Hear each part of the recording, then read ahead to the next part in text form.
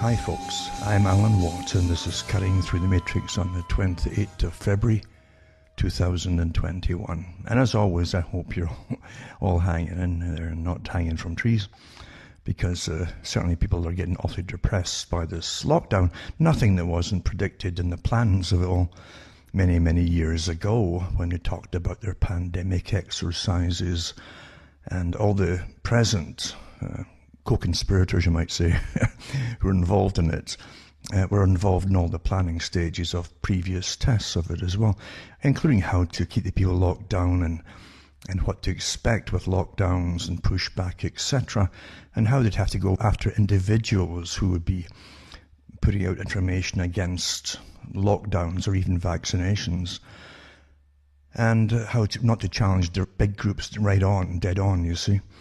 It's much easier to knock them off one at a time, basically, by different means of deplatforming or whatever it happens to be, just to stop them from putting out information. This was all written out in their plans for pandemics, and you find it in the section put out by the Rockefeller Foundation in 2010, the section called Lockstep, to do with innovations for the future and so on. You find Lockstep in it, and Lockstep goes through the lockdowns, you know, in a pandemic. All the stuff that we've heard since with even Event 201 and CladX, etc. All the same things, the same people over and over again, same group, same pyramid of groups really, the capstone at the top, you might say, because they all get their orders from something above themselves, obviously, when they're all on board with the same agenda worldwide at the same time, in every country pretty well. But they said in the Lockstep that they would keep pushing for more and more, to take more and more rights from the public, because this is to achieve a much bigger goal to do than anything to do with any pandemic, is to bring in the great global reset, as Mr. Schwab has prattled on about in his books and so on, about bringing a new society. And you've got to have a wartime scenario. He calls it a wartime scenario himself. He said that in some little video clips. That's how he sees it. That's how it's planned to be. And it is, because out of a wartime scenario, you have a different society at the end of the war. In fact, if you have competing or conflicting parties fighting each other in wartime, both countries, or more countries, all the conflicting parties are changed forever, basically. So his plan changed to come out of this whole idea of using a pandemic to bring it about, not just a financial reset, but it's a complete reworking of money, or even what you think of money. It's energy, it's technocracy, where energy units are represented by tokens, or money if you want to call it that. It's all the same thing really, isn't it? And you'll have a different way of living. It'll be a vastly reduced population eventually, including what they've said since the last 100 years, that they should really issue licenses for those who should be allowed to have children. They even had articles years ago when I did the talks on radio about giving special privileges to those who served the system better, you know, top civil servants and so on, who really worked for this global society, for this world-type governance system, and how they could literally give it as a reward, where they could let you pass your genes on to another generation. I'm not kidding you, this is from the top, eh?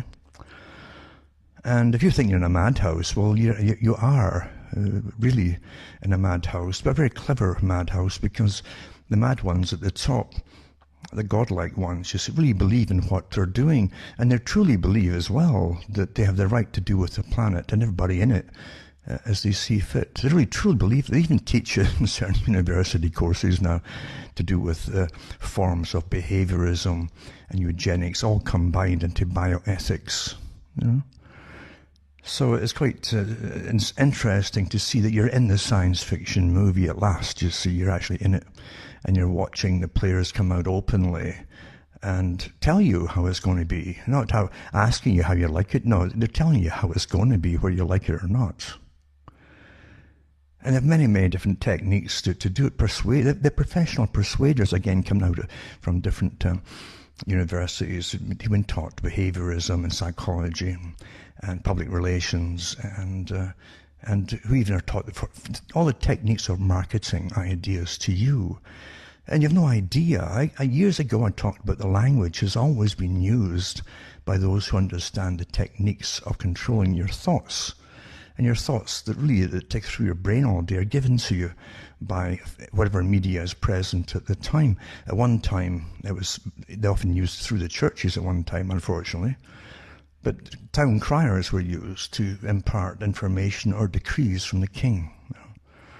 And people would prattle on about these decrees and try to discuss them and find out what they really meant and dissect them and find out what their opinion should be on it.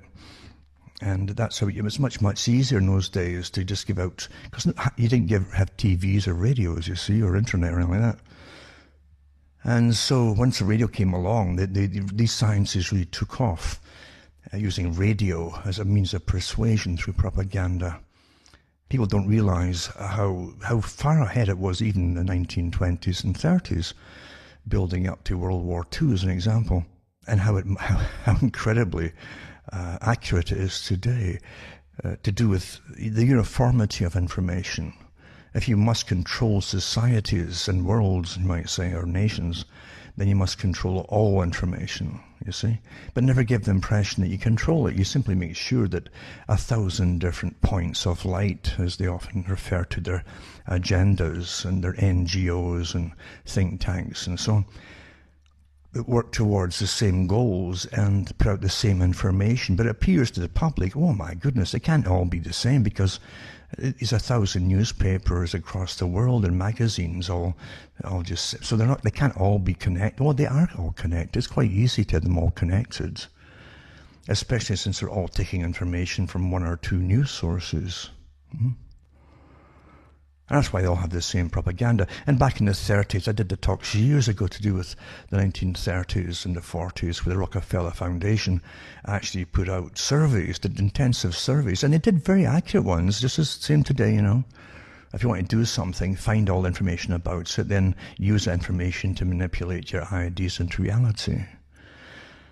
Make it all happen. That's why they've never been afraid to push agendas forward. They really study their victims carefully before they do it. They understand human nature, hence the incredible investigations of psychology, human behavior, and so on, by the different sciences that are involved in it. And back in the 30s, Rockefeller and his group realized they only needed about 30 or 33, again, naturally 33, right, newspapers and magazines to control all the rest. The rest of them would just copy from the 33, you see. And that's what we have today. But you also have maybe two real wire sources that have been popular for a long, long time.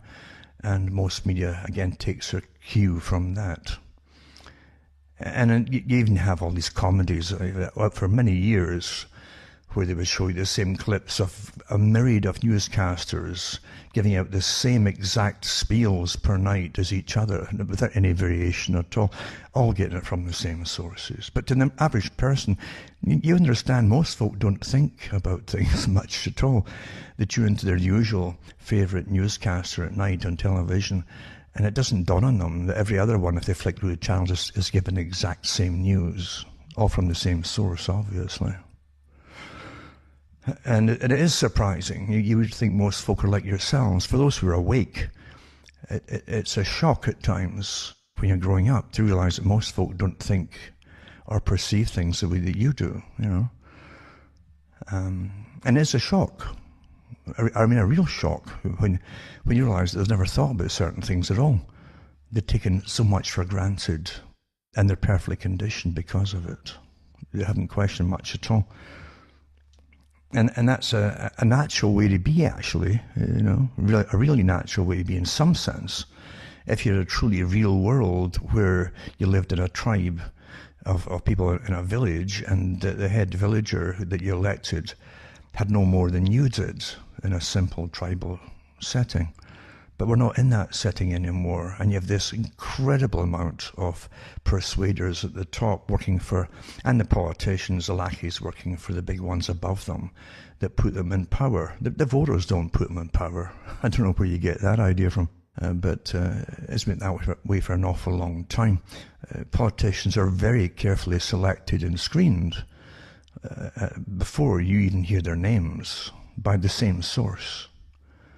And Carroll Quigley talked about that too, about he said in the 1960s, I think his book came out, and his main book actually is well known for. He wrote other ones which I personally think are just as valid. But Tragedy and Hope did come out, and he talked about the ones who literally, actually what he talked about was the fact that he and a squad of professors were brought in as professional persuaders to debate people who are causing ruffles in society by exposing things which governments and governmental agencies, or even the CIA, were really involved in, you know. And what they would do would bring in about 3 or 4 professors, give them a couple of days to swat up the topic, and they'd go in there in an agreed fashion to attack the person who's either putting a book out or putting out information that's exposing things that they didn't want to be known to the general public. So they would try and ridicule the person as you're a person who knows very little, really, and a little knowledge is dangerous. We professors know what we're talking about. And you defame them and smear them on television, and that would generally, as Quigley said, that would generally work. He talked about this in some videos, by the way, too, old ones years ago. And he said until at one occasion it happened, he says, where one guy had come out with a book, and I think it was called None Dare Call It Conspiracy. I think that may be the one, Gary Allen. And he said this guy knew his stuff. He had done his real homework, and he says we couldn't ridicule him. You see? Now, you notice he didn't say, we couldn't show that he was wrong. Their whole technique was to ridicule. And that hasn't changed in the present day. This is how it's really always been. It's actually worse today because they've turned out much, much better characters, better trained in behaviorism and psychology and special areas of psychology, working for the military, by the way. The military's heavily involved in all of this. That's why they turned them loose, using the PSYOP organizations with cyber warfare organizations. And it's been in the media, it's not my word for it, my opinion on it. I've read the articles from the mainstream on it, where they turned these characters loose on those in the internet media to attack them and defame them and do all kinds of dirty tricks, which they'd used across the world, across the Middle East and Syria and Egypt and different places over the past, and Iraq and so on. And it said in the newspaper, this same organizations are now being authorized to be turned loose upon the public inside their own countries. Do you realize what's going on here? And you idiots, and I have to say idiots, go out and vote all the time to keep the same system going. This is incredible. Because you have no rights, you see. You really don't have any rights at all. When your governments can collude together to change a society on behalf of bigger organizations above the governments, rather obviously so, in fact, then it truly is amazing. And when you have so much evidence for it, that you're going to go and vote for the same characters to come in again. You know. The same people who do what they're told and take all your rights away from you under the guise of COVID. And to a formula from previous tabletop exercises that they had with Johns Hopkins in the past, following the exact formula of lockdown, as I say, right back to the one in 2010, Operation Lockstep. That's from the whole one part of a whole series of stuff put out under the Rockefeller Foundation back then, 2010. And in lockstep, they said they'll keep pushing and pushing and demanding, and says that's what we'll do. Because the idea is to change society forever, eh? A planned society. They know where they're going with all, and how to get it there, and how to cause as much damage as possible to the present cultural system. And they said they wouldn't stop until there was mass pushback from the general public. That's what they said back then. And that's what would have to come to stop this now. And even then, you can't just stop it. You've got to start taking back your rights then. If you don't do that, they've won already, you see. They've already got so far ahead with you with the changes, you'll accept them. So you've got to push back for all the rights that you had, including the right to work and have your own business and all the rest of it. You've got to do it. Because in this new system that they're bringing you into, you won't be able to have private businesses unless you're big international corporations. It's a very old plan. Very old plan. And you're not in the big club, as that comedian said, George Carlin. Now the thing is, you'll never get back to any kind of normalcy when they have a plan at the top. And Mr. Schwab, the James Bond villain character, is a frontman, obviously, for the big international corporations that all work under the pyramid of finance, and take their orders from those at the very, very top. It's obvious. You can't have them all on board if they're all independent corporations, which tells you they're not really all independent corporations after all. There's someone who owns most of the shares in these corporations. You always find that happens, you see. You don't need to own the big amount of shares to run the company or to tell the company what to do. And don't forget, the CEOs are generally employees. They may have some shares in it, but they're really employees of the corporation. And the corporation then serves the bigger system that brings them in, helps them, and gives them financial help that they need to get through bad times, good times, or increase their profits. They don't do it all themselves. And so you have the appearance of big successful corporations, but you've got to understand that they get big because someone chose them to be big, someone at the top, the big club, And they do that too by eliminating competition. That's how you get to have a big international club, a monopoly, basically. You eradicate competition. And of course, after the different takedowns of big corporations in the past, like the Rockefellers before with their oil corporations and monopolies in so many different areas, which is a sign by, actually, it's like signs of a disease. When you see the same signs creeping across the world, you'll find these guys all know each other at the top in different countries, and they're doing the same thing. They take over the resources of the planet. You'll find that too in Quigley's books to an extent too. You also find it with the statements they make, the ones that represent them, like old David Rockefeller, who died, and his father before him, that said competition is a sin. He wasn't being egotistical as such and just arrogant. He was actually saying what he really believed. And the idea was to eliminate competition. They had the right, these guys like himself and an organization he belonged to, had the right to take over the world's resources. And only they could work it properly.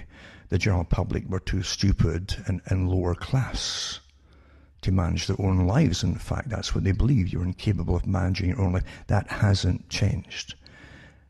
And so you'll find from old books from H.G. Wells, even before Wells actually, but H.G. Wells was rather arrogantly all for this agenda, and the same agenda that pretended it was left-wing, because they had the working class on board with them, the Fabian Society, financed by the biggest, richest folk of the era, so we're told anyway. I think there's bigger ones than them, like the Astor family. And members like Bertrand Russell, who belonged to all these different organizations, by the way, had a big hand in shaping the system you're in today, including talking and writing about the present system of changes, how they to bring in warlike scenarios to change the system, same as Quigley. But Russell also talked about useless eaters, because he and Wells and all the rest of them were eugenicists. They believed in superior types and inferior types. The socialist leaders they created, like George Bernard Shaw, were very open about that. They had the right to choose who would live and die. We saw that in operation when the Bolsheviks took over Russia. They went right to work at that, And Shaw said the same thing. You have to come to us and ask us why we should keep you alive. Your great socialist organizations. It's amazing how they can keep things quiet. And other socialist countries, they can actually paint with as a villain and make thousands of movies about them. But when you find they're all the same, really, at least the ones who run them all are connected to a higher group. They're all the same. This is dead silence. That shows you that you're actually on the right track when you begin to get that little light come on in your head. And that's how it is. Useless eaters, Bertrand Russell said, when talked about overpopulation, if you just let the people breed and all that. And H.G. Wells said it too. He says we can What about the people, helping the people? He says, well, we can give them food and we can help them get better hygiene and so on. And what do they do? He says they breed. He was so disgusted at that. It was okay for him to breed with different wives and so on over time. But you see, they belonged to the right people that had the right genes, the right makeup. And you didn't, you see. And you find the same thing with Margaret Sanger, Planned Parenthood. She talked about children being weeds. That's what she called them, eh? And certain ethnic groups too. She was straightforward. Well, no one hammers her, You'd think, this is the whole thing with logic. Logic has to be logical. It has to be the same. When the same circumstances are applied across the board to the same scenarios, you can't say these ones are evil and these ones are good. When that happens, there's something else at play, obviously, and people miss that all the time. But yeah, you had H.G. Wells, who was a frontman, propagandist for the global society. He was all for the world wars that were coming. They knew they need a world war to change society. And he, again, I've said this before, he was the one who invented the slogans for the military to make you hate the enemy, because most folk don't hate the folk they're told to go off and kill. And so you have to demonize the enemy. Same within society under COVID. They're demonizing sections of society. Same techniques are always used before you isolate them and you deplatform them, stop them from having any speech, and then you eradicate them in one way or another, you see. Standard techniques never change. But H.G. Wells, he came out with the idea of the Hun and the Sun, beware of the Hun. So they weren't German people, no, they were Huns, you see, like the old tribal groups and so on. So you dehumanize them. They did the same with the Japanese World War II, of course, big time. But he also came up with the idea of splitting society internally. Because in World War I, at least initially, they didn't have drafting, you see. It was voluntary only, and so the propaganda was very basic but perpetual for the whole duration of the war. Go off and fight for your country. And I've said this before, years ago, if you look at the posters for the British monarchy, go off and fight for the king, You'll find it's the same. They were the cousins. The Kaiser were their cousins, And you'll see the same features on the posters. It doesn't matter if it was German or British, because they were all Germanic. that was a big joke of all. And you could literally change. A lot of people wouldn't know the difference who was who in the posters, because they were so closely inbred. They looked so similar. Actually, the same. Their words are same. Same with, of course, with the Tsar of Russia. And anyway, here they're telling you go off and fight the other people, or the real Germans fighting the real British, And when you think, and H.G. Wells was all for that, for the changes it would cause and societal changes, because then government takes over food and work and everything else, all the things you would do yourselves, they take all the rights from you, and you all work for the state, at least for the duration of the war. You never quite get out of it either. And the banks make a killing, the big lenders make a killing on war, guaranteed to have it returned, with all this massive compound interest by the government and its tax bureaus. So Wells, he came up with the Hun and the Sun, but he also internally split the people by getting arguments amongst them. That's sound stuff to get them all arguing with each other, you see, just like COVID. You get in a shot, yes or no, blah, blah, and get them all fighting each other. And Wells is said to the women, to the wives, if your husband doesn't go off and fight, then you should wear a white feather in your hat to show shame. And the people would see that and they'd know he was your husband or your son you were referring to.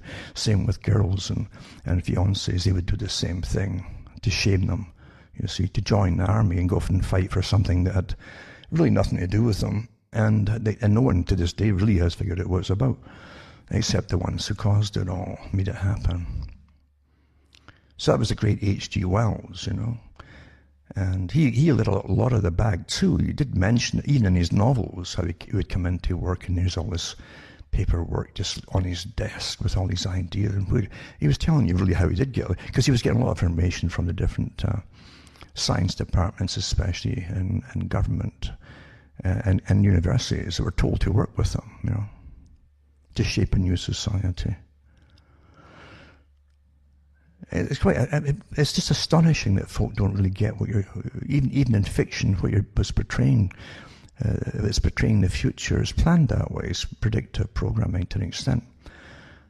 And in things to come, he shows you in one way of a war scenario, like you're in today, a COVID war, like Mr. Schwab said, WEF, World Economic Forum.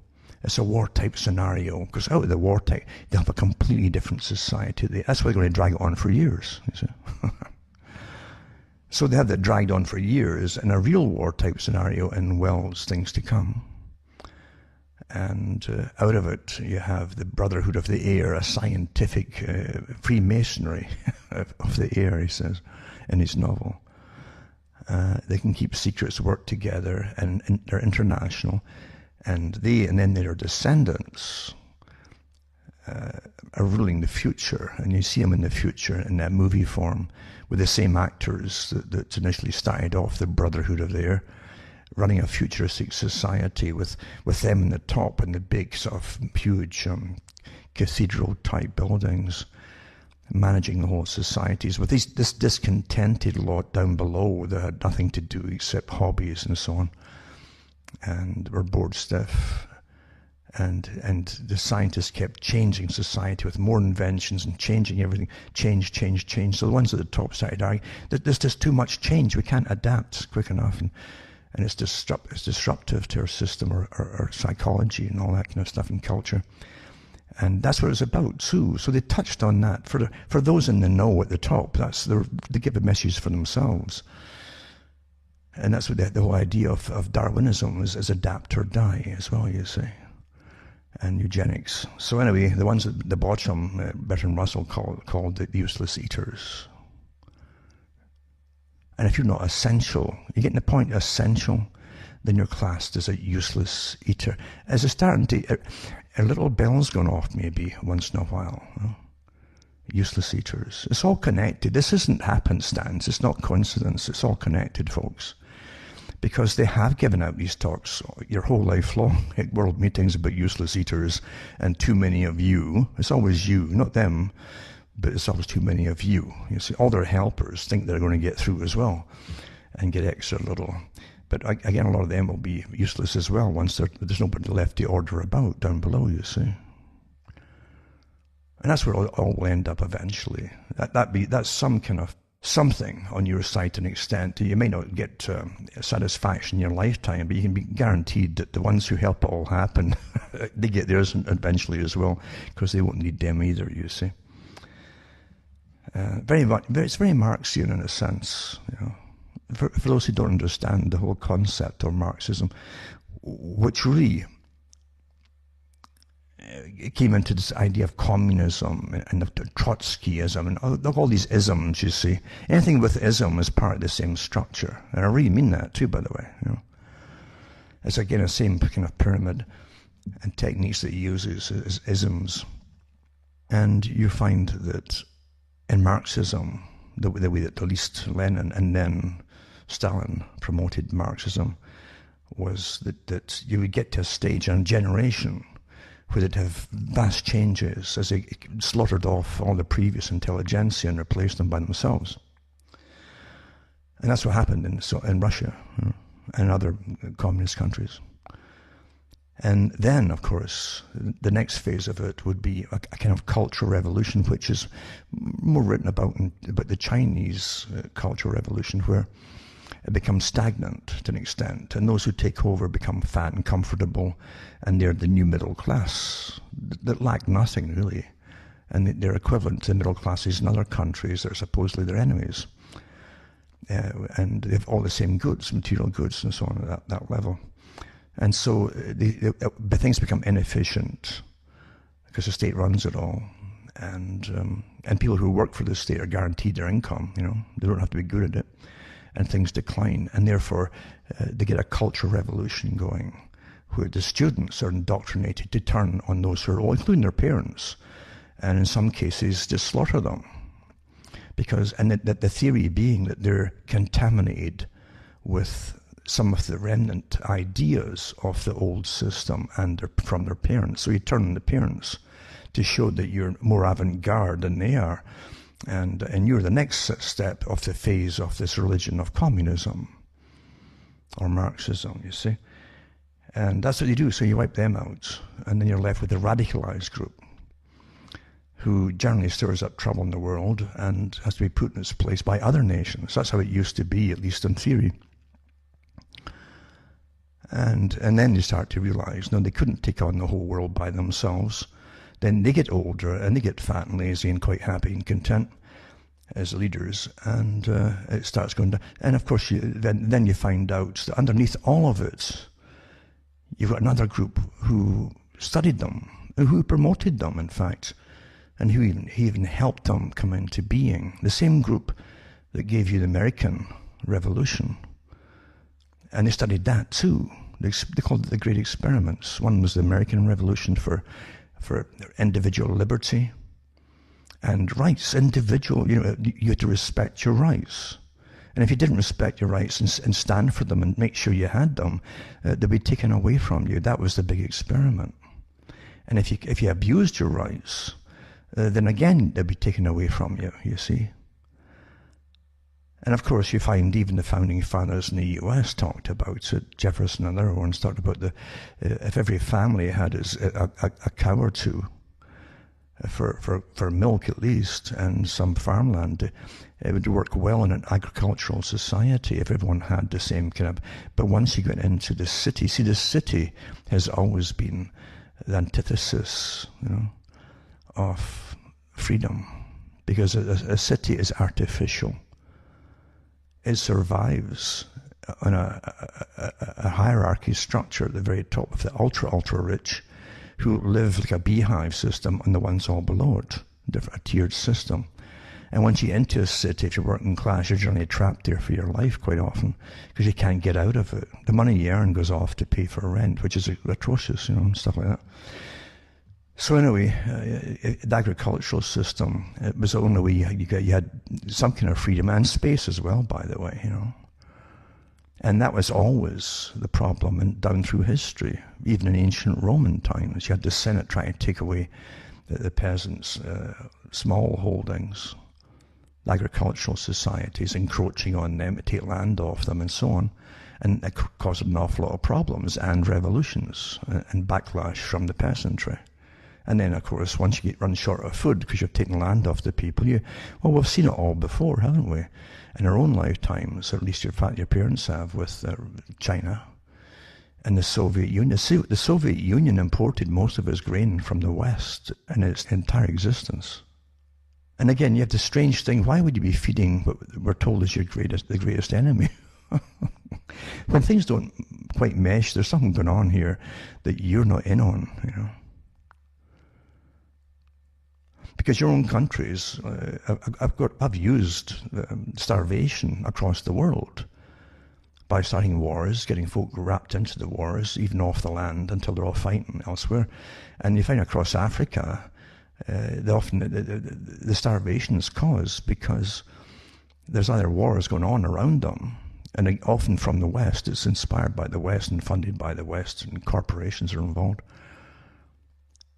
And again, a lot of the best land is taken away from them and put under United Nations Habitat Organization. Some of the best farmland, or the Sierra Club and Prince Philip's groups and so on, some of the best farmlands. That's not coincidental, because they know if you feed the people, they might be healthy and then they might breed, They talk about it, for goodness sake. They publish this stuff to their members.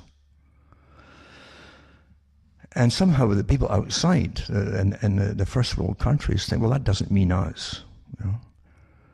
That's the greatest thing of all, that you don't realize that, you're the first subjects to be introduced to forms of sterilization, not all at the same time to the same extent, but your number's been plummeting for a long time, and they keep publishing these quizzical results. Why is that happening, they say, Meanwhile, they can spend billions to find out all about coronaviruses and things like that. And even then, they can't tell you much about them, really.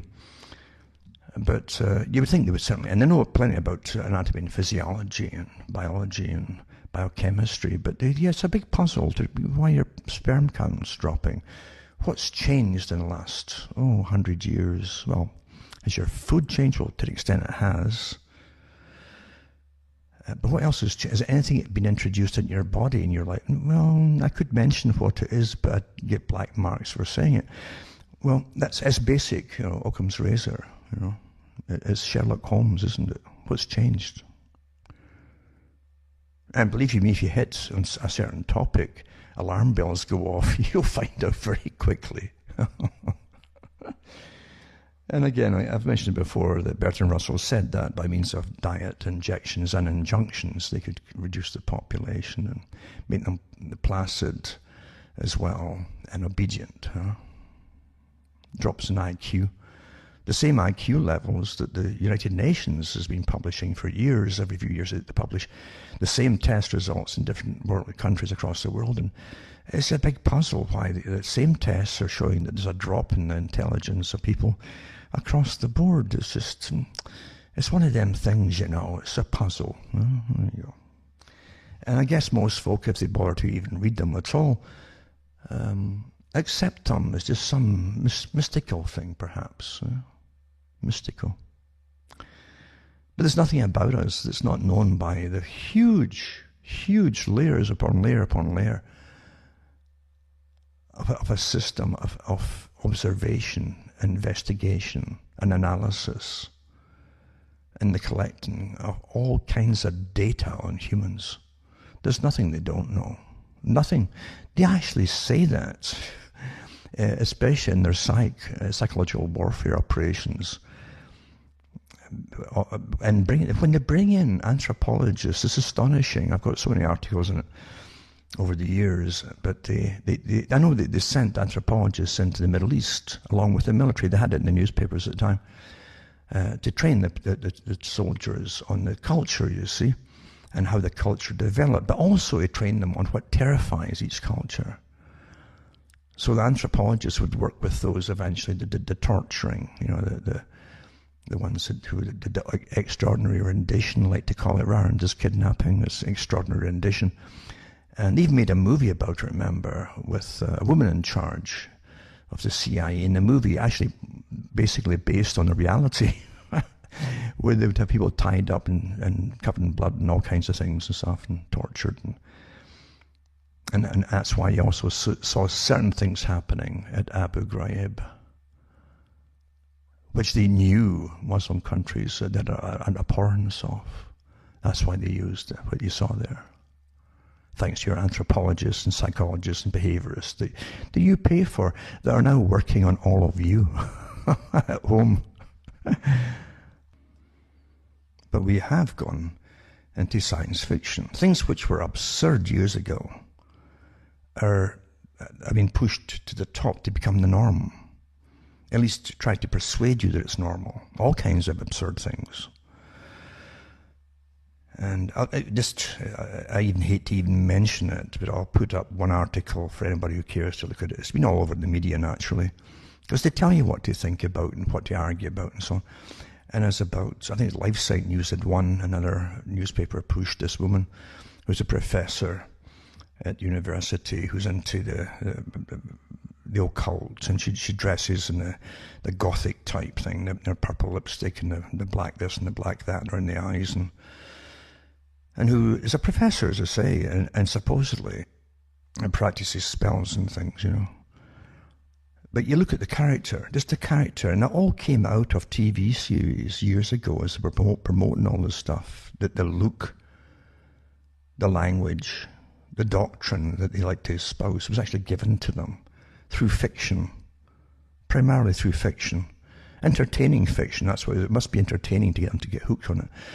And for back through the 90s, and you're seeing these, but at one time they would put these in science fiction, say in the 1970s, of a future society. And isn't it amazing? They look just like the characters in the science fiction with the hair that looks really, really, really weird, almost like a Medusa thing, like snakes coming out of it and stuff. And this is what you're seeing today in people who are promoted into having powers of indoctrination of young school children and teenagers and so on. It's fascinating just to look at that and study it all. And many, many other things like that too are pushed to the front. It truly is astonishing. And other people getting covered in tattoos. Covered in tattoos, all again from TV series and so on. And again, monkey see, monkey do. That's what people do. But it's one thing about wearing bell-bottom trousers to drain-pipe trousers, and then from winkle-picker shoes, as you used to call them, from the Beatles era all the way up to what you've got today, you know. It's rather vastly different. That's one thing. But when you're getting covered in tattoos, and the symbology of the tattoos was always to do with the primitive. You see, that's how it was always portrayed before tattoos were made to be popular. And I mean made to be popular. They were always portrayed in movies as the primitive, the pirate types, you know, the bad guys. And of course, gangs. Big gangs, you know, in Japan and China, triads in China.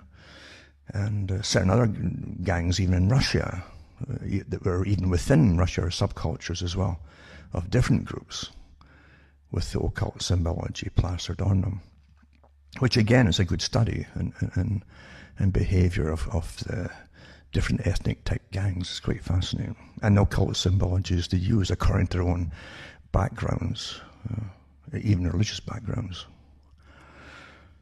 So, but there's always again, basically associated with, now you're seeing cops wearing them. So the cops, they're supposed to be the good guys, are covered in tattoos like the bad guys to look more ferocious, you see. Would you want to go to someone who is wearing on his skin the symbols that used to be associated with murderous gangs? Do you feel better now, you know, with the cops? Who's designed that? Look, it didn't happen by itself. It really didn't. Nothing happens by itself in culture. Plato said it. Everything that happens in culture is authorized by those at the top. Because anything that happens in culture has to be analyzed to see where it would lead, what changes it would cause within society. And therefore it's vetted. And if it happens at all, it's generally pushed from the top and promoted. But from the grassroots, it's generally nipped in the bud. So whatever happens is always pushed from the top, as I've said before. Again, there's nothing about humans that they don't know. And today, with this daily accumulation of all kinds of data, it's just astonishing.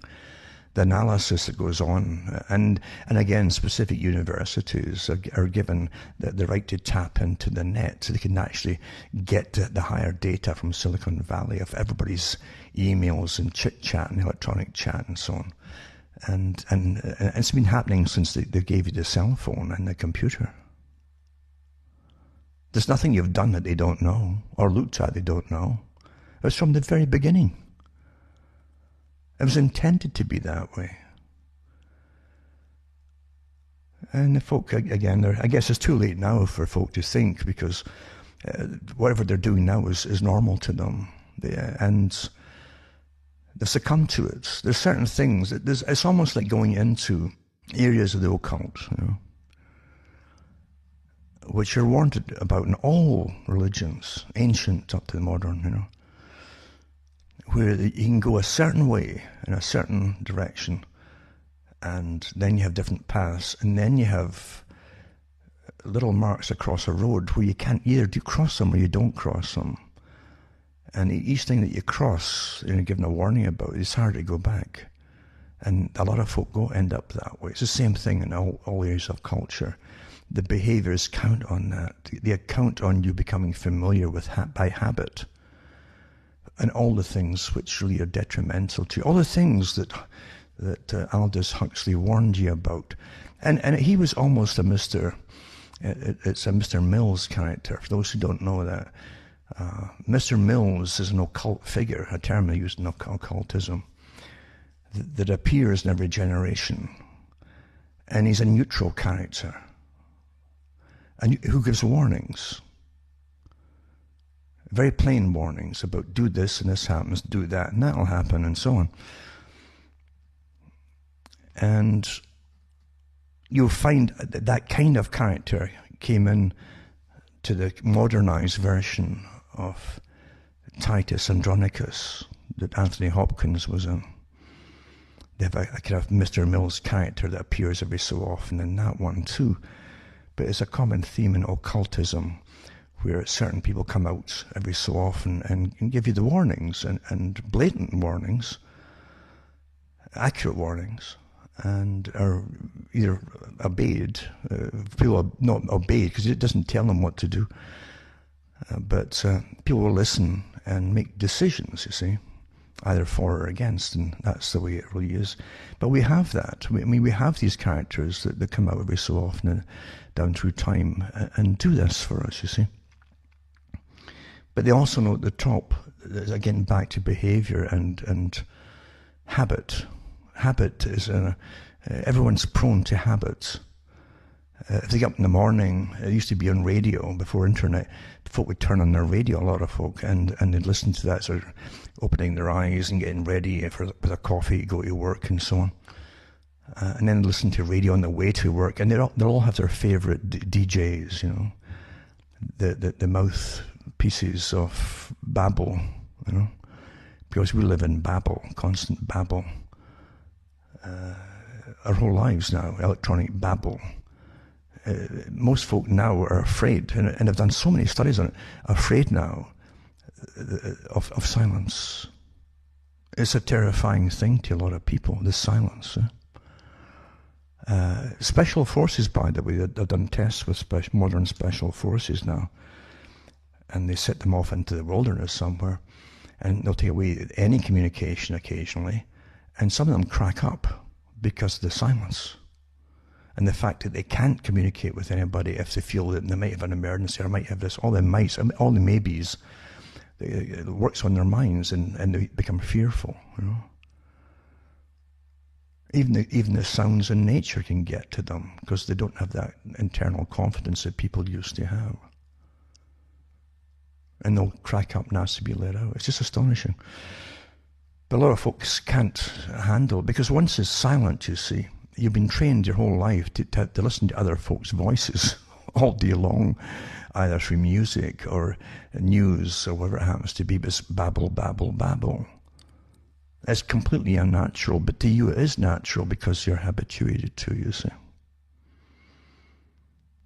But what you miss is that quiet time where that little inner voice of your own should take over as you think things over and come to your own conclusions.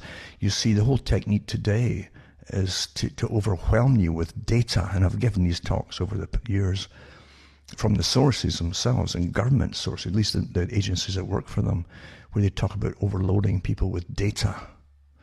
Data can be just nonsense, you see. It doesn't mean it's factual or even handy to have it. It's just overwhelming data. And the more you take in, the less room there is for you to make up your own conclusions of your own data on anything. It's a technique which is it's actually taught in the PSYOP groups and the teams and agencies. See, the biggest problem that they have at the top is that folk will think for themselves. That's why they spend so much of your tax money making sure that you don't get time to do that, or you don't have the peace and quiet to do it. They certainly will not give you all the factual information you need to come to independent conclusions for yourself on any major topic. And I mean any major topic. You have no idea of how much mind control most folk are already in and under. I'm not exaggerating it there either. This is where it really is today. And years ago, I used to have lots of information from MIT, because they'd love to publish. They were giving you divisions to study this or that on internet and even cell phone chat in real time. They were getting to get into calls and so on. Of course, they were using all that information that they pretend was private. Oh yeah, you private stuff on the net and all that in private. No, you've never had that. They've recorded everything from the beginning, folks. Well, they didn't have the laws then to stop them, or they did have laws. No, they didn't. Or they didn't care. That's all for you to believe in, you know. Getting back to the cultural revolutions that the communists used, the same kind of thing. Communism is a religion that people had to believe in. And you see, you could understand the science. They called it a science of Marxism. Only special folk could understand it, like Stalin, you know. And so they all had to praise Stalin for the little things he came out. Even if you didn't understand what he was talking, he was such a genius, you see, and so advanced or steeped in advanced Marxism that you wouldn't understand it at your lowly level. They actually had churned out books like this. Well, that's what you're in today, you see. Most of what you really thought about was given to you. Most of it's trivia. But the stuff that's not trivia, again, is all given to you by the experts. You know, we'll bring in an expert to tell you what do you think. Bertrand Russell said this in the 40s and 50s. We'll train the public that they can't have a thought of their own or do anything themselves without the advice from an expert on anything. From having children, to how children are born, to how you change the diaper. They called it a nappy back then in Britain. Women would have to be taught by experts every step of the way, and the guys too, and what to expect. And that's happened in my lifetime, you know. At one time, everybody just knew, from folk having children and families, as you grew up with them, you knew what was going on. You knew what was expected. You knew how to do things. You didn't need experts for anything. It's astonishing to realize that the modern medicine isn't very old at all, you know. And it's astonishing to even look into allopathic medicine.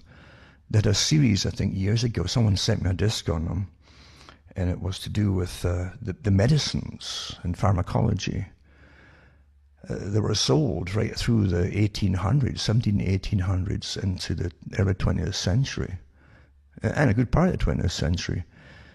That was all bogus. All the medication, most of the medications were completely bogus, you know, and even made out of earthworms. And there's a good series. This is factual. This is what they had until they really got into the more advanced chemicalized biology, the biochemistry. So it's a pretty new field, really. But like any new field, when big money's backing it, and the incredible amount of money that pharmacology makes today is astonishing. Wherever you have such money at stake and profits, and very important people, because ordinary folk are not important in this system, you see, just very, very, very wealthy folk who are important in this system. That's when they worship them, as the wealthy folk, you know, and folk do. Then you can never have honesty.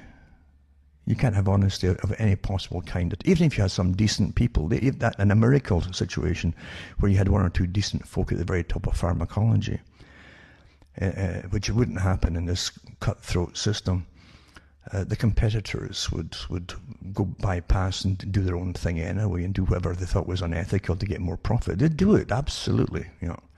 And that's why they lobby government, and that's why they put politicians into power financially.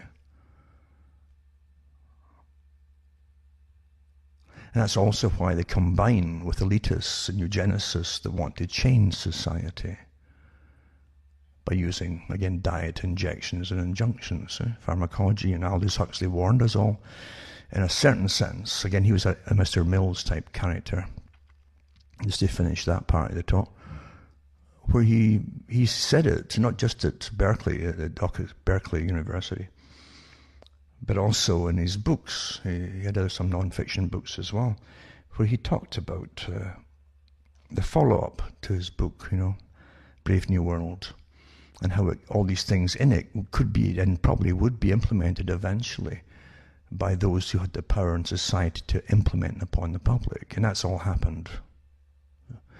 So he's Mr. Mill's character that he did warn, again, at least on public television, on the Mike Wallace interview, where he said, well, with the techniques we have now and where it can go, because they knew the rate of change in society in these behavioral sciences and so on, he said that the techniques of persuasion, they could get people to do things eventually that perhaps wasn't in their best interest. He knew how advanced it was then in the 1960s and where it would end up going, and this all happened.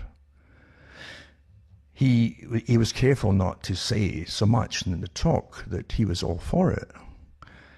But you got to remember too that Aldous Huxley belonged to the Huxley family, a scientific elite. That's what his brother called it, a scientific elite, the branch of the family. Amongst many other parts of the scientific elite, the dominant science group that ran the world on behalf of the dominant minority, the ones who ran all the finances above them. So the scientific elite below them, including all kinds of behaviorists and scientists and social scientists, they worked for those who ruled, you know, and they used their sciences like spells over the public, you see. So he was careful to mention the other part that they believe in, of course, and always did believe in that talk with Wallace. He did start off his talk, well, you know, the population in the world, and he mentioned what they claimed it might have been then, and how it would double or whatever by the year, whatever, 2000, whatever it happened to be at that time. Because they're always fudging figures, so it doesn't matter. So he lets you know right off the bat, there's too many people. He doesn't go into his deeper beliefs that there's too many useless eaters, because he was an elitist himself, Aldous Huxley, as his brother was, you know. His brother really became one of the head members of socialism because they guide society into family planning, depopulation, all the rest of it under the guise of helping the working class. So you got to understand that there was nothing that in eugenics and elitism that he didn't know about. He belonged to, that's why he could write Brave New Worlds years before, but 1932, 1933. Because he mixed with those world groups. He had world meetings, those groups, you know. And they've always had world meetings. And Huxley also talked about, well, you know, if you let it go this way, we'll have all kinds of physical problems with people who have hereditary ailments. He was also talking about IQ levels and so on. Eh? And he says some people, for instance, if you wear glasses, he said, well, then your eyes aren't perfect, and so you'll pass that on to someone else, and they'll have bad eyes. He's talking about supremacy of eugenics and how the eugenical supreme classes should go on. That's what he was talking about. It's amazing how folk can like what they're hearing, and they're not hearing what they're hearing, but they like what they're hearing.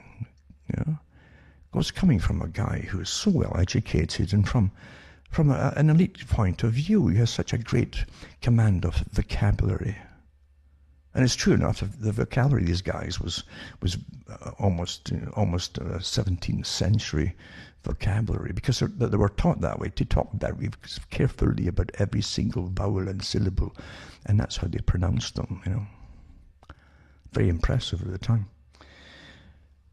But folk often don't really hear what's being said, because the guy wasn't wearing a uniform like some supreme nasty commander, you know, of history. They always give you uniformed guys. I've mentioned this so often, where the greatest thing you're worried about today is either a white coat or a suit. These are your terrorists of today on the general public.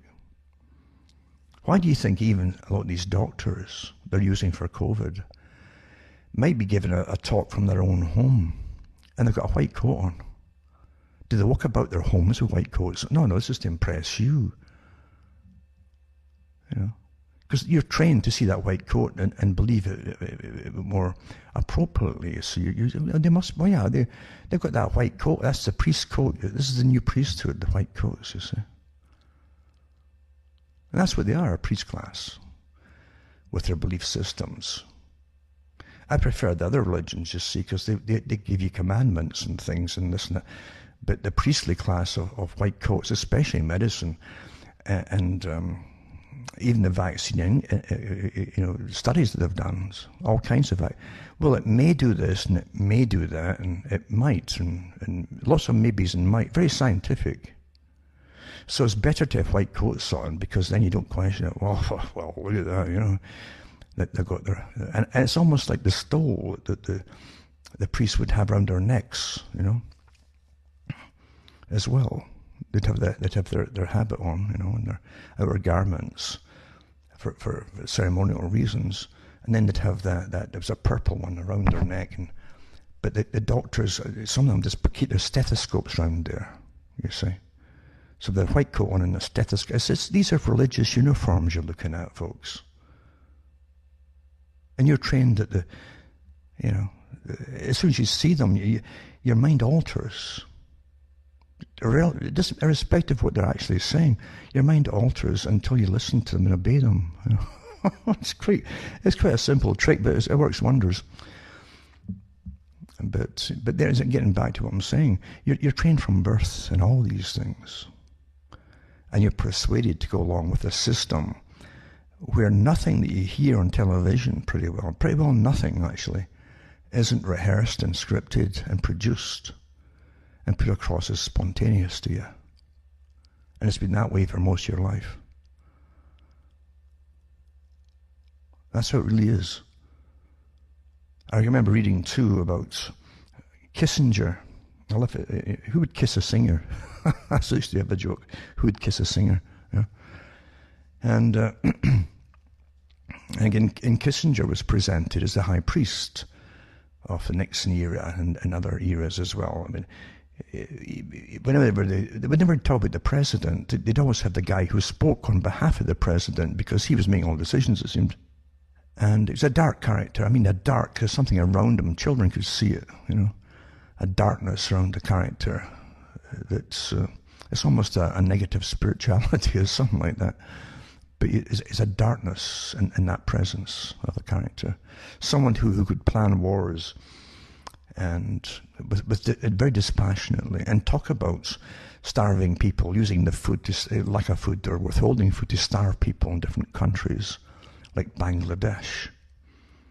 And he did, You're talking about people in charge of the military-industrial complex, at least working for them at a very high level. And I got all these different seats on different boards within US government policy for the military. And at that time too, yeah, they had communism on the go. The communism, though, it was never really about outside America. That was to, again, change society within America. But inside America, the communists were already working inside America, and in government too, just like they were in Canada. Just like Carroll Quigley talked about them. And Carroll Quigley said the organization that he belonged to, that had been running the US and the West for about 60 to 80 years already, his club. And I really mean this. This is not conspiracy theory, unless he was making a conspiracy, but he was talking about himself in his own book and in his own talks. That this group, this organization, he said, had picked presidents and prime ministers in the West for the last 60 to 80 years. Now he was given the talk in the 1960s. And the book came out in the 1960s. So you're definitely into the 1880s, 1890s at least. And he said they don't have to put everybody in government that's a member of this circle, this group. He said, but the ones in all parties, at the top of all parties, are selected and put in there. Astonishing, really. Yeah. The folk don't even know that. And that's why the US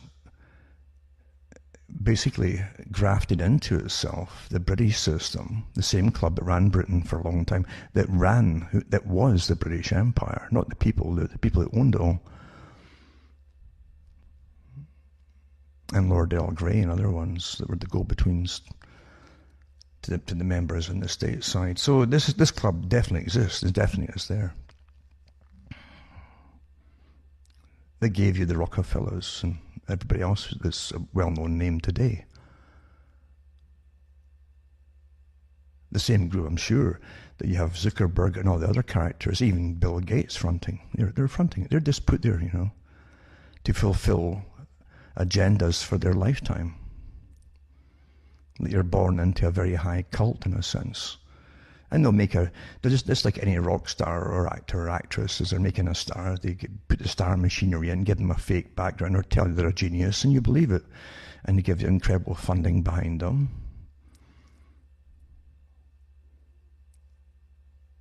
And they must make a certain amount of money, but they put it so much out in so-called philanthropy, which is just basically pushing this planned agenda.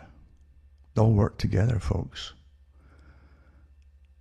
And they could be defamed just by their own if they ever broke the rules, absolutely, and left paupers if need be. Most of them you see were made stars by the star-making machinery. Bill Gates is a businessman. And his daddy before him. A monopolist too. That's another sign and symptom of them, like a disease, the monopolists. Rockefeller was the same monopolist, you see. Eliminate competition, as I've said earlier. So you're living through incredible times, witnessing it all. Most folk are unaware of what they're witnessing because they've been stampeded through terror, a war of terror upon them by the authorities. Because the best way to get rapid change and compliance is when you're terrified of dying. And that's why Klaus Schwab said it too. This is a war we're using, a war, You could never do it in a peaceful way. We just ignored them, you see. The climate change scenario wasn't working out. Now they're talking about global cooling again. So this is better, you see. They can really rush it through under the war. And no one's going to come out of this without being non-essential except the very big boys, and gals, and you'll all be non-essential, and you'll accept that you're useless eaters. Yet you understand what's happening here. Do you really understand what's happening? Never in history have nations been shut down entirely by an order from their own governments, business-wise, into complete bankruptcy scenarios. Never happened. Never in history have the healthy been quarantined. This is the first. This is a worse, and this is the best thing they could think of to shut the whole planet down and to destroy all the systems that were, and nations, by the way, that were. And what emerges out of it is a new planned society. Oh, they'll give you the peer in some nations to an extent, but you're already international anyway, you see. And all the world organizations that are, even the extra ones that pushed through under COVID, to make sure we're all coordinated and for our greater good, you understand, on finances and so on and so on. Oh, these global societies, well, technically you see that when they all merge together, you've got a global order, That's it. There you are. They're calling it a new world order. There's that term again, because they're always giving us new world orders, you see. Always. The Soviet system was to be a new world order, a utopia for workers. And they called it New World Order. Hitler's was going to be the same. They're both socialist societies. Communism and Nazism. And the elite love socialism, whatever you call it, communism. Remember, Stalin just said that communism is socialism in a hurry. We'll get hung up in terms, but it's what you see. If it quacks like a duck, it's a duck, Don't get hung up on words, because they can change words, and that confuses folk till it throws them right off. You're looking at the same thing, but you'll never really apply it to what it was applied to before. Oh yeah, I recognize that. It reminds me too of Theo Adorno. Theo Adorno was amazing. And he worked with Horkheimer and a whole bunch of other people in the Frankfurt School. But he talks about eradicating completely Western values and culture, how it would have to be done for a healthy world. Completely. How would you destroy healthy values? What do you introduce to replace those values? Well, unhealthy ones. And you watch society getting wrecked. Yeah? What makes a society complete? It's not a matter of do you like it or not. What makes it function and strong? The family unit, where families had to take care of their own.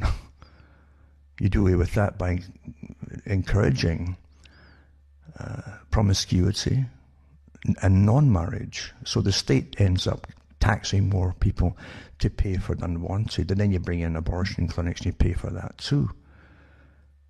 And then you don't have folk getting married at all and reproducing. And then you introduce new kinds of families and so on. This is war scenarios, you see. That's what we use for war. But you must get the folk to like what you're doing. And it's quite easy to get youngsters to like whatever they're, especially when it's the candy at the checkout counter. I used to give the talks on all that, how the psychology was used, because it's admitted, and you've probably come to the conclusion without having to be told, but why are all the candies that you see in a store, even general stores and grocery stores, all the candies are at the checkout counter, and all generally from shoulder level downwards, from different levels, it's so as the children can grab them with a restriction. There's nothing separating the child from the candy, and their arms just go out, boom, and I want that, and mum or dad say, well, you can't have that right now, and then the child puts on a streaming match, and no one, and it's all psychology, if you've ever studied the people who do the Bernays techniques, that's where a lot of behaviorism came from, was all these techniques that have been practiced before even Bernays came along. He inherited a lot of the knowledge, but how do you make people buy? Well, psychology, if you're in a line at a checkout counter, you feel embarrassed if there's a queue behind you and you're holding it up. You feel guilty. Guilt is an incredible persuader. That's why they use it now against COVID, you see.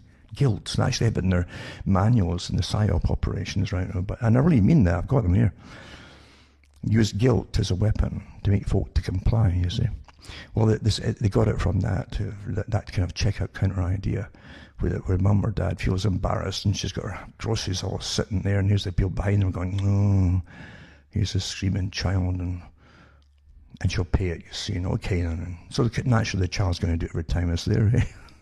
It worked, right? And that's why it's there. Well, if you want to destroy society and culture, and like they said in the Communist Manifesto, the end of the family unit, so it said the same thing too by Albert Pike at one point. He was talking about end, because he belonged to the World Revolutionary Party, and he talked about ending not just the family unit, but private property for most people. I say most. It's very important, that little word, the most thing.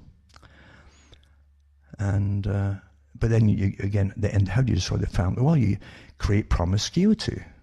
How do you also do what Julian Huxley said? We'd have to knock humans off their pedestal as being a superior creature on the planet and bring them down to the level of animals. Well, you've got to take away the sacredness of human life. You understand that? So you start getting rid of your own human life before it's born.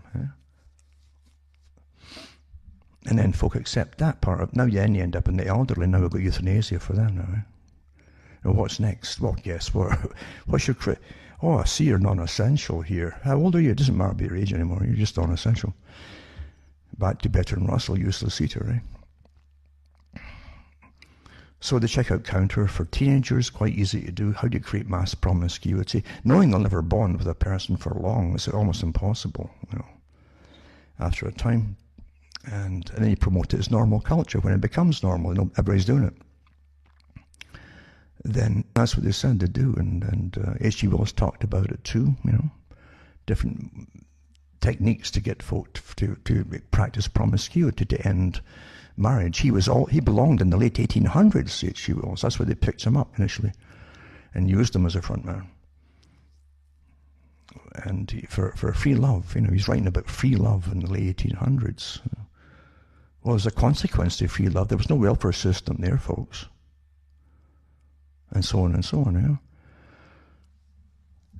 So again, you've got create promiscuity. Here's what is it? Every teenager has got their hormones jumping. Nature wants it to have its way, And so it's like the child in the, here's the checkout counter and he's all the candy. You tell them to go ahead and do it all. Through media, mainly through television at the time, and 1960s, leading up to it in the 1950s, but 1960s, and where you go.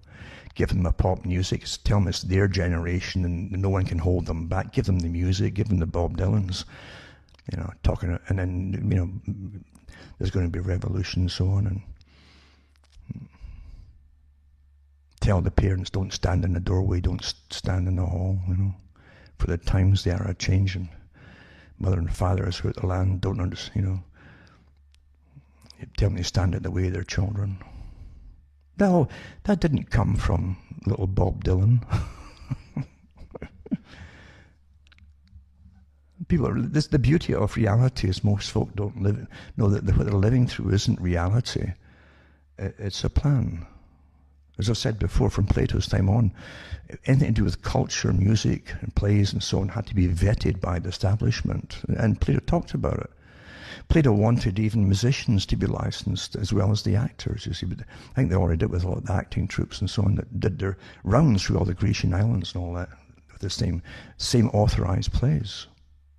They knew how you could upturn society, overthrow it through a revolution by using music, for instance.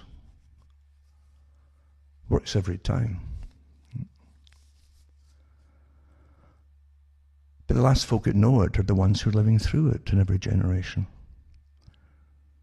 Quite something, eh? But yeah, you're the child in the candy store, out came the miniskirts. And even in winter, for goodness, in cold countries, these women shivering, wearing plastic skirts and plastic jackets and plastic boots.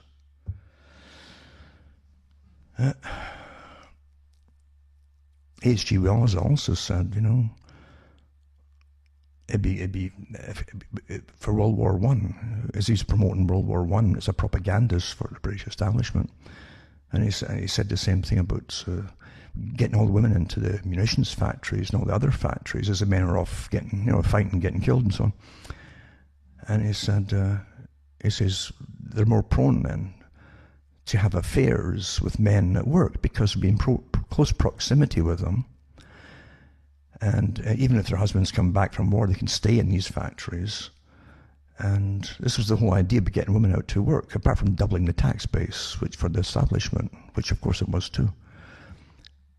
It was also, he said, that if 8 hours at work with other men is more than they'll have at home with their own husband in the evening. And at least awake. And he says affairs will take place, and that will also help to dissolve the family, the unit in marriage as well. Nothing happens by itself. All authorized from the top. All. Yeah. If nothing was authorized from the top, you'd have seen kings and queens and all the big figures at the top coming out speaking against it. None of them did. That gives you another clue. It was all authorized, you see.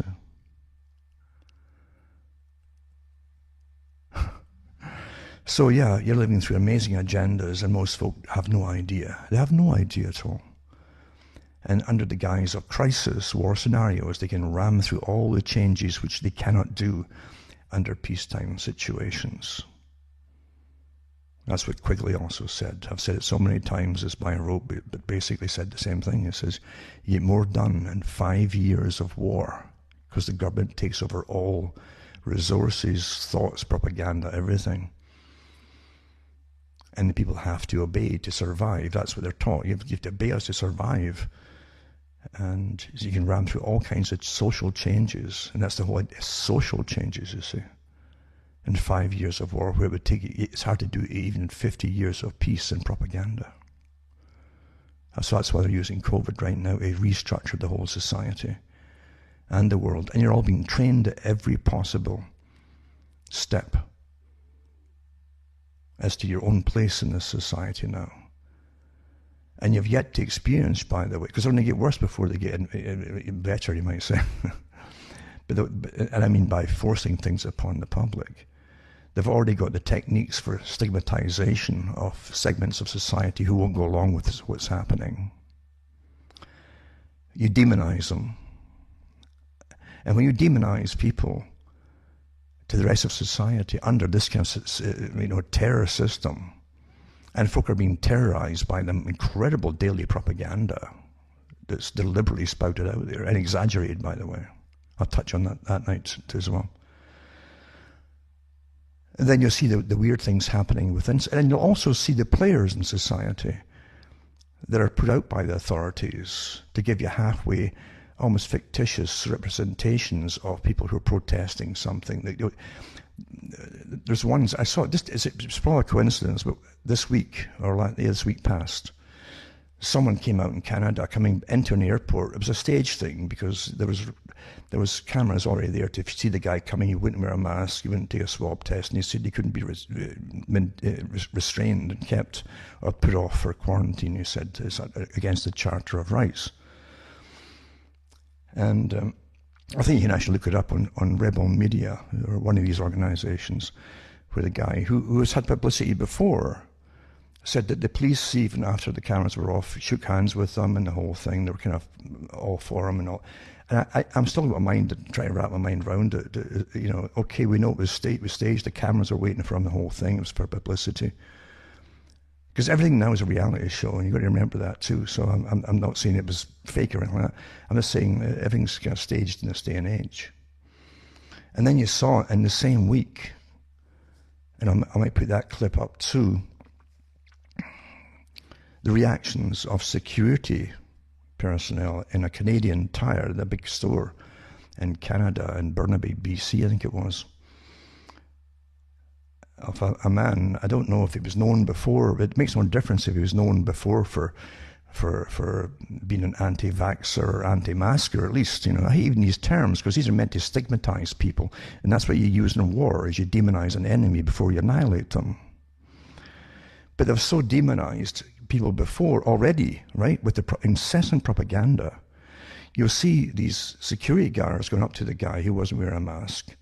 You actually see them, at least in the bit you see, don't know if that's all the footage or whatever, but you do see one of them striking out towards this fella. They're trying to see the guy punch them first, but you see them striking out at the fella. And the guy putting his hands up and, like you would defend yourself. So you don't need to know that part of it. But the fact is, one of them jumped behind him and got him down almost on his knees, And he was using a judo hold, which is a true stranglehold. The word is stranglehold, It's not just a chokehold, it strangles you.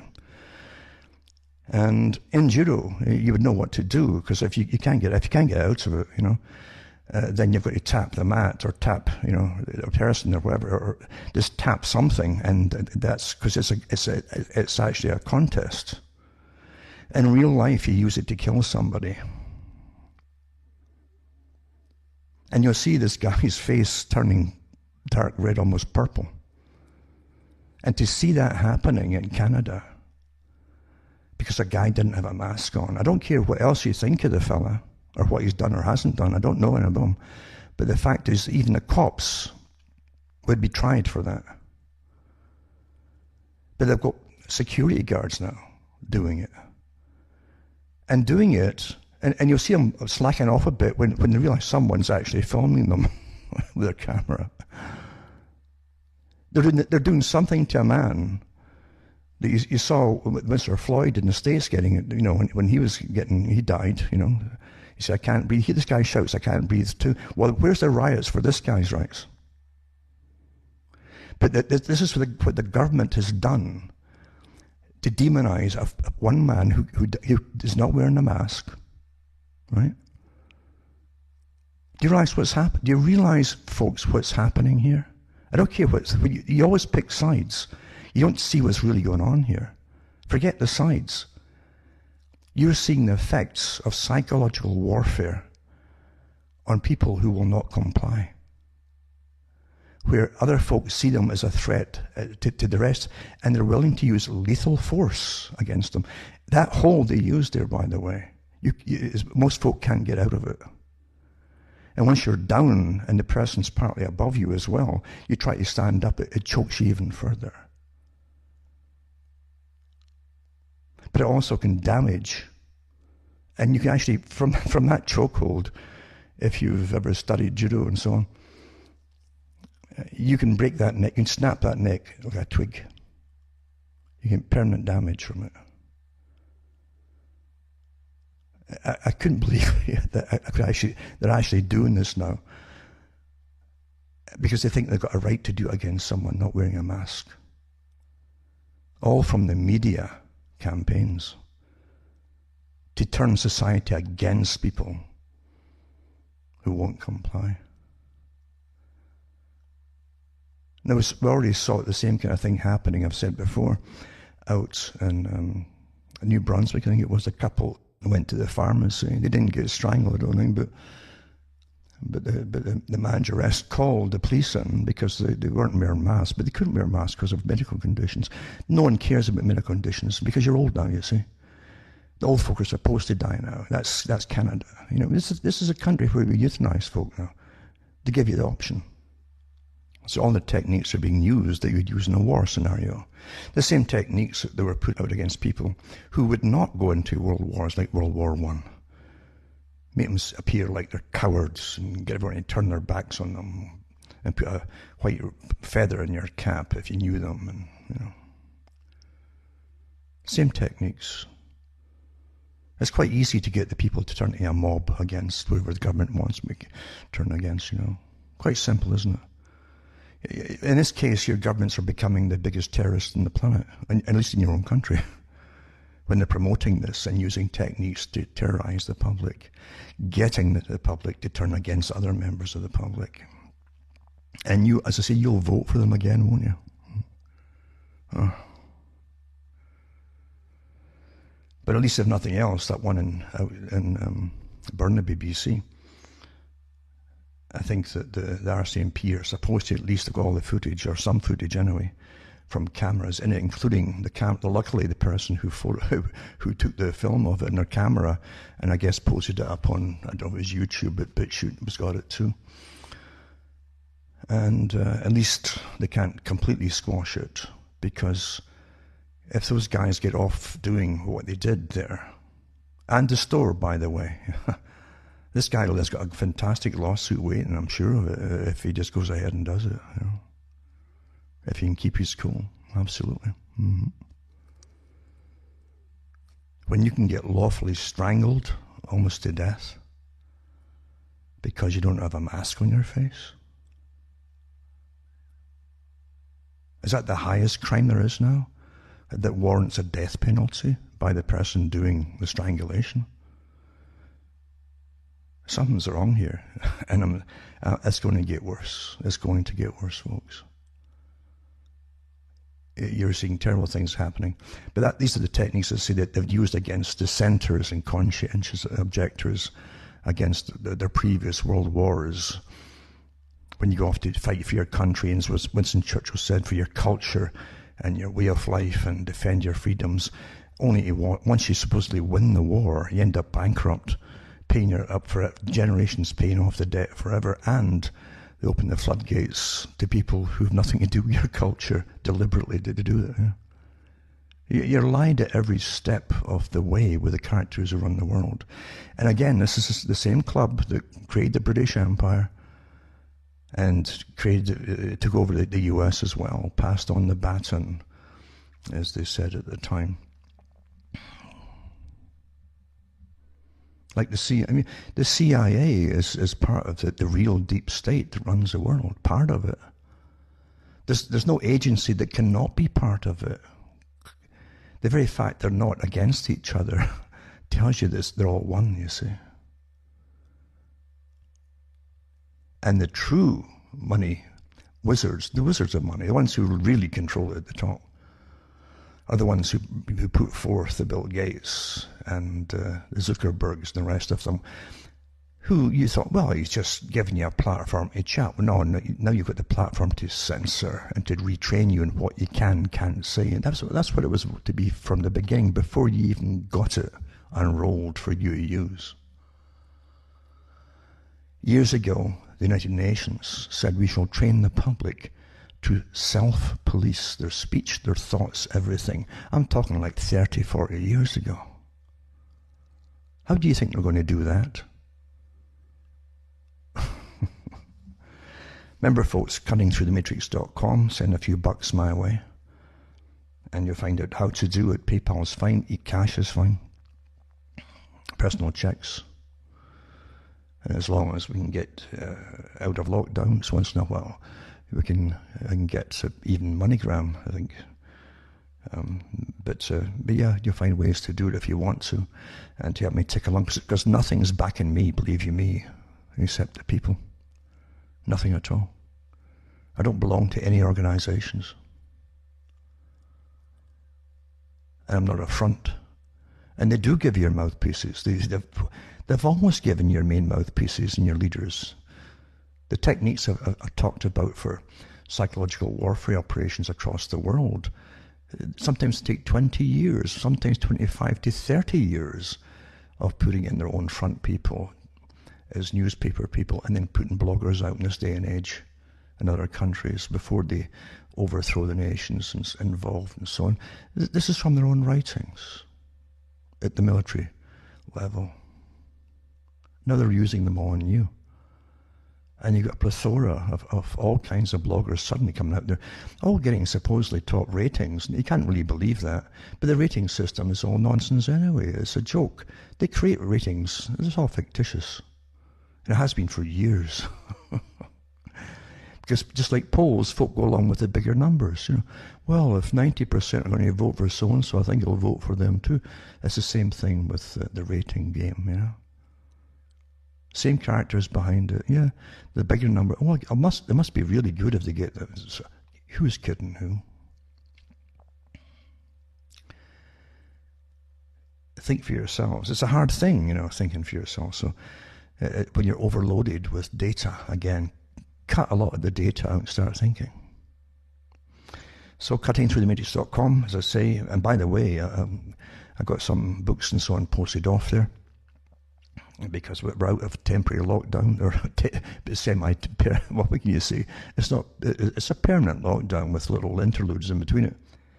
It's to go on for at least 7 more years, at least. And they'll play that out too, that depending if they've achieved most of their change of society objectives, you see. Because what has to come out at the end of it is nothing like you ever had before.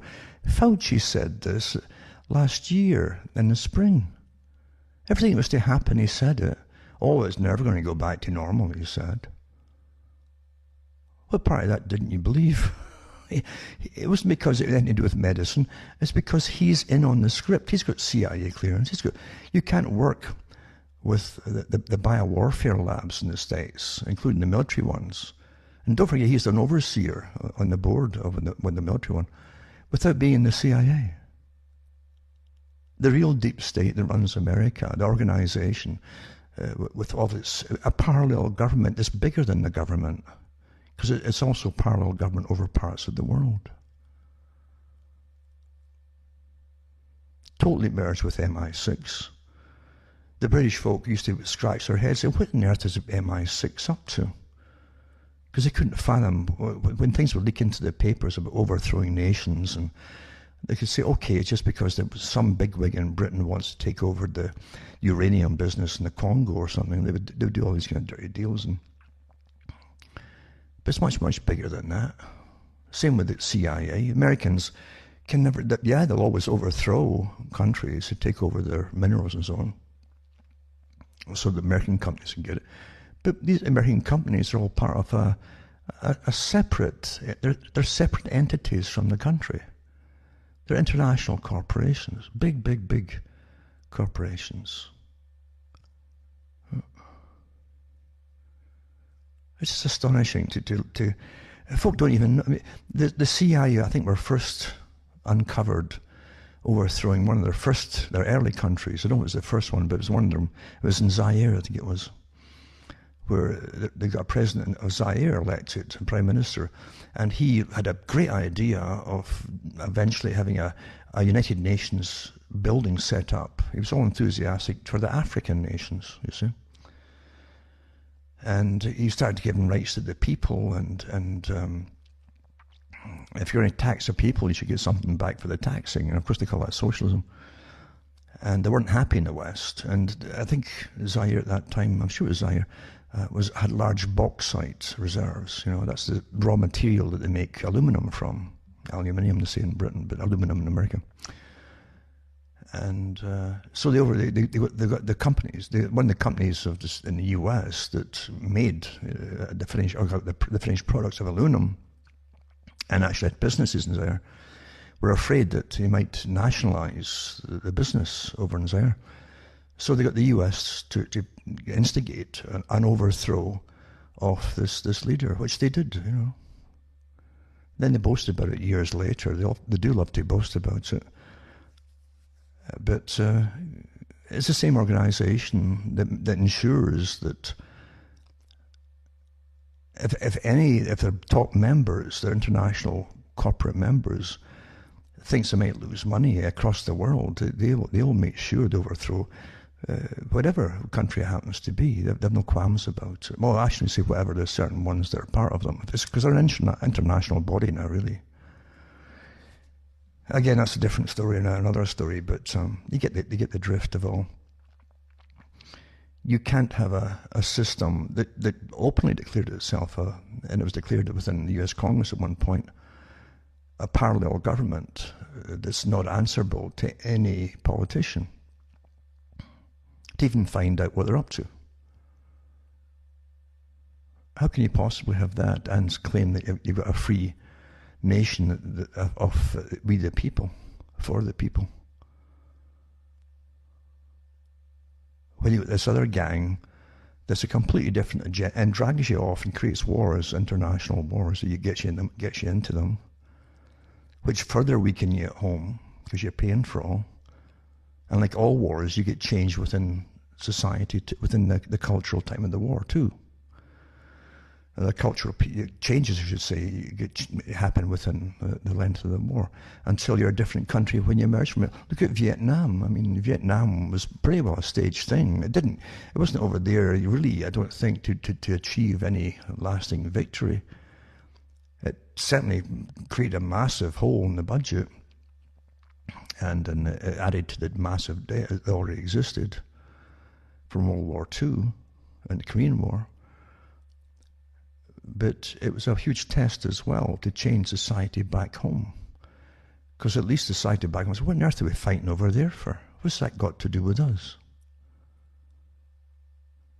And more so, and you know, here's the people who really fall for it. Well, it's because they're fighting communism. The communists were all through your government at home. You'll find too, it came out again from Carl Quigley. He was talking about the different anti-American purges that we're having back in the States, and we're having the different hearings into the State Department. You see, that appeared to be so communistic in some senses as well, and also that had the Rees Commission. I mentioned it before. Norman Dodds came out and he talked about visiting the heads of the philanthropic, like the Bill Gates type today, you know, but back then it was Ford Carnegie and different ones at the time. And why that they were promoting what seemed to be communist non-governmental organizations across the world and at home. That was an inquiry that the Congress had set them up to do in the Senate. An actual inquiry. And Norman Dodds, you can actually see the video yet, where he talks about it. Said that when he talked to the head of the Ford Foundation at the time, the philanthropic by joke foundation, these are tax-free foundations. They have investments and they don't pay taxes on it. Billions of dollars invested and so on. But they give it out, you see, to their armies of non-governmental organizations, all kinds, across the whole world. And the head of the Ford Foundation says to Norman Dodds, he says, our job is to eventually to seamlessly blend and merged the two systems of the Russian with American Western values and capitalism, merged the two together. And of course, the concept just blew them away. Who authorized this? This wasn't a wee tin can collection agency with a tin can in the street. These were the top corporate leaders all working with these foundations and their corporations to make it happen. Well, were the American people asked about this? No. Have they ever been asked about all the changes that happen in societies? No. But they're part of the real deep state that runs the world. Of course they are. And Quigley said we're often confused when they're talking about the un-American inquiries and so on, to do with the State Department and so on, that got on even in McCarthy's era. He said we're often mistaken as for being communists, he says, because our goals, this is he's talking about a world system that really runs things. Doesn't want to run things, that does run things and has run things, you see. It's already there. And he said we're often mistaken for the communists because our goals and their techniques that we use are so similar. They're almost the same. They chose a long time ago that socialism, let's use this term socialism, is far more effective. The same as Trudeau in Canada admires communists, and he's up there, you can see it on YouTube, and BitChute when he says that to an audience, that he really admires the communist dictatorship because they don't have to bother about human rights and the rights of the people, and so they just tell them what to do and it's done. Very, very efficient and quick, you see. And that's what they chose a long time ago. Well, how do you train it? Think back to Fauci, what he said when he's on television. The clip is up there on BitChute, and YouTube, where Fauci was on some TV program, and he was asked about how he could push the agendas forward to make Americans comply with social distancing and not going to work and all that kind of.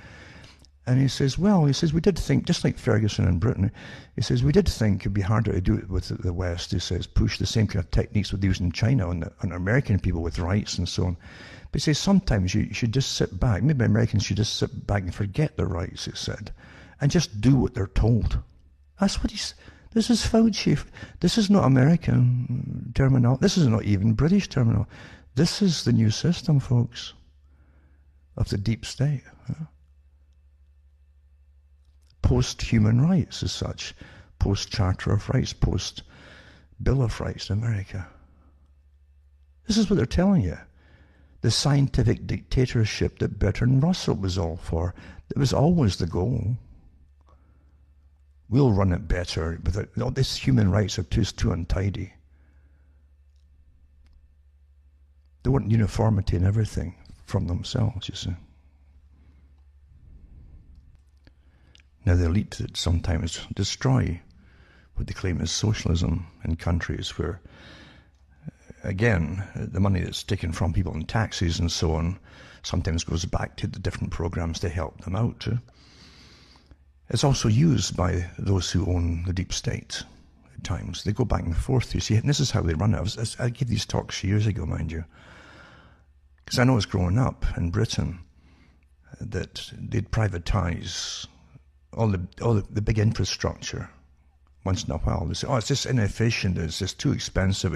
Far more efficient if it was privatised. So they had companies that ran the big gas units at the time in Britain that had coal gas at one point. It was put in big tanks. Every town had them, every city had them.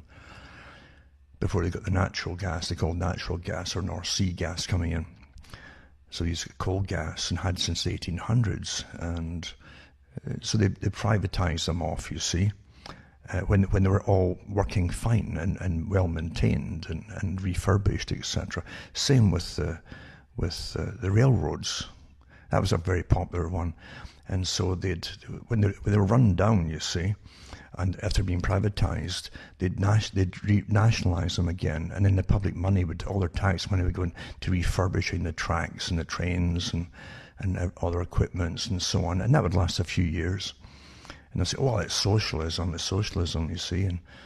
But then again, they say that's inefficient again. They're trying to privatise. So they privatize. They sell off for a few bucks, a few pounds, and of course the private guys would run it into the ground again. This went back and forth like tennis balls, on a court, and that's how they did it. It's a con game, folks.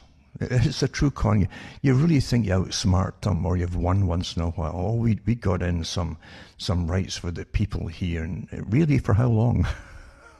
It's just amazing to watch this your whole life long. And all the other countries did the same kind of thing, You're taught that you're winning, and they'll give you front people for what you think are your sides. I'm a politician now, and I'm going to make sure that people have the right to desserts and so on.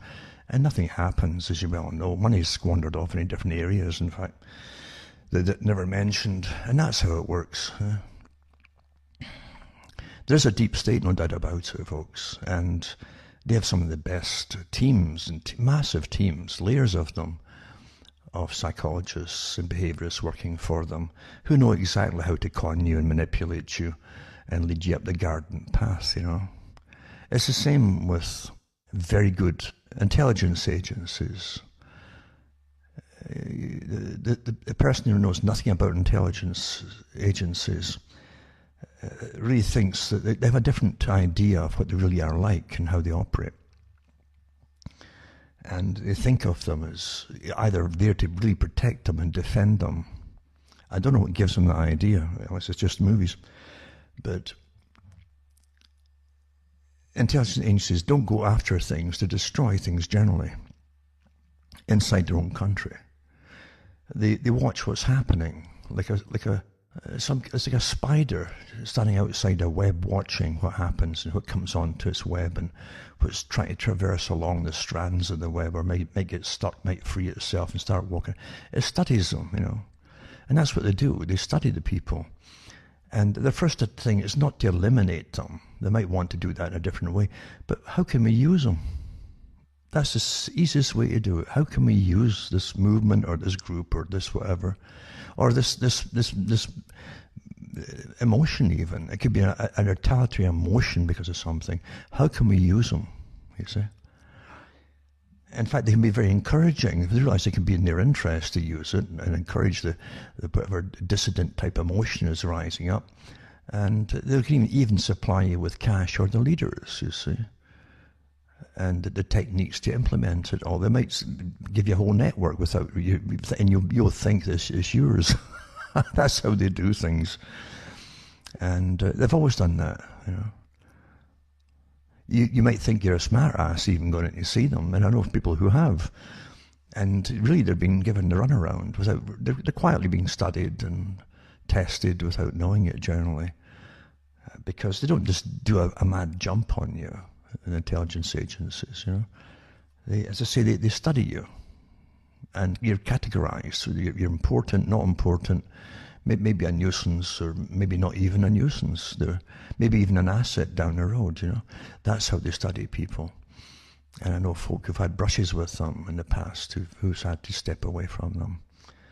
And afterwards realize what it was about, what was going on.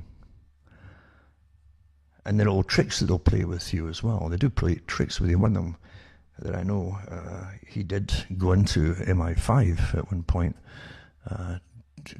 because of some old, I wouldn't call it trouble he was in. It was a bit of mischief, put it that way. And eventually that asked him to come down to London, and had the plane ready, the ticket ready, the whole thing, and the whole idea is to study you on the way down, to see what you drink and so on. You're being studied the whole way, even in a regular aircraft. And then, of course, you end up in a pub. The person you have to meet is to meet in the pub, and then they order what you had in the plane. Of course, you'll say, how did they know that? And it's sort of throw you off here and there to make them seem absolutely superhuman in a sense. But most folk who work in these agencies are basically psychopathic personalities. And years ago, they had a TV drama. Someone sent it to me. It was a simulation using real people, going through techniques of how they recruit people for, say, MI5. And of course, they put out their advertisements for, probably on TV. I don't know how they did it, but they'd give them little tests, you see, and they'd say to a group of them, your job is to get in, see that building up there. There's a woman who lives in that building, and whatever floor it was, an apartment and so on. You have to get up there and find a way to get in to her place and get through the back, right to the back of the building, go through her apartment, go through the back room and into the veranda at the back side of the building. And we'll photograph you there, wave to us, and you've succeeded, you see. And they showed you the different techniques different people tried to get into her house, and saying that they were this or that to get permission, and constantly being denied. And it was one guy who did the right approach. He came with a little briefcase or something, and his technique was, you'd won something. Can you believe it? All I have to do is fill in a questionnaire, got invited in, and had some things drafted up already and photocopied, and of course you sign them. And then he just went in the back and says, that's a nice view, waved a hand, and he won. But they're psychopaths, you see. They'll cheat and lie to do whatever it is with the general public. And they were testing this out on real members of the general public. This is what they do. Other things they'll do, of course, are attach little tracking devices into underside of cars and things like that without being seen or caught. But they test them, these people out on the general public. That's how they're trained. Nothing like what you think about it. I remember, too, years and years ago, reading about the Blake case. I think it was Blake in Britain, who was a spy, one of the spies, the Cambridge Five, I think it was a 5-member team. But this guy came in late to the groups, and eventually he was caught. And they put him in the same prison that Julian Assange, I think, is in now, same one. And it was being renovated at one point, and they put him in to the part that was being renovated that had literally security problems at the time. And that's not by accident. And that's what I clued into years ago and early on. And it was one of the Redgrave family that ran the left-wing communist group in London at the time that arranged for his escape, and they got ladders up there and got him out. So now you can't get these guys out without the complicity of the government. They were letting them go, you see, obviously. Because even the Cold War was nothing like they told you it was at one level. On one level, a lot of folk really did die in the Cold War games that went on. But on another level, a higher level, it was all planned with a higher level of organisation.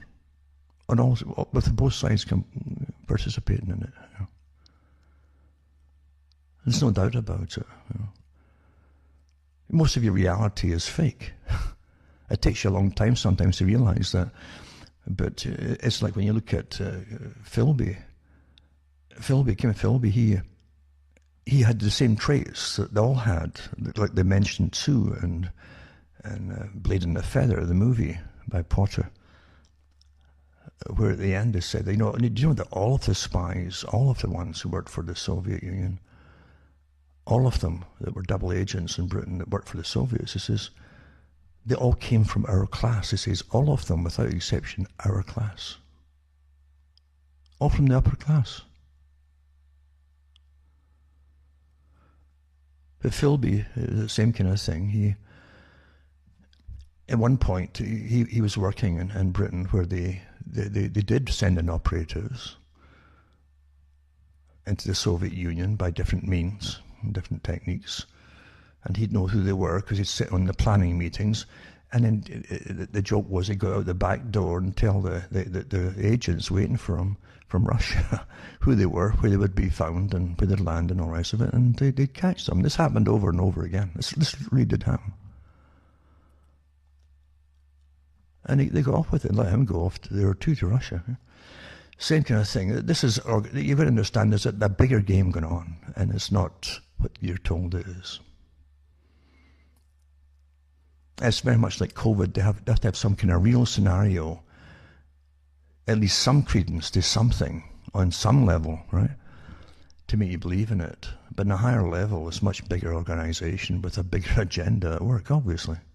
Because they could have picked another coronavirus like the common cold, but we'd laugh at it. It had to be something that was new to terrify us. Say, oh, it's new. Oh.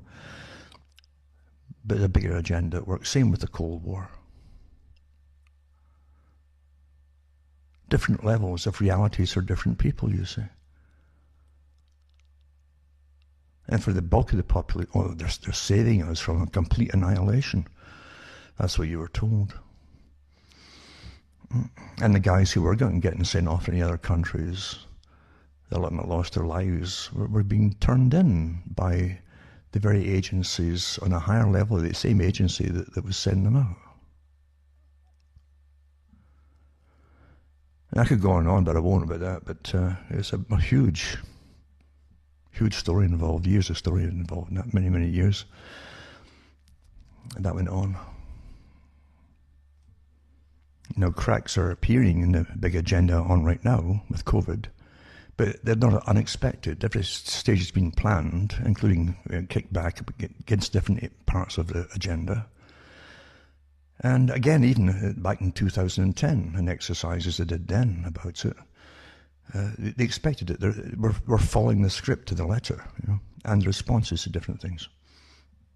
And so they will not back off until it's a massive pushback. If it's a massive pushback, they said in lockstep that they would have to start backing off to an extent. But in the meantime, what they'll do again is, I said this last spring, I said they'll lock you down, give a little bit of a break here and there, and lock you down again, and back and forth, back and forth, back and forth. And they'll spread it. It's like rotating lockdowns, nothing to do with reality. We'll try it here, there. It's all pre-planned, And so we'll do a spot lockdown in this county or this area, and then let them free for a day or two, and then back and forth across the world even. Nothing to do with reality at all. Because most folk remember, they've already told you at the beginning of it, had no symptoms of it. And of course, if you kept testing them, they'd be over it because you got antibodies. You developed them yourselves. That's what your immune system does. It's an amazing thing. Without it, you see, it wouldn't have got out of the caves. In fact, we wouldn't have gotten as far as the caves. So, yeah, but you're supposed to think you never had any resistance to anything in your life before. So, they lock you all down and stop your businesses. The very things, the very techniques of war that they wish they could have done in previous wars, they've done with this one. They couldn't have locked down society and destroyed their businesses and forbidden them not to go to work in any time past. This is all new. Forbidding you to go and work for a living, for your own living, For something they tell you most of the folk gets, they'll have no symptoms and then they'll get over it with antibodies. It doesn't make any sense, does it? So when things don't make sense, there's always a bigger agenda definitely a different agenda on the go behind it all. Of course there is. Of course there is. And it isn't just greed for pharma. Pharma will do a lot more, I think, than just greed with what's going to happen here. But it's astonishing to live through it and witness it all happening, like their tabletop exercises with Johns Hopkins and Bill and Melinda Gates Foundations and Bloomberg and all the other groups that were involved in planning all of the tests, if this ever happened. Over the many, many, many years, the same agenda. And with Mr. Klaus Schwab even attending, so what did he have to do with anything? Because, you see, he's part of the agenda, the deep state. You think all your lives have been free and that you just decide for how things are going, where it's going to go, where you're going to go. No, you don't. No way, I tell you. And he dresses, Mr. Klaus Schwab also dresses like the character that played the head, the organizer of the Freemasons of the air, the private club that ran the world, and things to come.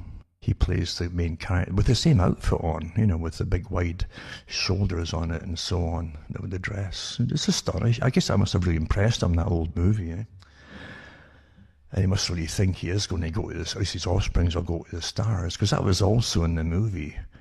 They gave you little glimpses into eugenics in it, you see. That there's the same descendants of the same elite of the Freemasons of the air that brought them into the future society.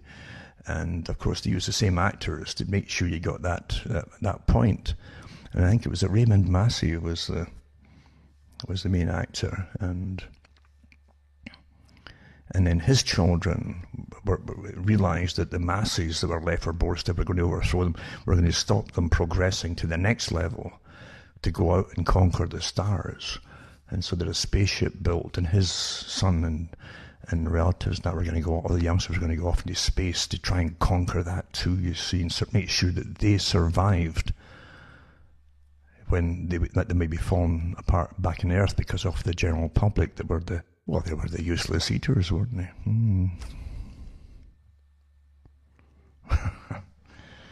I tell you, it never changes, eh? Never changes.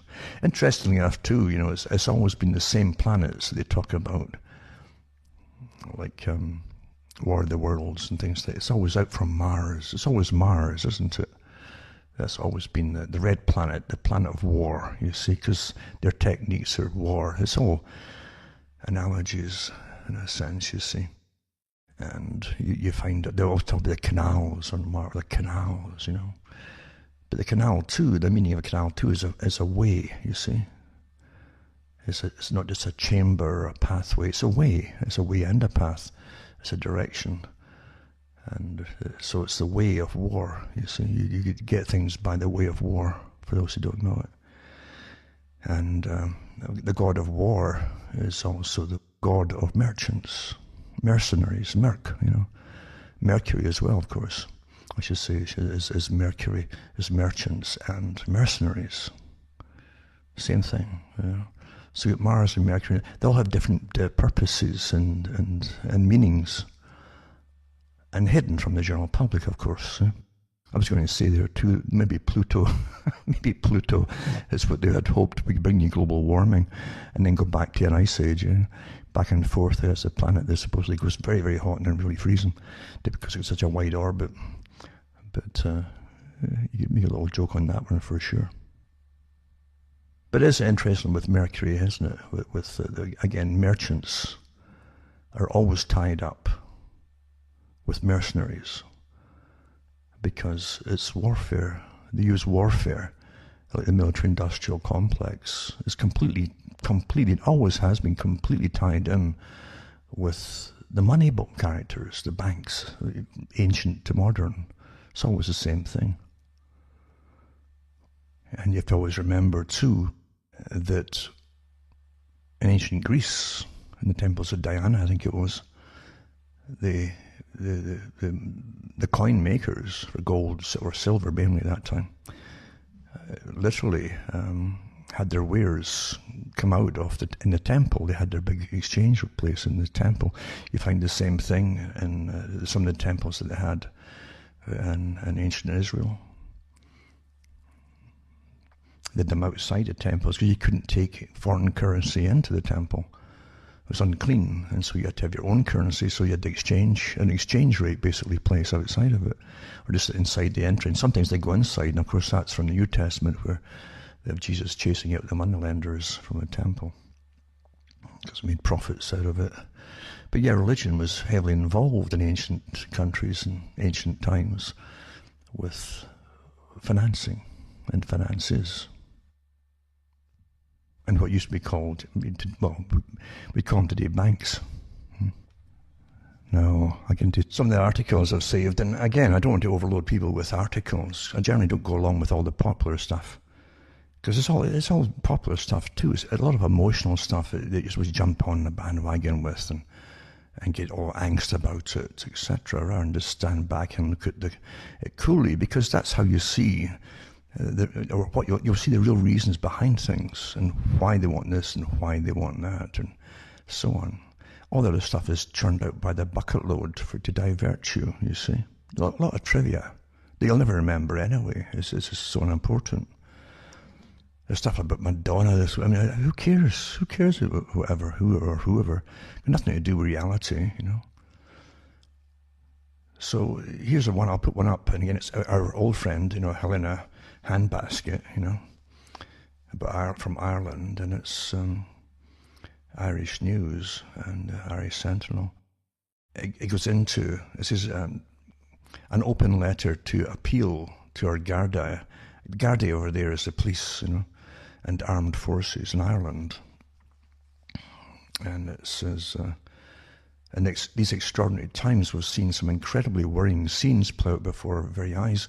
It's true we've all had some serious challenges rolled out before us, from our elderly who've been imprisoned in hospices to the frontline workers who've been told they have to risk their lives, to the children locked up in the bedrooms and tuned into online schooling, devoid of any human contact with extended family and kept away from their friends at the most crucial stage of their development.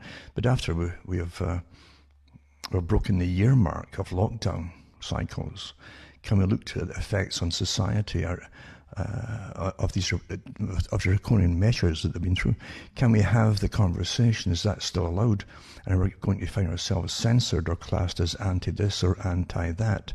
Because you see, the intelligence agencies working out all these strategies with the terms too, to smear you, demonize an enemy, you see. And it's a conspiracy theorist, that's what they call you as well. What world have we woken up into where we're asking a question about a government could get you in trouble, basically? I guess that's the state part of it's missing there. But it gives you a link to another article. It's called the Government of Ireland Company, profile Dublin, Ireland, and competitors, financial and contacts, Dun and Bradstreet. And it gives you the link to it. And this is a company description for the government. Governments are corporations, you know that. They're registered as like businesses, corporations. So is your police, by the way. Your local police, even in Canada, when you look into them, they're under corporations. And it says that the company description says the Government of Ireland is located in Dublin, Ireland. As part of the government industry, the Government of Ireland has 10 employees of this location and generates $1.19 million in sales. That's US. And there are 586 companies in the Government of Ireland corporate family. And it says, and if we cannot question the government, why can we not question government policy? And how does this somehow put you into some fringe element of society? Indeed, one that seems to be moving ever more closely to making you a domestic terrorist. Next thing you'll be telling me there are internment camps for this type of individual. Underneath that, by the way, these are all links. The Government Ireland one is too, the company. And this one about the next thing you'll tell me there are internment camps for this type of individual. And it gives you the SundayWorld.com, Irish News. 3 army camps to turn into isolation centres for COVID-19 patients. And then it says, in recent days we've seen some outrageous behaviour from the Gardaí with their handling of the Irish public. In Balbriggan on Wednesday, 24 February, a beauty salon owner, they're very much like the ones in the States and Canada as well. Christine McTiernan reopened her store in a basic last chance effort to survive and pay her never-ending cycles of bills, including those payable to government agents, which haven't stopped during the lockdown. There was little or no government support for her to ease up on this burden, and she felt she had no choice. So in the article, the actual link to that article is here as well. What transpired was beyond belief. An entire squadron of Gardaí turned up to arrest this one woman, to harass and arrest some people who quietly turned up to support this woman. And videos and social media show the Gardaí taking names and bullying people to move on to ensure that this Irish lady would not succeed in simply trying to save her livelihood, and that those Irish people willing to support her would not be allowed to do so either. Like the Borg say, in Star Trek, it was. In the series, it says, resistance is futile. I used to always say, especially with the way they pronounced it in the States, resistance is futile. That's how they used to pronounce it. I thought it's an apt way of saying it. It's really a feudal system we're in, you see. And in a feudal system, the peasants had no rights. And it says Christian was taken into custody and then brought before Swords Courthouse and had to sign under duress a declaration not to reopen upon consequences of jail. Can you believe getting forced? It's like blackmail. We'll put you in prison unless you sign this. You sign that you're not going to go to work and support yourself. Do you understand what I'm saying here? This isn't happening just in Ireland. This is your brave new world coming in, and it's not a nice one. Being forbidden to work. No one's been forbidden to work during world wars. This is to wreck this whole of the system, to rebuild a new type of system.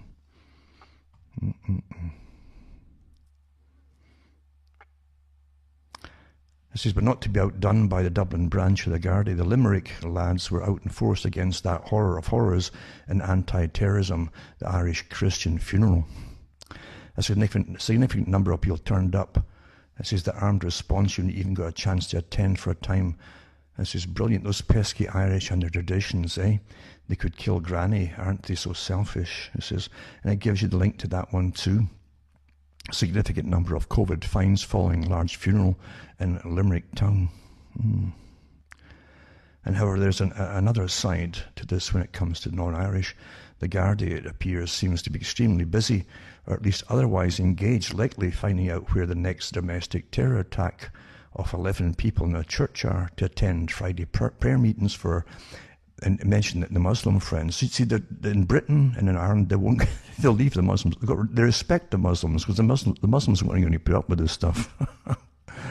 And so they'll keep up. And now they want to get fired. There's so many laws now, and everyone's so sensitive that they can only go after the simple Christians, you see. Okay, I'll be good and I'll do what I'm told. But there are certain groups they won't touch. I said this years ago, unless you belong to an elevated group in society that's got special rights, then you have no rights at all. I said that many years ago. And all these other groups have their own spokespeople and so on, and they just tell government where to go. And you got to respect them. You got to respect the Muslim groups that they won't put up with this nonsense. But everybody's so terrified of losing their jobs because it's so sensitive, you see. It was the same thing in Britain during a time when all the young girls were getting recruited and put in drugs and prostitution. For years that was going on, and the politicians, the cops left them alone. Oh no, mustn't. They're all scared of losing their jobs. Everyone's so politically sensitive, eh? But no, I've got to have some respect for Muslims. They're not going to put up with it, and the cops they won't go near them. It says, after having allegedly been called 12 times to attend a clear breach of lockdown rules at one of the mosques, Black Pitts Mosque, where approximately 100 Muslims were observed to be together, but no Gardaí rushed to the scene. Well, there you go. Maybe you're getting shown what to do. Just everybody turn up and just say no, Don't forget what they said again at that Lockstep, the big Lockstep organization or test that they had for pandemics and what they would do in 2010 for the Rockefeller Foundation. That was part of the big scenarios of the future, that they had. It was Lockstep, Operation Lockstep. And they said that this is what they'll do in the lockdowns and so on, blah, blah, blah. And they wouldn't stop until the people en masse push back. That's what they said. And bullies will always pick the weakest group that's politically okay to harass or persecute, basically. Yeah. As I mentioned before, that guy out in Burnaby, BC, I don't care what happened or what he did or didn't do. The fact is, if he didn't have a mask on, you don't choke a guy and with a deadly stranglehold for not wearing a mask. And if that had been someone like Mr. Floyd in the States there, in the photograph, there'd have been burnings. You're starting to see how is it okay to do it to one group but not to another? And when it happens to white people, it's okay. Is that the message here? To strangle them? This is incredible what you're witnessing, and folk don't see what they're... They don't understand what they're witnessing. A lot of them have already said, oh, I guess he was a troublemaker anyway. It's okay, strangle him, then that's fine. Yeah. I guess they can spread that. Let's start strangling everybody who has their different opinion or something, you know. Is that okay then? You understand, you can't go that way, you know. But that's what the government's done with terrorizing the public, with the media. Deliberate. They actually told them to terrorize the people. Actually, I'll put these links up too, by the way, from all these different things I'm talking about tonight.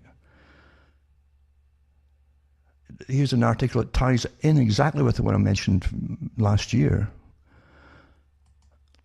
to do with ways to increase insecurity, anxiety, and uncertainty from the branch of the same organisation, the SAGE group, that's working in Ireland, and literally giving tipping points to the media and what to do and how to handle this whole thing for the propaganda. This was out a year ago, or last year, in Britain, and I put up the links from some of the reporters that said this is what they told them to say, to exaggerate the stories to create more anxiety. Well, here's the Irish version from the same group, by the way, but they call it the Irish, what's it called now? Irish SAG members, you know, and in Britain this is called the SAGE group. And so the Irish SAG group members in Ireland instructed to review and internalise instructions, right? This is telling the media, to look for ways to increase insecurity, this is official stuff, anxiety and uncertainty, and to go after people and not institutions, okay? Because people hurt faster than institutions. They're talking about people who speak out. The instructions were shared to the group by Professor Anthony Staines, one of the founders of ISAG, in a note titled Notes from 2020-2002 to ISAG meeting. The note's title contains a typo. It was actually posted on the 8th of February 2021. The note reminded ISAG members of the importance of ridicule, listen to this, as man's most powerful weapon, and that the threat of a thing is usually more terrifying than the thing itself. This is psychological warfare, folks. This is the same as the military. ISAG members, many of whom are regular guests in Irish media, were told that they could count on imagination to dream up many more consequences than they themselves, as the threat is usually more terrifying than the thing itself. These instructions are based on, literally, and they are too, but it's also used by all the military, because I've got lots of it here actually, on Saul Alinsky's book, remember, Rules for Radicals? And I've told you these groups run all sides. I always have done. Which argues that the creation of conflict is necessary for activists to succeed, and that the organisers should find or create an enemy who can be singled out, personally blamed for everything that's gone wrong with their lives and everything, and attacked and ridiculed unmercifully, regardless of the chosen enemy actually bears responsibility for the things you're blaming him for. The book tells organisers to allow no middle ground. So it's all you, and you can see that in the States now, who's responsible for being, there's actually brought down to the ethnic group of colour, you know, as you know, who to hate. But back to this one, this is Ireland, remember, and this is the special advisory group to government, based on and actually connected to the one in Britain, the SAGE group, special advisory group. So it's, and this is again from the military. The military is using the same techniques, you see. Interesting, a copy of Alinsky's rules was sent to the ISAG by Dr. Gabriel Scally, a Northern Irish public health physician best known in the Republic for authoring the Scally Review into Cervical Check. Dr. Scally is involved with the Zero COVID advocacy group, Independent SAGE, that's Independent SAGE, SAGE, the Britain one, and has made numerous comments to Irish media on the need to support the adoption of zero COVID policies within Ireland. Independent SAGE was set up as a left-wing alternative to the Special Advisory Group for Emergencies, that's SAGE, which is advising the British government. And that was also, again, what Ferguson was also involved with too, by the way, with all these false figures. We offered Professor Staines multiple opportunities to comment on the story prior to publication, but is yet to do so. Now that's what came out of Britain too, the same kind of wording, at least last year, when some reporters said that this is what there's a handout they were given on how told to exaggerate stories to increase anxiety, so the public will become more anxious, to increase anxiety. Exactly the same as they told them here in Ireland. This is your own government's doing this. This is terrorism. I'll put these links up, remember, for those that want to go through them. An article here was mentioned earlier about the CIA, that's part of the big deep state that really has nothing to do with what Americans think it is to do. Americans don't realize the CIA was set up to bring in a world society along with the British MI6, and the other groups that have since merged with them all. Irrespective of what you think you'd like for the future, they'd all planned out and what kind of system it would be. Anyway, it says this article here, this is after leaving the Washington Post in 1977, Carl Bernstein spent 6 months looking at the relationship of the CIA and the press during the Cold War years. His 25,000-word cover story, published in Rolling Stone October 20th, 1977, is reprinted below. I'll put that up too. It's called The CIA and the Media: How America's Most Powerful News Media Worked Hand in Glove with the Central Intelligence Agency and Why the Church Committee Covered It Up. And it's like interesting for me because I like this kind of stuff. It's not going away. It's always been this way. I remember way back then too, there was a big expose about that time, probably as part of it. And they actually came out with some of the top members in American media. It wasn't just newspapers and television, radio, and so on. And they're all through, and also mentioned it was all through Canada as well. It wasn't just the States. So CIA has put their guys into. It naturally makes perfect sense, media in all countries, to make sure they have uniform information. It doesn't mean it's truth. It just means uniform, what they want you to think and believe and so on. And it's never changed. It's worse now than ever it was. And so this is one of them too. There's so much information on this, it's just unbelievable. But again, folk don't want to look at the past. They think it's somehow obsolete. They don't realize that no, it's the only way you'll find out what's happening today, because it's still going on. And then this one here, the new ad campaign urges people to keep staying at home, despite the coronavirus transmission rates declining. And so Mr. Matt Hancock says he knows it's been a long year, but warns we can't let up now, he says. Well, there you go. This has been going on for years, folks. To bring in a whole new way of being. I won't call it living. It's not to be living, it's to be existing. I've said that many times before, and other folk have grabbed it and mentioned it too the same way. It's good. It's good to actually use these little tidbits. So despite the declining transmission rate of COVID, the success of the vaccine rollout, okay, and the launch of the roadmap out of lockdown, even though they've told you, they keep telling you that they don't know yet what the long-term effects are going to be with the vaccinations yet. Now they're telling you probably need at least one more. I think in Israel, it was the Pfizer group that was doing it. I have to check that and see. I've got an article later on to come to. But they had two vaccinated to them, the shots. And they're talking about a third one now, I think. So this is the whole thing. You're going to be a pincushion for the rest of your lives, I think, for something really, as I keep telling you, it isn't dangerous to most folk. And even it's 99 point something people get over it quite easily, you know. And then the ones who are seriously damaged by it and hurt are generally very elderly. I mean, really, the average age in one of the surveys was in their 80s in Britain. So, what really kills them at that age, you know? And again, there's been all cons to do with, they've got COVID at the same time, because of this silly little test that's so inaccurate that they've had to change their opinions on it so many times already. Also, I'll put up an article to do with band practice. This is the latest bit of insanity. You see, you've got to get used to insanity as you go through madness in order to actually start believing the madness. When you forget what common sense is, when you're being taught not to trust your own logic anymore. You see, this is what you're being taught. This is psychological warfare, really to the extreme. Not when it could get a lot worse yet, but it's extreme psychological warfare to destroy everything that was, the economy, everything, and the way of living as it's always been, for a long time, to bring in the new, you see.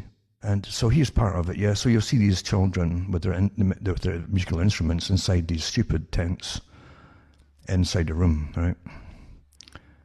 And it's just how the return to high school looks like in central Washington, Wenatchee High School. Okay. But there you go. The training that madness is normal, you see.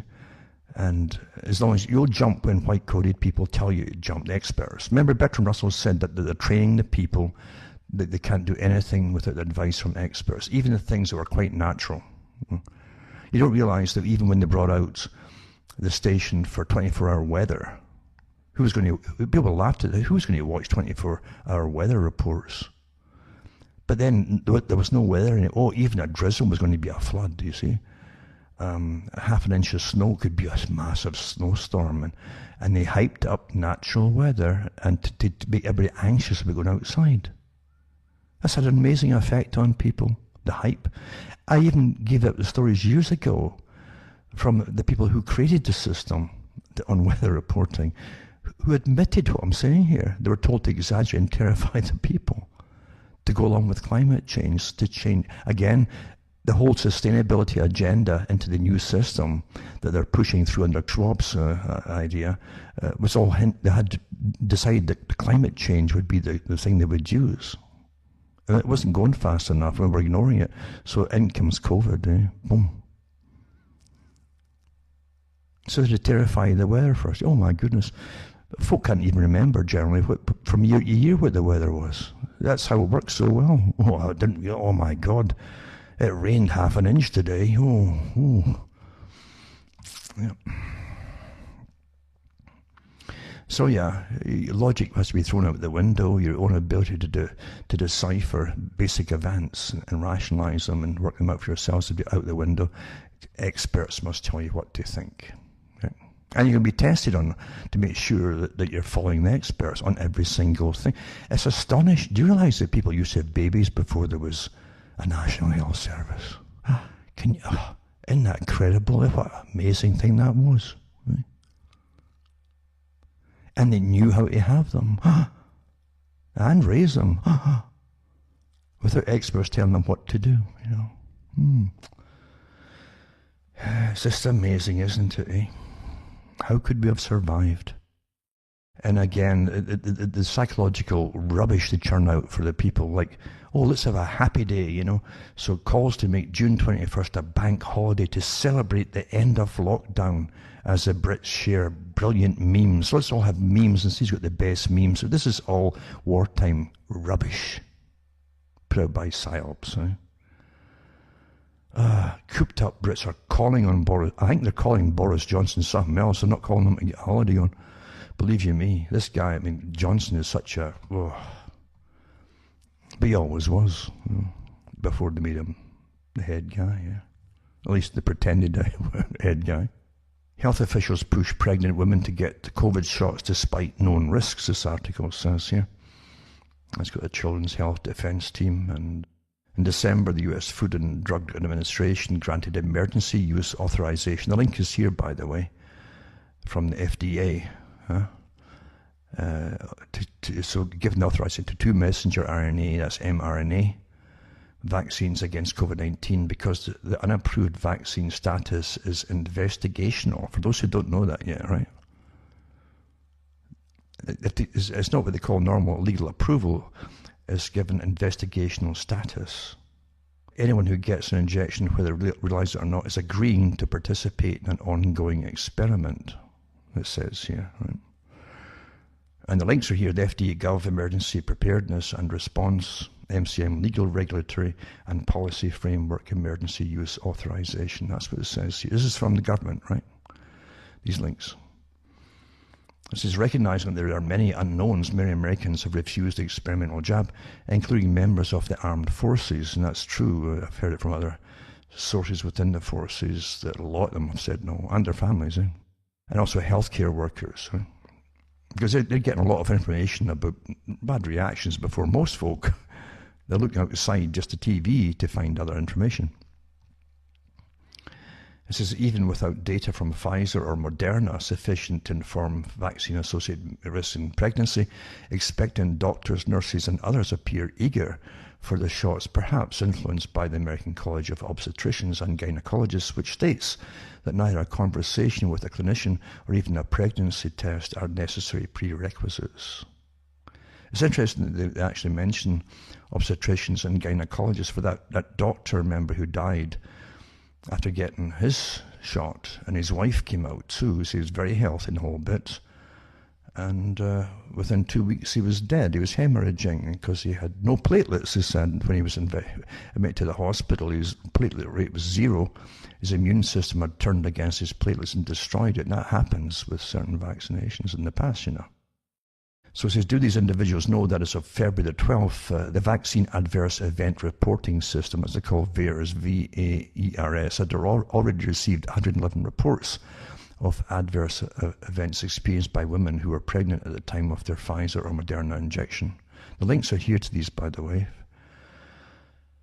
And it says, but the first report was submitted December 22, just 10 days after authorization of the Pfizer vaccine. Nearly a third, 31% of the women, had miscarriages or preterm births, which occurred within as little as 1 day of injection, the majority after a single dose of vaccine.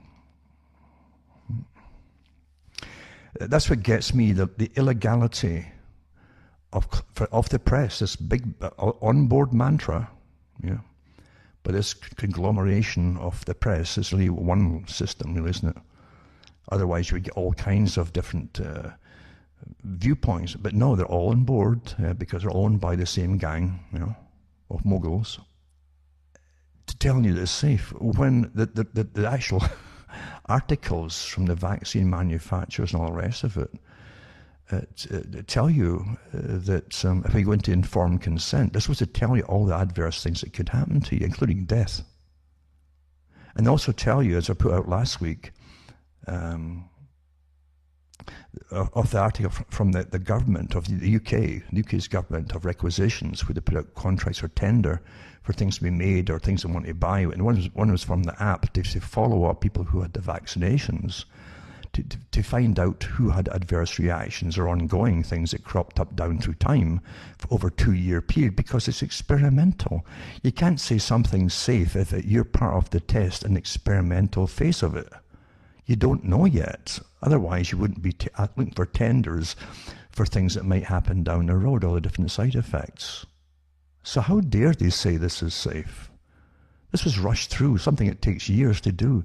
It was rushed through in a matter of months. This is the stuff, the lying is just, the deception is so criminal that there will be consequences down the road. If they can't pull off this whole societal, cultural, everything change, if they can't pull it off, I tell you, there's a lot of people going to answer for what's happening, because you cannot tell people to get it because it's safe. You don't know that yet. You can't split up and say, well, the first few weeks seems quite safe. Only so many folk have got adverse effects. Well, 80% of people are getting reactions of some kind even after the first shot, for goodness sake. And big bumps in their arms at the very least, never mind fainting spells, syncopes and so on. It's just astonishing with this. But what about the long term? Never mind facial paralysis, no, the host of other things. This is astonishing with this. It's safe. I've got articles here too with the psychological units advising people on what to tell the public to get them to conform and accept it. Well, how about the basic truth? Read out from the the actual side effects that comes with the vaccines, that comes in the packet, the boxes. Read them to the general public before you get informed. Rather than try to say this is good for you, read what might happen to them. That's a legal thing you're supposed to do. And then let them decide. After all, if you take the shot, it's your life. It's not the doctor here, or the nurse, or anybody else they're using to give the vaccination to. It's your life. You're getting it. You are supposed to decide after being informed. Read the instructions for the patients, and they're supposed to be told to the patients on the packaging with the shots. Don't just say, this is nice, this is good for you, it's going to help you. You don't need psychological units to persuade you to take it. If you just tell the people the truth and let them decide. Don't you get fed up with getting treated like a child your whole life long? And then major things like this, just treat them like children, make them comply.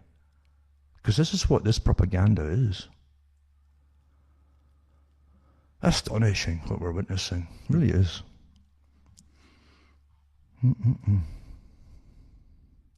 I tell you. This one also talks about Fauci, the same article here. It says that, bizarrely, Fauci's January comments indicated that 20,000 pregnant women had received COVID vaccines, while in subsequent remarks he halved his apparently off-the-cuff estimate to 10,000. His willingness to make light of potential COVID vaccine risks for pregnant women only 2 months into the rollout of experimental vaccines defies logic. Fauci is not only the Biden administration's chief medical advisor, but the longtime director of the National Institute of Allergy and Infectious Diseases, which holds patents and will receive royalties from the Moderna vaccine. Talk about compromised, at the very least. And he's also, I've got articles here from years ago where he was put in charge of the top biowarfare military laboratories as well. Do you know that as well?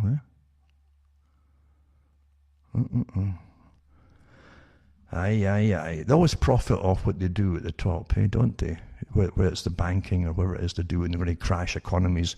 Nobody at the top loses anything. In fact, they all profit from it. And anything they're going to do, they make sure, including now it's the medical industry and vaccination company, they're all profit off us, the idiots at the bottom. We are products, and we receive their products. But never in human history, I think, have they tried to tell you and force you into a system, make it almost impossible not. This is what they want to go, actually, is make it impossible not to take the jab. They won't say, well, we're forcing you to do it. You've got a decision. But they've already said at the WHO a few years ago, they can't force folk to take the vaccinations, but they can make it impossible to live in a society without it. For something that most folk get and don't even know that they've had, and now they've got antibodies to it by themselves. Come on, there's some bigger at work here, folks. If it doesn't make you suspicious, I'll keep going back to, there's too many of you. Forbes, how to convince people to take the COVID vaccine, a lesson in leadership communication. This is one of the articles. There's a lot out there put out by different PSYOPs units. So some countries such as the UK have already started COVID vaccination campaigns. This is December. Others such as France and US are rushing to approve one of the 3 leading vaccines. While most governments seem confident that distributing the vaccine will be enough to bring down COVID, they will need to tackle this somehow misleading assumption that people will want to be vaccinated. Right? Both the UK and France have already announced that they won't make the vaccine compulsory, which makes this assumption even more dangerous. Oh, it's a dangerous assumption, The acceptance rate for the vaccine is low and many remain to be convinced. A study published by Nature October 2020 suggests wild differences between countries, as the Russians were only 55% to report accepting a potential COVID vaccine versus 90% in China. There you go. A couple of weeks ago, a poll reported only 59% of the French population were ready to be vaccinated, while in October, 62% of the Brits or 55% of the Italians were on board. By the way, you can't believe the numbers too, because they use them, as I've said before, like polls. and exaggerate numbers when they want more folk to jump in and say, well, if they're all getting it, must be okay. Yeah. Says, how can we explain such suspicion and those differences? What can the social sciences literature tell us about how to communicate on the vaccine to improve acceptance? Well, I've told you what. Just tell them what the benefits would be versus any possible side effects. Just be honest with them. That's all you'd have to do. And let them make their decision then. After all, as I say, it's going into their body.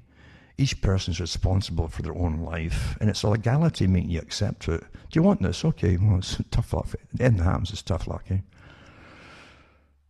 So the literature on practice, adoption, and diffusion, for example, in management and organization research, this is their little psyop thing. Management and organization stress the importance of motives and mimicry. Mimicry is awfully good. I just mentioned that before. Well, if so many folk are doing that, well, they must be okay. The rationality of taking the COVID vaccine. First of all, individuals need to fully understand the rationale behind taking the vaccine. Why is it important to them, specifically? And they went to the 65s and over are keener on the vaccine. They're most at risk. Are they really, though? And then the vaccine is likely to have a significant impact on their ability to return to everyday life. Is that good or bad? I mean, they don't actually say here, badly worded, eh? By contrast, younger individuals perceive themselves as less exposed, and incentives to take the vaccine don't counterbalance the suspicion against it. It says, here the key is to bring attention to how the vaccine could help individual citizens contribute to a safer society. So there you take it to make society safe. If you don't make it safe, you're a bad person. See, that's how it's really going, isn't it? You're dangerous to other people. Well, they should be perfectly healthy then, if they're protected by the vaccination, shouldn't they? But then again, Fauci and I said, well, they can't say it'll actually stop you getting the virus or spreading it, they said, after you get the vaccinations. That's what they said, folks. It's not me saying that. They said, what they say, again, very scientific, They say that if you take the vaccine, you may get some protection, so that it won't give you such severe symptoms. It won't stop you getting it, but you might not get such severe symptoms. Well, most folk haven't had the severe symptoms anyway, without getting a vaccine. Again, I don't want to go into using logic here, because it's not meant to be logical, folks. It's meant to be persuasive, to just obey. It says the confusion with regards to the success rate of vaccines in the last few weeks has made this effort both more difficult and even more important. Recent study has shown that expectedly medical experts in the World Health Organization have more credibility to influence the take on the jab, by contrast with politicians. Well, I don't trust the WHO either, especially since Bill Gates funds a lot of it. The guy's got... It's compromised. Everybody's compromised, folks. And Bill Gates, and again, you've got this gang that belongs in a James Bond movie with Klaus Schwab. And Bill Gates, wanting to jab the whole planet with the vaccinations that he's involved in too, They're all making money out of it. It's not philanthropy, folks. There's videos up to where Bill Gates talks about the best investment he ever did was into the different vaccines and so on. You see, you get 20 to 1 return on everything. Every dollar he puts in, he gets 20 back. That was years ago, yeah. And then when he was asked at a meeting at Davos, a private meeting, well, it was not private, it was a reporter and a TV camera, and they asked him about, they said to him, you put 20 million into this campaign here and that campaign there, and so. And then luckily, the person actually asked a pertinent question. They said, it's all your money. He says, well, no. He says, most of the money that I give to them is given to him, his organization, by the budgets, the foreign affairs budgets of different countries. So he's getting the money for nothing. Philanthropist? No, he's definitely part of a big agenda. I have no doubt about it. The very big gang at the top, folks. They were already into the third hour here. So remember, cuttingthroughthematrix.com. List all my sites in case I start getting censored off more places that my talks go up into. And hopefully you can go into my sites and at least get my talks every Sunday night. Remember, they go out every Sunday night. And sometimes it's a couple of days before they get it up on other sites. Other people put my talks up. But my official sites are mine at cuttingthroughthematrix.com. There's a bunch of them there. Make a list of them in case you suddenly don't hear from me again. But if you want them earlier, again, the audio, I put it up, as I say, download it, right-click download, and you can listen to it at your leisure on wherever you want to listen to, wherever you record it by, on your computer or your cell phone or whatever. And send me a few bucks, because I've got to pay for all the other sites and all the rest of it too. And I would like to get some more equipment, some newer equipment for sure, because I'm using rather obsolete stuff even for doing the talks and then uploading, etc., etc. And with my own service provider, I'm living in the country, so I don't get cheap internet. I had satellite. And believe you me, I'm getting hammered by the authorities through slowing me down satellite-wise. And this actually said that in some of the articles I've found, they were to go after providers. And I guess too, technically, if you could prove, you know darn well it's them that's doing it. I've called the providers too. And they've even told me, by the way, their excuse for the slow speed I was getting. I'm talking about crawling even for looking at newspaper articles. 5 minutes to open a newspaper article. This is what they go. This is how they do it. You see, but they won't admit that they're actually doing it on purpose. But you know darn well they are. If you could find they did it on purpose, then you could sue them, because they're still taking money off you, and they're also taking money from the government. By the way, the big satellite companies, you know that too. They get subsidized. But I really go through hell at times just doing what I'm doing, and it's frustrating. It's meant to be frustrating. And they have all these PSYOP units and cyber war units from the military. That's been in the papers. I put the articles up before. All the mainstream news had these articles up, and Global Research had them up too. And Whitney Webb from the mainstream had the news articles up from the mainstream, saying they were using, their governments in Canada and the States and Britain were now using the same cyber war groups that were used against the Middle Eastern countries that are on the list. They're still taken out today. They're now using all the techniques on us. So any difference of opinion or logic is verboten by your democracies. So send me a few bucks my way, keep me going, and hopefully I can keep going and get some decent equipment too, and find more alternate ways of getting my word out there. It's very important, because I say I'm not backed by anybody, and I haven't led people to the slaughter. I haven't guided them into riots or set-ups, and I'm not backed by any foreign governments either, you know. Then I could go on about all of that side of things too, but I don't. What's the point? The fact is that I try to get information out, and this is how information goes down through time. There's always a few people who get the knowledge and can pass it on. And it's up to you to help me just do it. Otherwise, that's it. You know, I'm off, and that's it. Off the air, etc. So, cuttingthroughthematrix.com, PayPal, personal check is fine. You can send cash, you know. And MoneyGram still works. So make sure you send a few bucks my way and keep me ticking along. And believe you me, I've never passed on information about anybody to any government sources, and I know plenty of them out there that have. I do, and some of the biggest ones out there too, of course. I've done that, but I could go on, as I say, and on about so much that I do know, but I won't bother. It's up to you to just get through this, because really, the horror that's been inflicted upon society and humanity is overwhelming at times. And it should at least motivate you into finding out what's happening, so that people down the road in the future, or maybe even the present, can benefit and survive against all the odds that are coming down the pike here. To show evil. This is a true spiritual war here. I'm telling you, it really is spiritual. And sometimes, as I say too, I'll know when they're even really in real time interfering with my computer as well. You can actually see them playing with you. That's what they do. Same stuff as they've done across the world, as I say, these cyber warrior groups. And I've mentioned all the different groups that are involved, that are authorized to be involved and harass their own fellow citizenry. What scum they are, eh? What scum.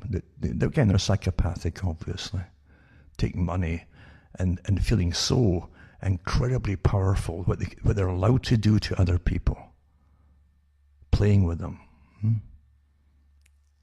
Sadism par excellence, eh? Authorized by our own governments. But it'll affect them too, because they're all disposable themselves. They don't even get that yet. So, cuttingthroughmatrix.com, make a list, so that copy the link so you can always get me. And if you want me earlier, always get me on Sunday night or early Monday morning. It's up on Sunday night, and you can listen to my talks if nothing goes wrong. Now, this article by Forbes is part of a group of mass media, mailings basically to media, by the psychological operations divisions.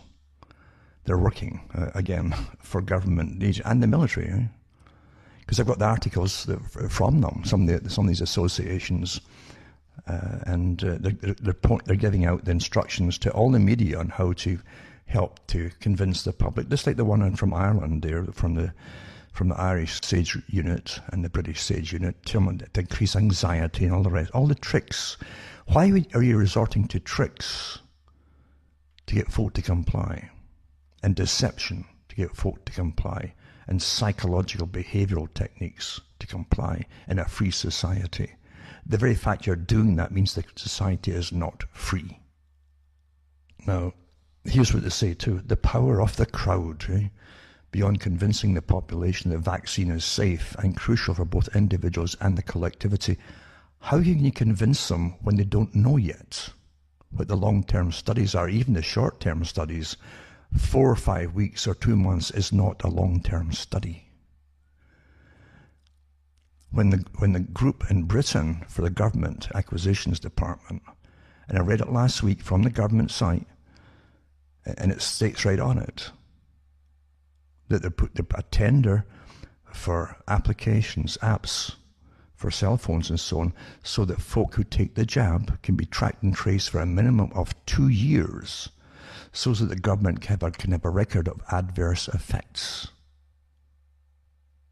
Which means they don't know if it's safe yet, otherwise they wouldn't need to do that if it's perfectly safe. But let's not use logic here. Anyway, it's in a situation of ambiguity. Here we are. We tend to look at what others do to make our own decisions, you see. In a study written with Marco Clements in 2050, we examined the importance of the majority opinion. Here we go, see, in driving practice adoption, right? Using the communication theory of the spiral of silence introduced by Elizabeth Newman. And in the 70s, in the study, we explain how we tend to align on what we perceive as a majority opinion to avoid feeling isolated. So let's see. You're actually being told the technique right here, folks. Using the crowd, right?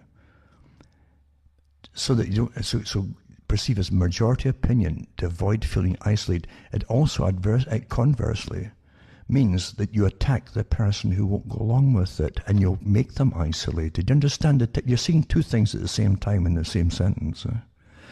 In other words, if we feel like everybody else is taking the vaccine, we're likely to do so too. Well, that's really informed consent, right? Well, they've all taken it. So I'll take it too. No, what's it told you about the vaccine? How about all the actual side effects of it could possible and really they could have on you? Informed consent is not making them feel isolated or making them feel part of the majority. That doesn't tell you anything except that they're collective in nature. However, our perception of the majority opinion is often biased. If we see a vocal group, but by the same token, by the way, you could say the majority opinion. Okay, they behead people in some countries for crimes. Should we do the same if the majority are all for it there? And this is not giving you the details that we're talking about. We're talking about vaccination side effects here and the safety. And the fact If you get the jab and something goes wrong, it's not the majority that's going to feel bad about it, it's you. So they go through the fact, oh, it's the majority, you know. See, they might appear to us as a majority rather than as a marginal group. The impression will disproportionately influence our own decisions. Social media can play the role of an echo chamber that accentuates the impression. For the same reason, England has decided to enlist sensible celebrities. So here you are.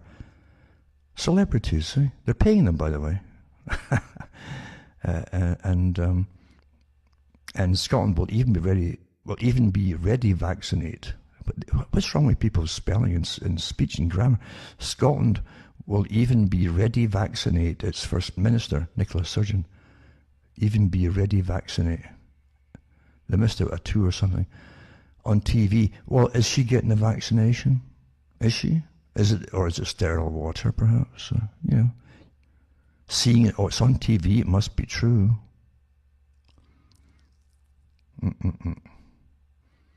And by the way, they would never risk that live on TV.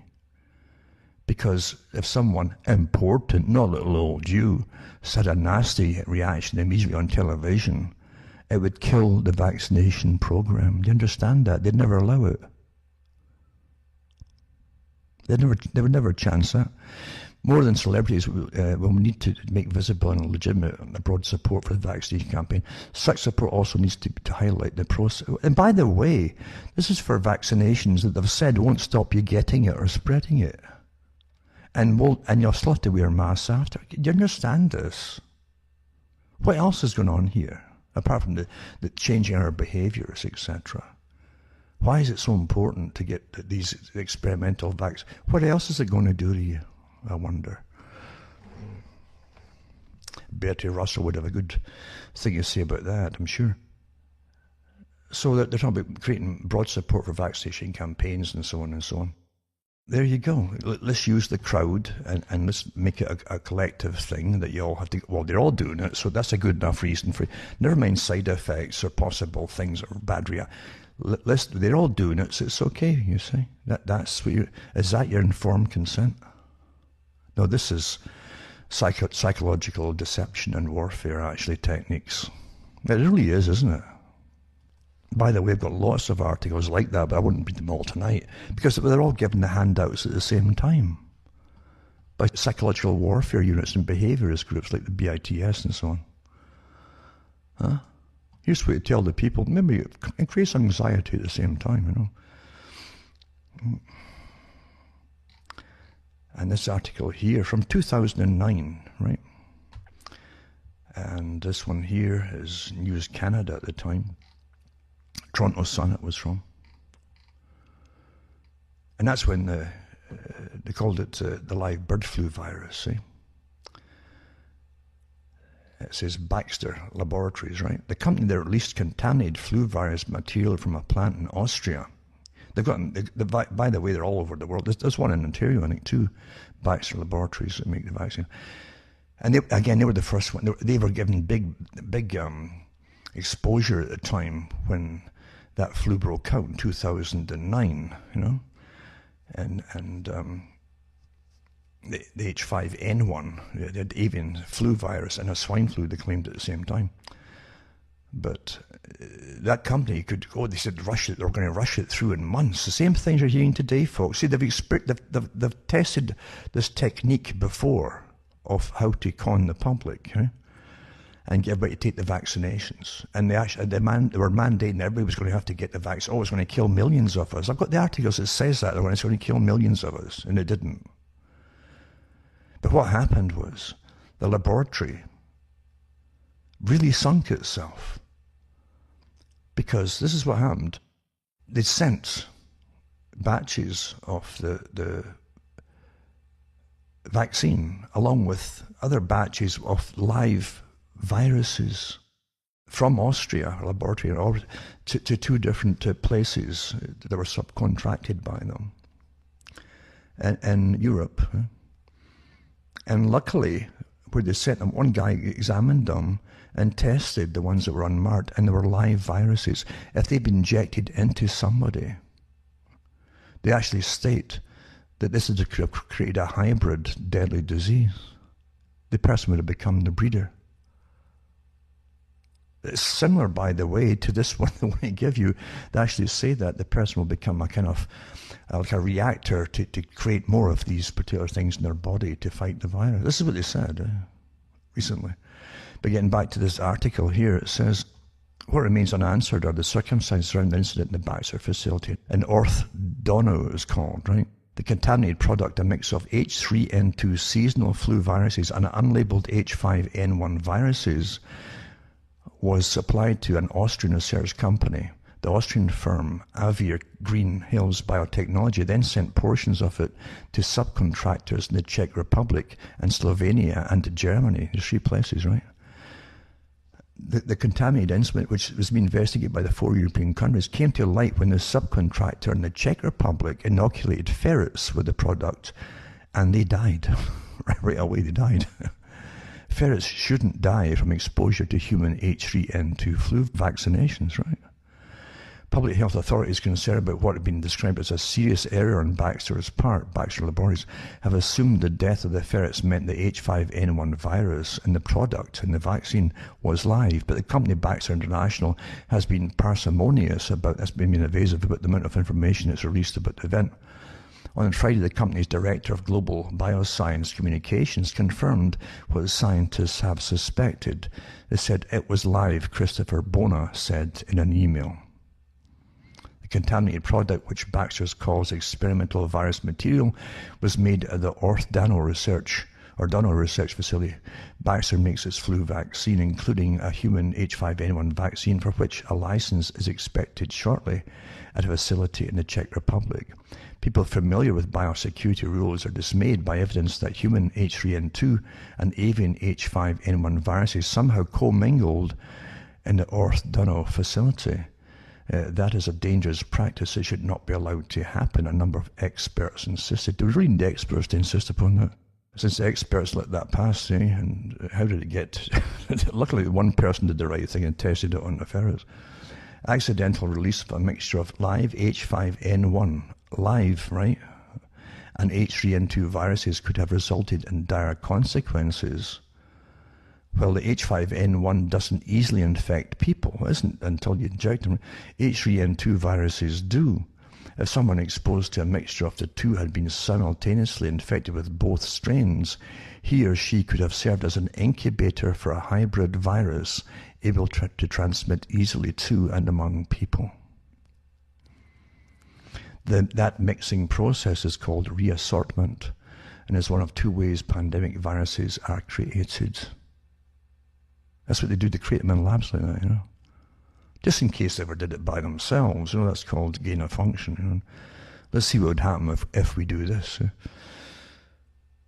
It says that there's no suggestion that this happened because of this accident. However, at least nobody's come forward to say they got both. We have no evidence of any reassortment, that any reassortment may have occurred, said Angry. Well, what did they expect them to say? And this is the odd part too. It says Baxter hasn't shed much light, at least publicly, on how the accident happened. Earlier this week, Bona called the mistake the result of a combination of just the process itself and technical and human error in this procedure. He said he couldn't reveal more information because it would give away proprietary information about Baxter's production process. Don't forget, they actually do gain a function in this kind of stuff, which makes things more lethal, by the way. Supposedly to try to keep ahead of viruses. Well, this might jump one day from this step to that step, maybe 5 steps down the road. So we should always make money by making it more lethal and finding ways to combat it, should it ever break out by itself. What a world, eh? Good business. And there you go. That's one article on it too. And this other article too is back again from 2009, Illinois-based Baxter working on swine flu vaccine. This is the PR bit before it got found out what happened. The specialty drug maker Baxter International will work with the World Health Organization to develop a vaccine that could stem an outbreak of a deadly swine flu strain in Mexico. That's how they introduced the idea of it back then. By the way, when they stopped, never mind the side effects from other countries that tried that stuff too, and it fell flat and everybody stopped taking it. And guess what happened after? It just died away. You never heard of it again. It Just like the same build-up as COVID, by the way. Same build-up, but the same organizations. Try and get it, that they put it on hold and go back to the drawing board. In fact, you think about a year later, 2010, they had Operation Lockstep. See how fast they got on. We can't allow this to happen again, you know. Because you see, that should have, the whole system you're in today with lockdown, they were going to do it back then for the flu, swine flu, they called it. Didn't pan out. And as soon as the folks says, we've had enough of it, we're not taking the screw up with vaccines, it fell flat. And the side effects of the people who had taken it too weren't good. The word got out back then. And the media wasn't all on board with them, by the way. And guess what happened? That flu just disappeared by itself. Wow.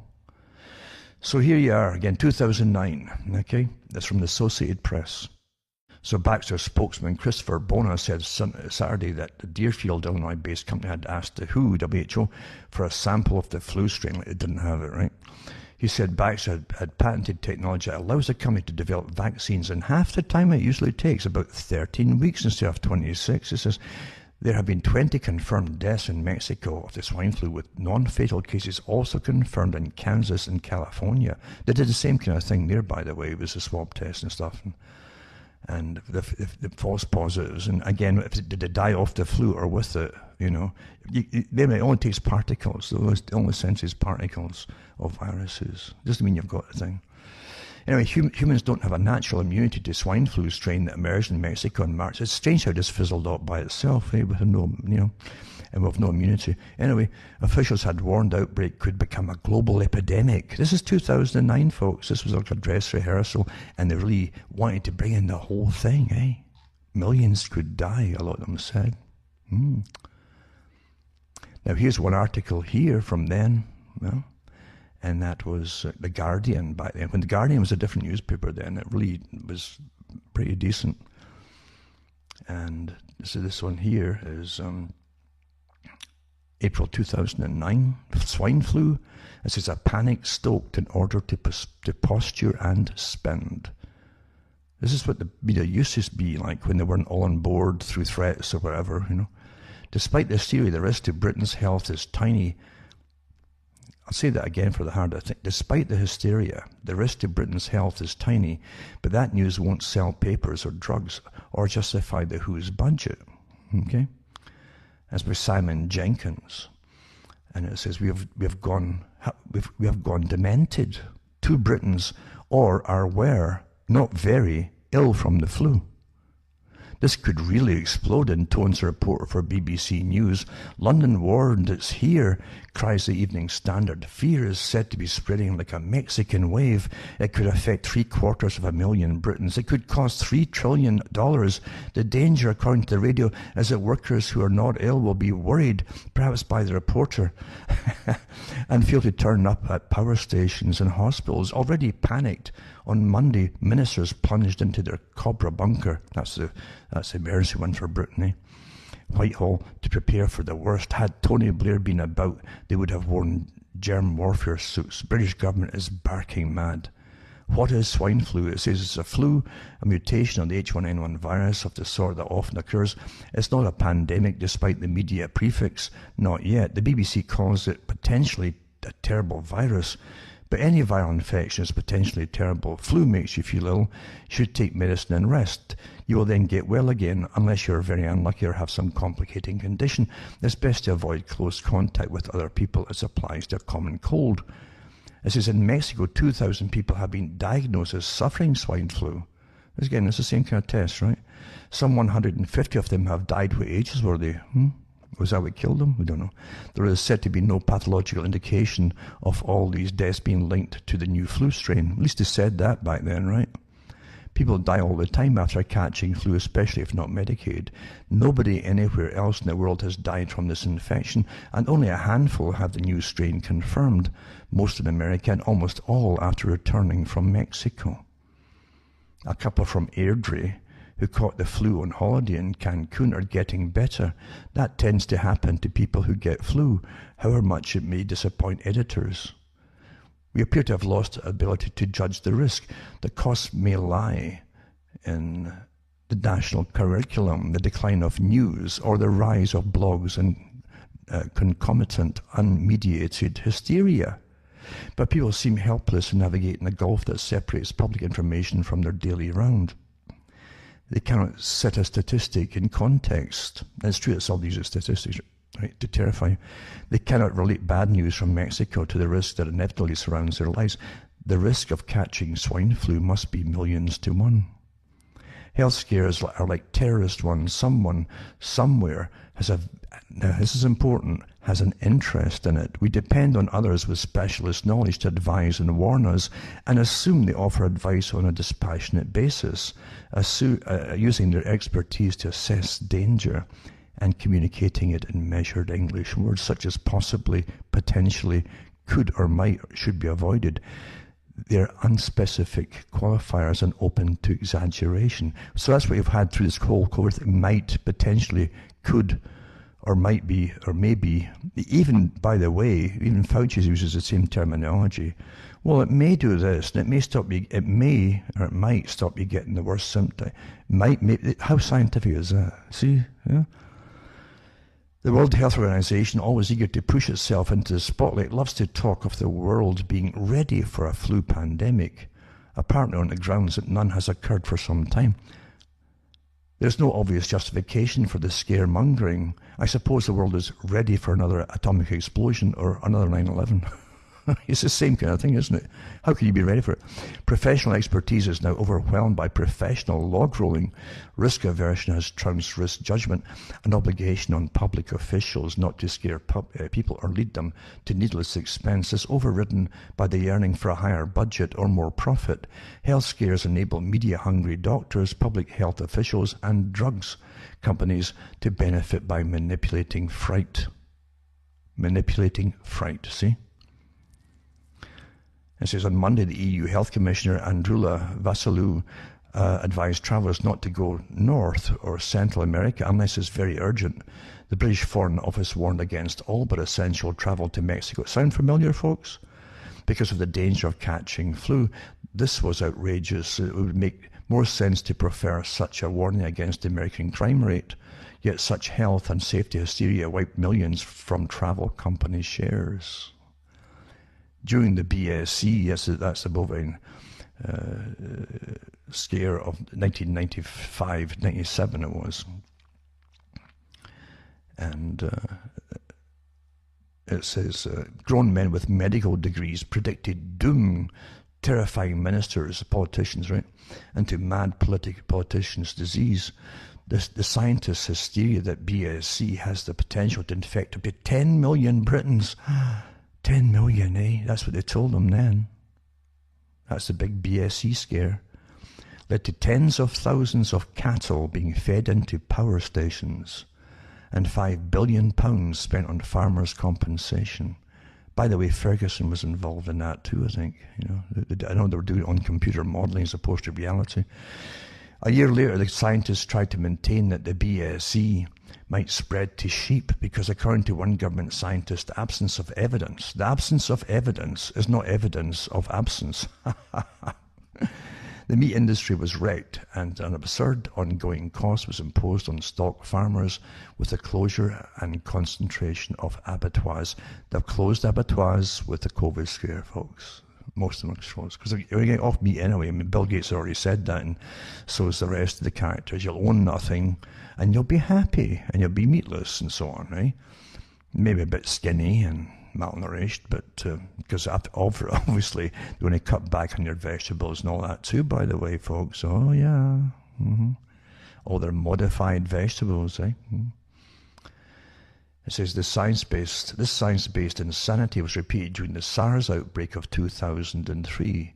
Isn't it a breath of fresh air to read common sense from reporters that were real reporters back then and not this on the payroll, eh? The science-based insanity was repeated during the SARS outbreak of 2003, asserted by Dr. Patrick Dixon, formerly of the London Business School, to have a 25% chance of killing tens of millions. The press duty headlined a plague worse than AIDS. Not one Briton died of it. Same lunacy occurred in 2006 with avian flu erupting after a scientist named John Oxford declared that it will be the first pandemic of the 21st century. The WHO issued a statement that 1 in 4 Britons could die. Could again, see? Epidemiologists love the word could because it can always assure them of a headline. During the avian flu mania, Canada geese were treated like Goring's bombers. It's true, they were killing them, eh? RSPB workers were issued with protective headgear. The media went berserk with interviewers asking why the government didn't close all schools to prevent up to 50,000 deaths. The Today programme's John Humphreys became frantic when a dead goose flopped down on an isolated Scottish beach and a hapless local official refused to confirm the BBC's hysteria. The bird might pose no threat to Scotland, but how dare he deny London journalists a good panic? Meanwhile, a real pestilence, MRSA and C. difficile, was taking hold in hospitals. It was suppressed by the medical profession because it appeared that they themselves might be to blame. These diseases have played a role in thousands of deaths in British hospitals. The former reported 1,652 and the latter 8,324 in 2007 alone. Like deaths from alcoholism, we've come to regard hospital-induced infection as an accident of life, a hazard to which we have subconsciously adjusted. MRSA and C. difficile are not like swine flu, an opportunity for public figures to scare and posture and spend money. They're diseases for which the government is to blame. They claim no headlines and no cobra priority. Their sufferers must crawl away and die in silence. Excellent article, but that's what you used to get when they were allowed to say things. Now they had the Leveson inquiry, by the way, to do with phone tappings and stuff from the Murdoch group, apparently. I think it was in the Murdoch group papers that were doing that. But they used the Leveson inquiry to silence reporters, folks. I knew there was much more to it when Lord Leveson was given this task of rewriting the rights and rules and what you could say and what you couldn't say. And this is what you could say the year before, as this reporter managed to do, right? And put it in the Guardian newspaper, when the Guardian newspaper had some guts and gumption and decency.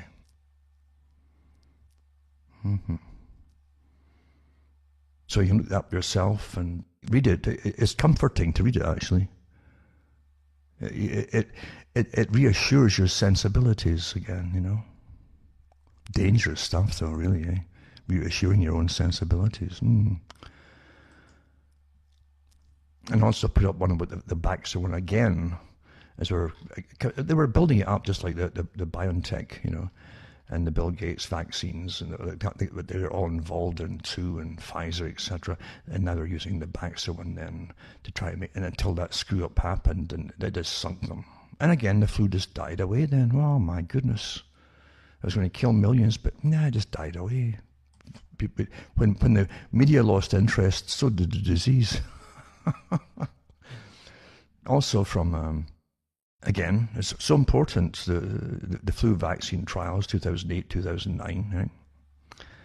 Because this also broke out back then, you know. So much for your informed consent or getting professionals to persuade you by using the crowd, you know. Crowd opinion motivates the rest to jump on board with it. What do you think of? That's probably good for you. That's informed, right? So this is from the Telegraph media group at the time. And it's 2008, actually, July. Homeless people die, this is from Poland, after bird flu vaccine trial in Poland, right? 3 Polish doctors and 6 nurses facing criminal prosecution after a number of homeless people died following medical trials for a vaccine to the H5N1 bird flu virus. This is happening in different places too, by the way. But at least in mainstream, you see how it was before the Leveson inquiry, and then literally light and day what the reporters would say, you know. The medical staff from the northern town of Grudziądz are being investigated over medical trials, and as many as 350 homeless and poor people last year, which prosecutors say involved an untried vaccine to the highly contagious virus. All they should have said is say it's safe, no, untried vaccine. to the highly contagious virus. It just disappeared, eh? And it says the director of the homeless center, Mieczysław Woslowski, told a Polish newspaper that last year 21 people from his center died, a figure well above the average of about 8. Although authorities have yet to prove a direct link between the deaths and the activities of the medical staff, Poland's health minister, Joa Kopas, has said that the doctors and nurses involved should not return to their profession. It's in the interest of all doctors that those who are responsible for this are punished. The different wording, isn't it, what's happening today? Huh? The minister added, yeah. Investigators are also probing the possibility that medical staff may have also deceived the pharmaceutical companies that commissioned the trials. The suspects said that all of those involved knew that the trial involved an anti-H5N1 drug and willingly participated. The news of the investigation will come as another blow to the reputation of Poland's beleaguered and poverty-stricken National Health Service. Listen to it. In 2002, a number of ambulance medics were found guilty of killing their patients for commissions from funeral companies. You think evil doesn't stalk this earth here, eh? You're living through evil right now, folks. I mean real evil. It's almost got nothing to stop it right now, because most folk don't believe in it anymore. They've become humanists. Well, yeah, humans do bad things, it's just human nature, and you've all been trained to believe that, of what's going on. But back then, at least, they could charge and fine people who've been killing them. It's just astonishing what goes on. And the more horrific and big the massacres and slaughters and deceptions, even just the deceptions, the bigger they are, the more evil it is. Evil really protects itself, No one can, anyone's coming down with bad reactions after getting the vaccine. Every newspaper is telling you immediately before the body's cold, nothing to do with the vaccination. How would you know? I tell you. And then in Article 2, that came out in February 21st, 1983, the swine flu fiasco. That's the earlier swine flu fiasco. Great documentary on it. It's been out there, if it's still up there, I don't know if it's on YouTube or what. It's about the 1976, a 19-year-old soldier died at Fort Dix, New Jersey, after coming down with a severe case of influenza, which they dubbed swine flu. Fearing a return of the fatal 1918 Spanish flu, this is the excuse. U.S. authorities launched an unprecedented program to vaccinate every man, woman and child in the country. But after 2 months and tens of millions of dollars, the program was scrapped when reports leaked out about adverse reactions to the shot that ranged from temporary paralysis, just like we're hearing now, but, temporary paralysis, we've got that, we've got Parkinson's, your face is paralyzed, So they stopped these things. At least in the sense they stopped things back then, right? So they stopped it, and temporary paralysis to also people who died as well. This CBC television clip looks at the ill-fated initiative, which was blamed for casting suspicion on vaccination efforts for an entire generation. So it says President Gerald Ford's National Influenza Immunization Program began October the 1st, 1976, with free vaccination clinics in Indianapolis. Canada followed suit days after, even though no cases of the virus had been detected north of the border. And it goes through the history of what happened. It said the multi-million dollar cost was needed to avoid a return of the virus. So they put big money towards it. And again, Ford at the time, he claimed the return of the virus, which he claimed had caused the 1918 pandemic. See how they used it? It wasn't the same thing again either. It wasn't the one they had done then. Following the footsteps of Ford's announcement, Canadian Health Minister Marc Lalonde said he was contemplating a universal vaccination program. Well-intentioned but poorly executed, vaccinations were a public health disaster that contributed to Ford's election loss. He was voted out of office in 1977 because of the side effects and so on, right? All because one soldier died, right? Mine, it came out too, by the way, that this soldier, this young fella, they had him on kind of chores for about 4 days straight, and incredible exercises and jogging runs and the whole thing. Someone was riding his back, basically, obviously, and that's really what they said what killed him. He was beyond exhaustion, and he died. And they used all this scary stuff, the story, along with many others at the time, reported as many 500 cases of swine flu at Fort Dix and warned of a second, more deadly wave in the fall. Didn't happen, though, eh? They always give this second and third wave stuff, eh? From the same sources. It says this combined with a lack of an outbreak of the swine flu after locking down folk and trying to vaccinate, and big bucks for pharma and vaccine makers, right? They only managed to vaccinate 500 folk in the US. They developed the Guillain-Barré syndrome, and 25 of them died. That was enough for the US government. The CDC ordered the suspension of the flu program December the 16th, 1976. Ontario followed suit the day after, with the rest of the province cancelling the program the week after. You understand why they're going the whole hog this time, regardless of the consequences? Anti-change society, folks.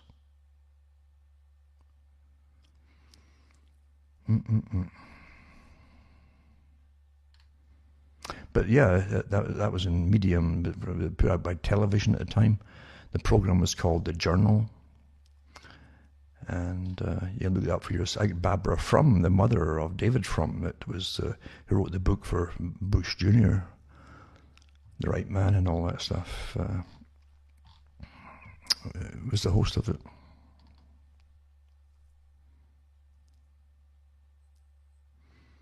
(2009). I'm just reminding you about how safe things are and safe things are. You're going to get informed consent. You better start asking some questions, not like, well, is the rest of the crowd taking it?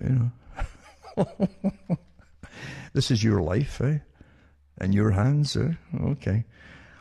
This one here says, free report, the key pointers to a life-transforming diet. It says at the very top of this one. It's put up by a health company, actually. But it says that children who have flu jab are 3 times more likely to need hospital care. This is 20th of May 2009. So take the standard flu jab, 3 times more likely to end up in the hospital. The vaccine also is useless at preventing the disease, new research has discovered. And children with asthma are especially vulnerable after being given the annual flu vaccine, TIV, trivalent inactivated flu vaccine. Children aged from 6 months to 18 years are recommended to have the vaccine each year. So researchers from the Mayo Clinic in Rochester made the discovery after studying 263 children who had had the flu and whether or not they had been vaccinated. They discovered that the children who had been vaccinated were 3 times more likely to need hospital care than those not vaccinated. And the risk was even higher in children who had asthma. It was also clear the vaccine had not protected the children against the flu, the researchers told a conference this week. That was the 105th International Conference of the American Thoracic Society in San Diego. And other links are there to other people involved in the investigations of it. Now this other article too is interesting. Again, it's to do with psychological warfare, folks, is what it is. As I've said before, if you are telling the truth to people, you don't have to use persuaders, professional persuaders. They're allowed to say no when it comes to their own life, obviously. Now, I've talked before about how words are so important. This article is interesting. I've got much more in-depth articles myself over many, many years from different sources that you can't even find now, some of them. And even books have been removed from libraries over many years. And I talked about that years ago too, when I saw piles and piles, like hundreds of books occasionally getting dumped at a time in local dumps. And they called it, was it weeding out? That's the term they're using now internationally. We're weeding out the books in libraries. Because a lot of books, you see, had a lot of information that might make you think about things and come to different conclusions about different things and disinform you generally, of facts. Facts are an awful danger these days, but This little article here gives you a little clue into something. Something's best at these little shallow articles in a sense. But this one here says, changing the culture of concussion reporting amongst college athletes. And you say, well, what's that got to do with anything, right? And they talk about it's taking a socio-ecological approach to the problem, looking at vested interests in reporting behavior at the individual level. Organizational culture, that's as important, organizational culture, they call it, at the interpersonal group level. So we're talking about earlier about the crowd and so on. This is a more in-depth little talk about it. And cultural narrative at the social level. This has been going on for years, eh? And underneath it goes into detecting and tracking adversarial framing in mainstream and social media. The CSC has been awarded a grant from the Office of Naval Research to study the use of adversarial framing in information operations by state actors to influence political discourse in Europe. Okay? Now don't forget that the Naval Research, Navy has probably the larger intelligence agency. It's a senior intelligence agency than the other ones, you know. And they do amazing stuff. I mean, I'll get off the topic again, just from, this is where I always go, but I can remember years ago, and I remember mentioned it in the late 90s in a talk of a study I noticed in Hawaii. And the naval personnel have been studied for years by psychologists and behaviorists and the people involved in socio-economic systems and so on, to see what classes would marry what kind of people that they met in foreign countries, to get a more, this is what they said, by the way, this is years ago, this is just amazing what's stashed inside your brain, eh? And they said that the study had been ongoing to find out what children of the offspring of sailors and military people what cultures they mix with give them a more compliant, docile offspring. I'm not kidding you. This is an official study. I've been on for years. And they listed the peoples that were satisfactory. Apparently they didn't want them to breed with their own peoples back. Maybe it made them more aggressive, I don't know. But yeah, they actually, obviously, they already had the sailors grouped in ethnicities. Eh? That's rather obvious, had to have, to do the studies, ongoing studies. And again, they had the psychologists and behaviorists studying them and quietly, and observed and all that, and little chit-chats with medical professionals, and that's how information really comes out, is through chit-chat, you know. You have no idea what you're living in. You know, you have none. Now it's much easier because it's all on the internet, and people put it up on their Facebook pages. It's all done. You're doing it all for them. Everything about you. And back to the article, and it says detecting and tracking adversarial framing in mainstream and stream. So here they are, right? How to alter and how to frame discourses and information operations, right? In Europe, framing is the use of words, phrases, images, or other rhetorical devices to encourage one interpretation of a set of facts. Not to bring a common interpretation, you see what it is, of facts, and discourage other interpretations. You're starting to get the picture. You just apply this again to COVID right now, or whatever part of COVID you want to encourage one interpretation of a set of facts and discourage other interpretations. The research is an outgrowth of a pilot project conducted with support from Lockheed Martin Advanced Technology Laboratories. Initially to study Russia's use of such tactics in the 2014 Ukraine conflict. That project showed large shifts in framing prior to the invasion of Crimea. This research will attempt to extend the approach to other European conflicts to improve detection of adversary efforts, development of counter-influence campaigns, and assessment of allied and adversary campaigns, and forecasting of hostility escalation, it says here, right? And now, here's the thing. You simply, back to what I said before, in the articles I put up before, and the links in previous weeks and months, when the Canadian government, the American government, the British government, and of course the British Empire, I still call it the Empire system because they would like it or not, they're all still part of the same Commonwealth, I like to call it nowadays. They're all under the same rule and the same agenda. And they turned and they authorized, it was in the mainstream newspaper articles, the same cyber warriors, they call them, the different divisions of them, different layers of them for the military, upon their own people during the COVID thing, using the same techniques, right? So again, back to influence political discourse at the time here, but using words, framing the use of words, phrases and images or other rhetorical devices to encourage one interpretation of a set of facts and discourage other interpretation. It's being used on you now, folks. These are psyops, psychological warfare operations.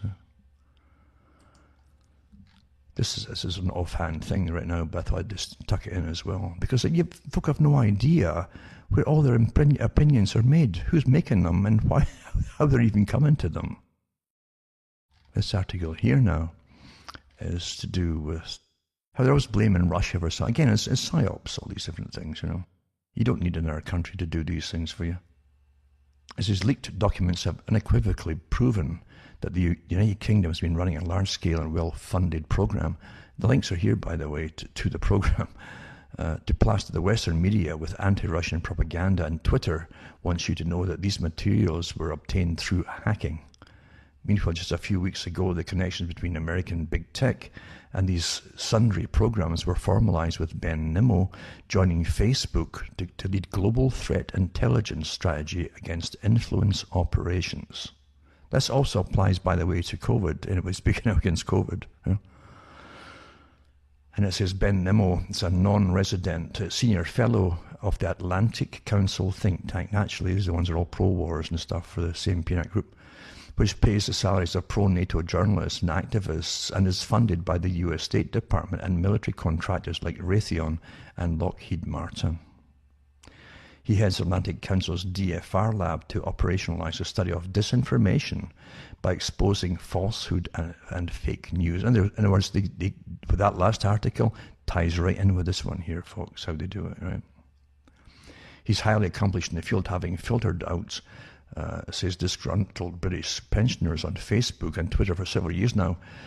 And these are different things he's worked on. Ben Nimmo, a DFR lab fellow who has built his reputation on flushing out online Kremlin influence network, embarked on an embarrassing witch hunt this year that saw him misidentify several living, breathing individuals as Russian bots or Kremlin influence accounts.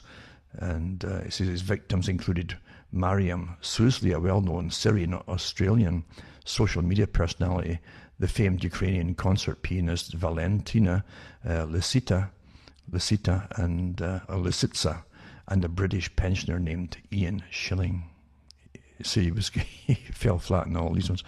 According to another expose by the Moon of Alabama's blog, Nimmo also prominently figures in cluster lists in the UK's Integrity Initiative, an FCO-funded partner project of Bellingcat by, that's almost like the 77th Brigade of PSYOPs and cyber warriors, and Atlantic Council, under which journalists, activists, and social media armchair warriors were compensated for doing tasks like pushing the Russiagate conspiracy theory and launching smear attacks against public figures perceived to have taken insufficiently anti-Russian positions. Ironic, given that the DFR lab's own fondness for cluster graphics. It says here, it gives you links to these little terms and so on. And it talks about, too, how they're using them, too, for all kinds of social media. You understand this is the same ones you're seeing operate openly now, really, attacking people within their own countries. Your own governments are doing this. They're at war with all of you. An independent inquiry or independent reasoning even. Yeah? I'll put a link to the Leveson inquiry, as I say, that changed. That really, I could see the night and day change of the media, what they would say, what they wouldn't say, and so on. after that last 2009 flu failure. Although they don't mention the flu, but I know it's definitely part of it, because it was night and day. And it's 2010, a year later, remember, that they came out with a lockstep, Operation Lockstep, how it would be in the future, the next pandemic that they would try it with. It says here, this article here too, it says, it will take 7 years to end the coronavirus pandemic by getting shots in the arms of 75% of the world's population, but the US could reach herd immunity by the 2022 New Year vaccination calculator. It's all done through computers, the calculator shows. So the coronavirus pandemic will drag on for another 7 years at the current rate of vaccinations worldwide. So now the calculations predict. So we're living by calculations from computer modeling. And this was according to Bloomberg's vaccination calculator. Well, who gave him the right to be involved in changing our lives and involved with all these different pandemics, etc., along with Bill Gates and all these other big rich philanthropists, the plutocrats that John Cleese talked about, John Cleese in Monty Python said he wasn't worried about, and the only ones he worried about were plutocrats, the richest people in the world, forming a big club and running the world to their own agenda. Well, that's just where we are, folks. It's been this way for a long time. And then in Spain, by the way, you've got another article here. Barcelona, a judge in northwest Spain, has overruled the family's objections and decided to allow a health authority over there to administer a COVID-19 vaccine to an incapacitated woman in a nursing home. Remember the ones in Germany last week I mentioned too, where there's a lot of folk in hot water because they actually forcibly held down people who had not consented to getting vaccinations, and they gave them to them, and a lot of them have died since then. Of course, it had nothing to do with the vaccinations. But regardless, we can't get an informed consent because some of them are senile, Well, some of them were awfully ambulatory. One was even a jogger and very fit, but it makes no difference. When you're old, you're useless. You're a useless eater, for goodness sake. The bioethicists tell you that now. Get with the program. So here they are. They're just using judges to say it's legal to kill them, I guess. Legal to give them vaccinations. And if they die, it's not the vaccination, obviously. I would say it's far safer to attach to your blood sample, see if they've got antibodies already to it, like most folk have. And leave it at that. You don't need a vaccination then, There's also an article out, a few articles actually, and I know this is going to be a big one. It will be a big one, folks. Because there's inquiries now, as to, especially the side with the doctor, because it's always important folk can make the gears start working. The gynecologist that died, his platelets were all destroyed by his own immune system. It turned on him suddenly after just coincidentally after he got the shots, within weeks. And but what they found, he had two types of antibody. One in his body created itself, so he'd been exposed to it the previous year,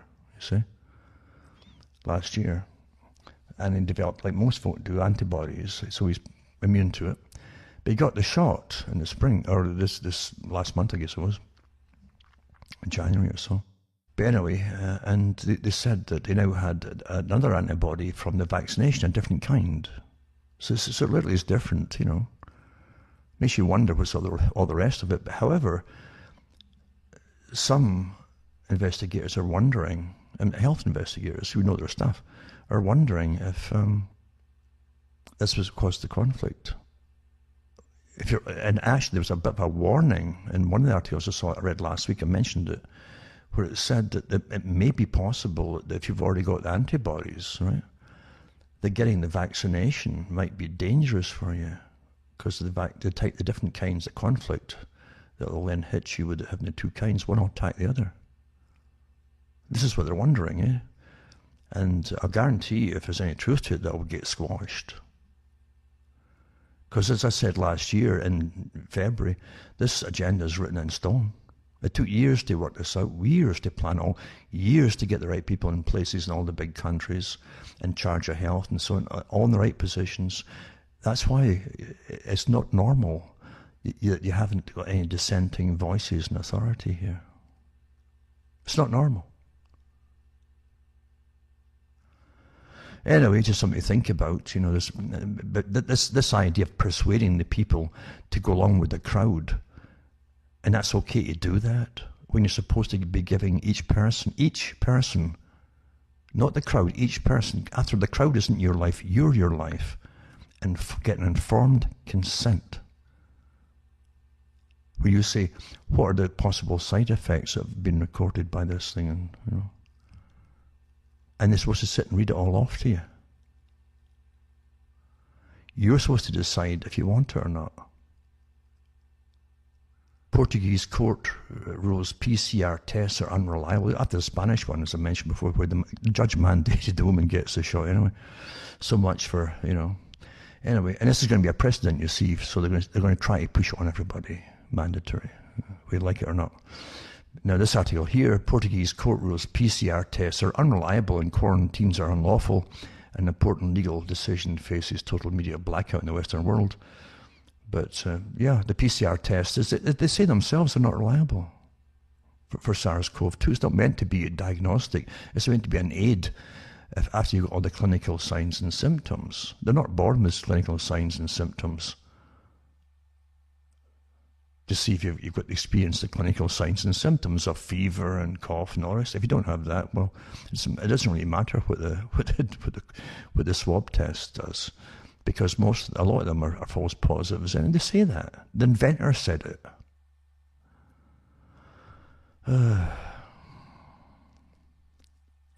Anyway, it says, most importantly, the judge ruled that a single positive PCR test cannot be used as an effective diagnosis of infection, and that they couldn't use it as it'd be a violation of fundamental rights to liberty.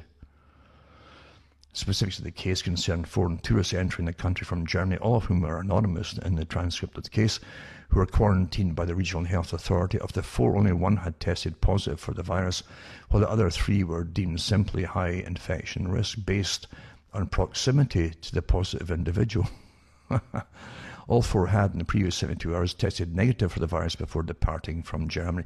Remember that was a football team last year in the States? They'd all tested positive getting on a plane or something before going on a plane to wherever they were getting sent to other state, and they were tested negative when they go off it. I tell you, wonders we'll never see. Miracles still happen, you know. But it says here, the ruling goes on to conclude that based on the signs that they read, right, with the cycles, because they're using up to 35 cycles or more, they become completely inaccurate, right? It says, once you get to 35 cycles or more, the accuracy dropped to 3%, meaning up to 97% of positive results could be false positives. We know that already, you know. And it says, the ruling goes on to conclude that based on the science they read, any PCR test using over 25 cycles is totally unreliable. Most of them are over that. They're all using the labs, which give them the false positives. Governments and private labs have been very tight-lipped about the exact number of cycles they run when PCR tests, because they're all different. But it's known to sometimes be as high as 45. 45, guaranteed to get false positives. Even fearmonger and chief Anthony Fauci has publicly stated anything over 35 is totally unusable. Why are they still using it? And the link to that article, Fauci said, is here, by the way, you know. It says you can read the complete ruling of the original Portuguese here and translate to English, so they give you a link to the English translation as well. And it says there's also a good write-up on Great Game India, and it's quite good that when you look into Great Game India, it's interesting. Plus a Portuguese professor sent a long email about the case to lockdown skeptics. That's a good site too to get different information from. Mind you, I look at all it. If I can work out myself, I know if something's right or not or whatever. But you got to use your own head on whatever you're looking at. I don't care what it is or from where. And Whitney Webb also wrote this article along with Johnny Vedmore. But it says, from Event 201 to Cyber Polygon, the World Economic Forum's simulation of a coming cyber pandemic.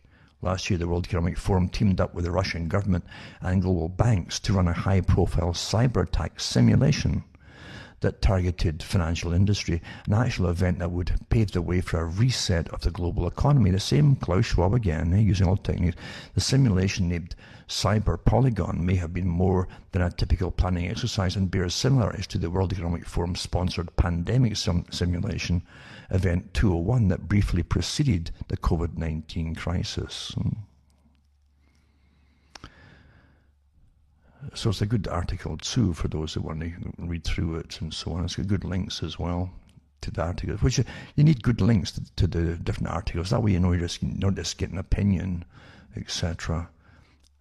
When you see the different persuaders the government's putting out upon you, you won't get all the links to other points of view. As I say, they've got to streamline it to create one opinion on everything. Yeah, that's what you're living through, folks. At least in other articles, they'll give you links to the different quotes and so on inside it by different people and organizations. So it's really important to read them and figure these things out for yourself. But it's interesting. It says aside from it goes through different people involved in all this exercise to operation the Cyber Polygon event, and it says aside from Ms. Houston, who was involved in it, the World Economic Forum Executive Director Klaus Schwab and former UK Prime Minister, guess who? Tony Blair again, Oh. The guy who went to his mentor and says, can we use negative and positive freedom together? Meaning to create the new society. That's what he's on about, creating a new society. And he went to his mentor in Britain to get advice. That was the newspapers at the time in Britain. Isaiah Berlin. It's the same characters just go down through your lifetime, and all these different roles, and the same bunch are always involved in everything that's going to change your life because they're workers for the big club. They're not at the top, but they're workers for the big club. Anyway, Tony participated in the Cyber Polygon 2020 event, which is due to be repeated annually and bears many similarities to 2019's event 201. Rather preparing for a potential medical pandemic, Cyber Polygon 2020 focused on preparing for a cyber pandemic, one that mainstream media outlines, like the New Yorker, and the link is here too, claim is already underway. That's a New Yorker article there too. Given the WEF's recent simulations, powerful billionaire business owners and bankers appear to be poised to use both physical and digital pandemics to reform our societies according to their own design and for their own benefits. There you go. And as I was thinking too about the Leveson inquiry they had in Britain, Lord Leveson came out with all these recommendations for journalists, and everything changed. They had one in Australia too with a similar type of Leveson character, a big High Court judge and all that. We came out with the same stuff for Australia. But it says Kevin Rudd's article is recent. It says Kevin Rudd says Australian politicians are frightened of Murdoch media beast in the Senate inquiry. The former PM says his fear of the Murdoch empire persisted during his time in office and only subsided after he left. Wow, there you go. So he declared that Australian politicians are frightened of Murdoch. And speaking under parliamentary privilege at Parliament House in Canberra, Rudd said the Murdoch mob was seeking compliant politicians. He told an inquiry into media diversity that politicians were fearful of facing a systemic campaign. I'm not surprised that politicians are afraid of anybody. You wouldn't think it these days, but they're all on board together, terrifying the public. The actual politicians doing that, not the, But again, the media's on board with it too now, I guess. The former Labour Prime Minister said the unspoken word about Murdoch in Parliament House was that it's not in your personal political interest ever to go after Rupert Murdoch or Lachlan Murdoch because they'll get you. But yeah, they got the same thing in the media over there too, with inquiries they had at the same time. So that's why Australia's all on board with it too, and the media's all on board with the whole COVID exercise.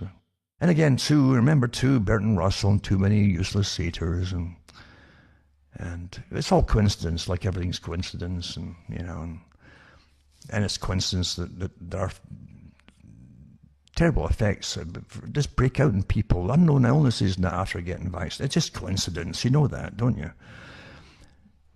And it says, why more men are suffering from infertility than ever before. It's a big puzzle. For years and years I've done talks on this from the different clinicians involved and different laboratories involved, constantly examining your sperm count, by the way. And they've been doing it since about the early 1970s, and probably before that too. But I even put up the documentaries put by some, as a woman who was a top biologist in that field for fertility, and she also used the students, the intakes of students, year by year, every year in a university in a state in the US.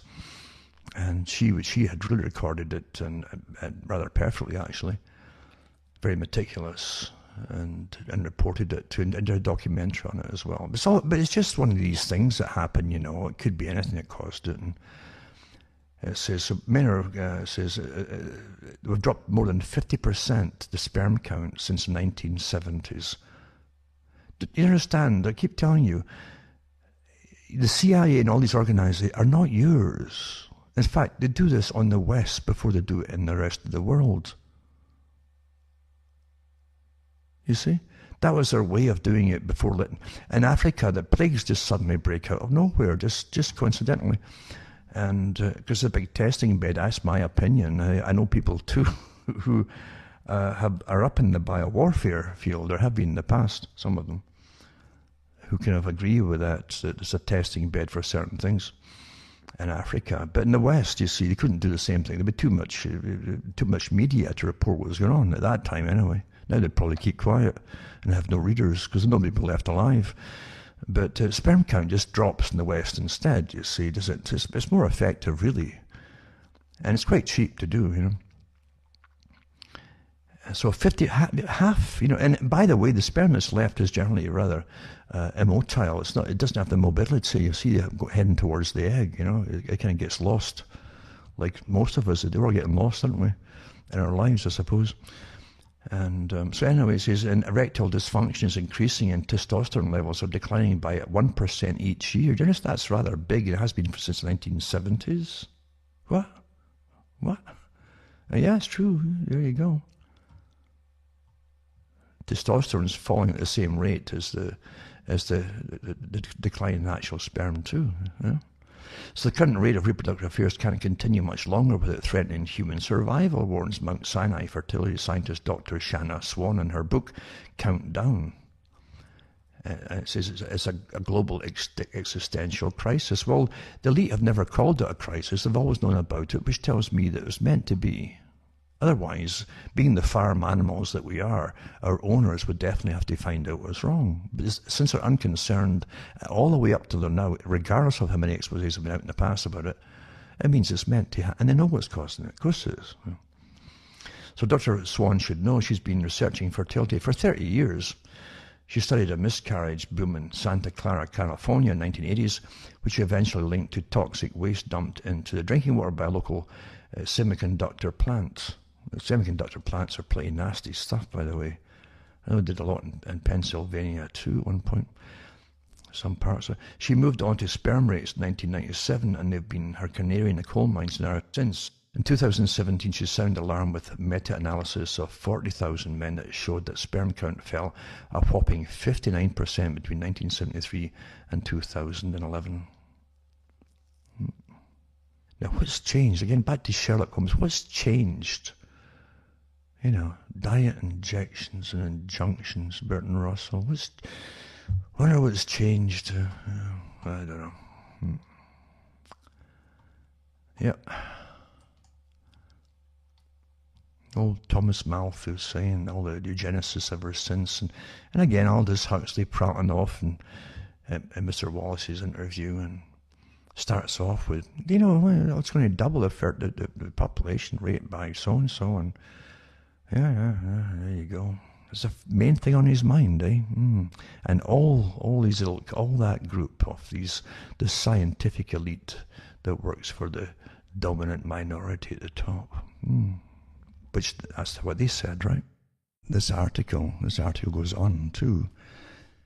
And, well, they talk about infertility and where women want children and have got problems with the men sometimes. And it talks about counting down, to this crisis, the counting down of sperm. And she says here that not only do men have less sperm than their fathers, right? It says, although the World Health... Here's the thing, too. This is the part I was looking for. Normal sperm count ranges from 15 million sperm per milliliter. Milliliter, that's tiny, right? Little milliliter. That's how much sperm's in it. To 200 million per milliliter, right? 200 million, that's a lot. You think that's a lot. It says, though the World Health Organization deems a rate below 15 million as low, right? Again, that wonderful organization, Bill Gates. Remember, Bill Gates, too many people. There's a lot of people in the world. It's going to keep expanding and population increasing. And he funds the World Health Organization big time. That came out, So anyway, not I'm tying anything together. I'm just thinking, it's a coincidence and stuff. Anyway, it says, so the World Health Organization's rate is 15 million, which is way lower than it should be. That's for it to be workable, for anything working. Swan argues that anything below 40 million, they've actually altered also the rate of the World Health Organization until you're pretty well sterile, But Swan argues anything below 40 million creates challenges for reproduction. Today, the average male is nearing that number at 47.1 million sperm per millimeter, compared to his father, who had an average of 99 million sperm per milliliter. It's clear that this is a deeply worrying trend. Not only do men have less sperm than their dads, but they also have lower testosterone levels. This is interesting, this part. A 2006 study showed that a 65-year-old man in 2002 would have testosterone levels that are 15% lower than a 65-year-old man in 1987. A similar drop has been noted in young adults and adolescents, according to a 2020 Urology Times Journal article. As a result, prescriptions for testosterone replacement therapies doubled between 2010 and 2013, according to the Forbes. But there was one troubling side effect. 90% of men can have their sperm counts drop to zero while they're on testosterone. So replacing it with testosterone isn't doing the effects, and something else at work, you see. Sexual desire has followed a similar path. A massive sexual slump is underway due to declines in people's sex drives and interest in sexual activity. Swan writes, men now seek help for erectile dysfunction on average 7 years earlier than they did in 2005, and 26% of men who deal with it are under the age of 40. Wow. Aye. Also, it says there's an overall increase in genital abnormalities, including higher documented rates of undescended testicles and unusually small penises. These issues have been mirrored in the animal kingdom. Baltic grey seals have reduced reproductive abilities, and polar bears have smaller genitals and lower than average testosterone levels, and alligators, panthers, and minks have all shown increases in reproductive and genital abnormalities. So then they go into what could be going on, etc. Men who cycle for 90 minutes or more per week had 34% lower sperm. Concentrations, lower sperm concentration than those who didn't ride bikes at all. Men who cycle for 90 minutes or more per week have 34% lower sperm concentrations than those who don't ride bicycles at all. They mentioned that plastics and chemicals, of course, don't help, right? And blah, blah, the phthalates, etc. Etc. There's more to it than that, though. I think I'm pretty sure of it. And again, there's no crisis about it. And these articles get churned out every other year, but there's no crisis from the top, which tells me it's meant to be. You see, it just happens to fall in line with the fact that they want to. Well, there's too many of you. And they keep telling us that, don't they? That's what the WEF's all about too, with this great reset and the society they want to bring into being. You'll have less of everything, And this article too, again, I'll put up, I've mentioned before, Leibson inquiry has chilling effect on the freedom of speech, says Michael Gove, and that's the one that came out 2012. This was published. and it's creating a chilling atmosphere towards freedom of expression. This is after, again, it came out with like the articles, from the good articles they could talk about at the time with the 2009 flu that really wasn't a flu. And what the reporter said about it then is straight to the point, and who was profiting from it, etc., etc., etc. Well, after that comes Left's inquiry using, again, a different reason for it. They always use different reasons to implement clampdowns on speech. And they used Murdoch, again, in Britain, as I say, did in Australia too, as the reason for it all. But in reality, all journalism completely changed immediately. You can't have freedom of speech, especially when you've got organisations that try to get conformity of speech and opinion, right? They got read about earlier, the article from the government, where they're paying them to do all this, to make sure they'll have that uniformity of opinion by the PSYOP guys working with the cyber boys,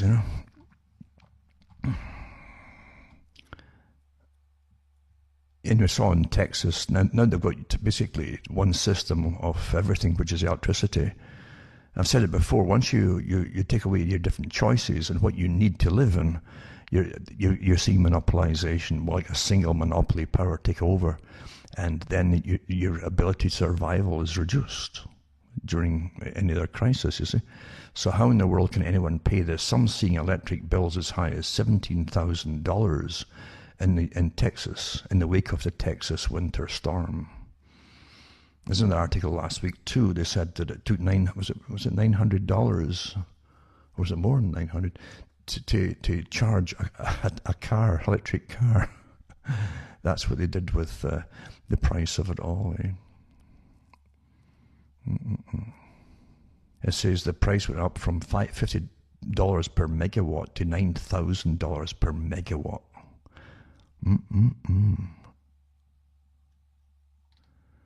So there you go, You've got to have other methods of dealing with it, and you've got to have other standby stuff you can use, and that is plentiful, all ready to go. Because it's your lives at stake, folks. Of course it is. You've got to understand that the wealthy elites and the continuity of government programs, the COGs, they're stacked up like you wouldn't believe. They've got underground facilities galore, well stacked with all kinds of propane, and they've even got coal in case they run out of things, if there's long-term underground conditions are necessary. They've got all kinds of fuels to keep them going for maybe a century, they say, and stacks of food. I can see the trains pass me. I can tell you this COVID thing's going to last for years. I've never seen so many freight trains. It's all freight trains. So day and night passing this place here. Never.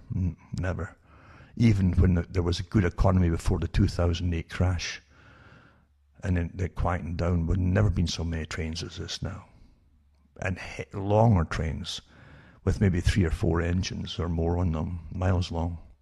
And they're going at one heck of a rate speed. And believe it, with all the stores closed except the food stores, the big authorized conglomerate food stores, what's all the stuff where's it all going? Huh? Everything else was shut down. It's not all going to Walmart. You're looking for years of this stuff that's going on. As to get worse and worse and worse by design, to bring in the new society, right?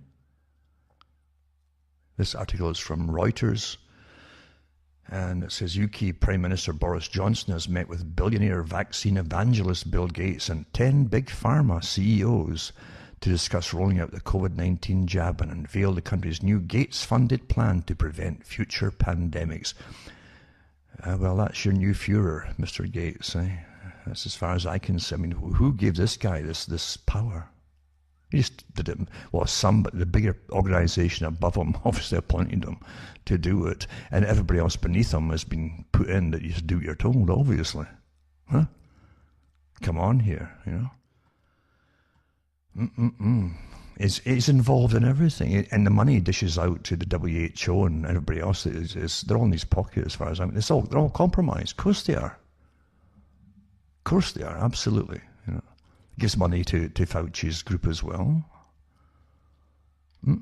All published. And medical attorney, government advisors' idea to give corona-free Britons wristbands gets cold welcome on Twitter. That's an article. And a UK Member of Parliament pushes mandatory COVID-19 vaccination for travel and suggests the army should oversee the rollout. Well, that's very democratic of them. Very first world, you know. Round up the anti-vaxxers, enlist religious leaders. Bill Gates warns US needs to brainstorm ways to reduce vaccine hesitancy. That's what they're calling having a choice. You know, you're hesitant. You see, you haven't noticed the crowd rushing, you know, like they told you, like the ones that motivate you, how to use the crowd. Well, how many of the crowd have taken it? Okay, I'll take it too then. Yeah.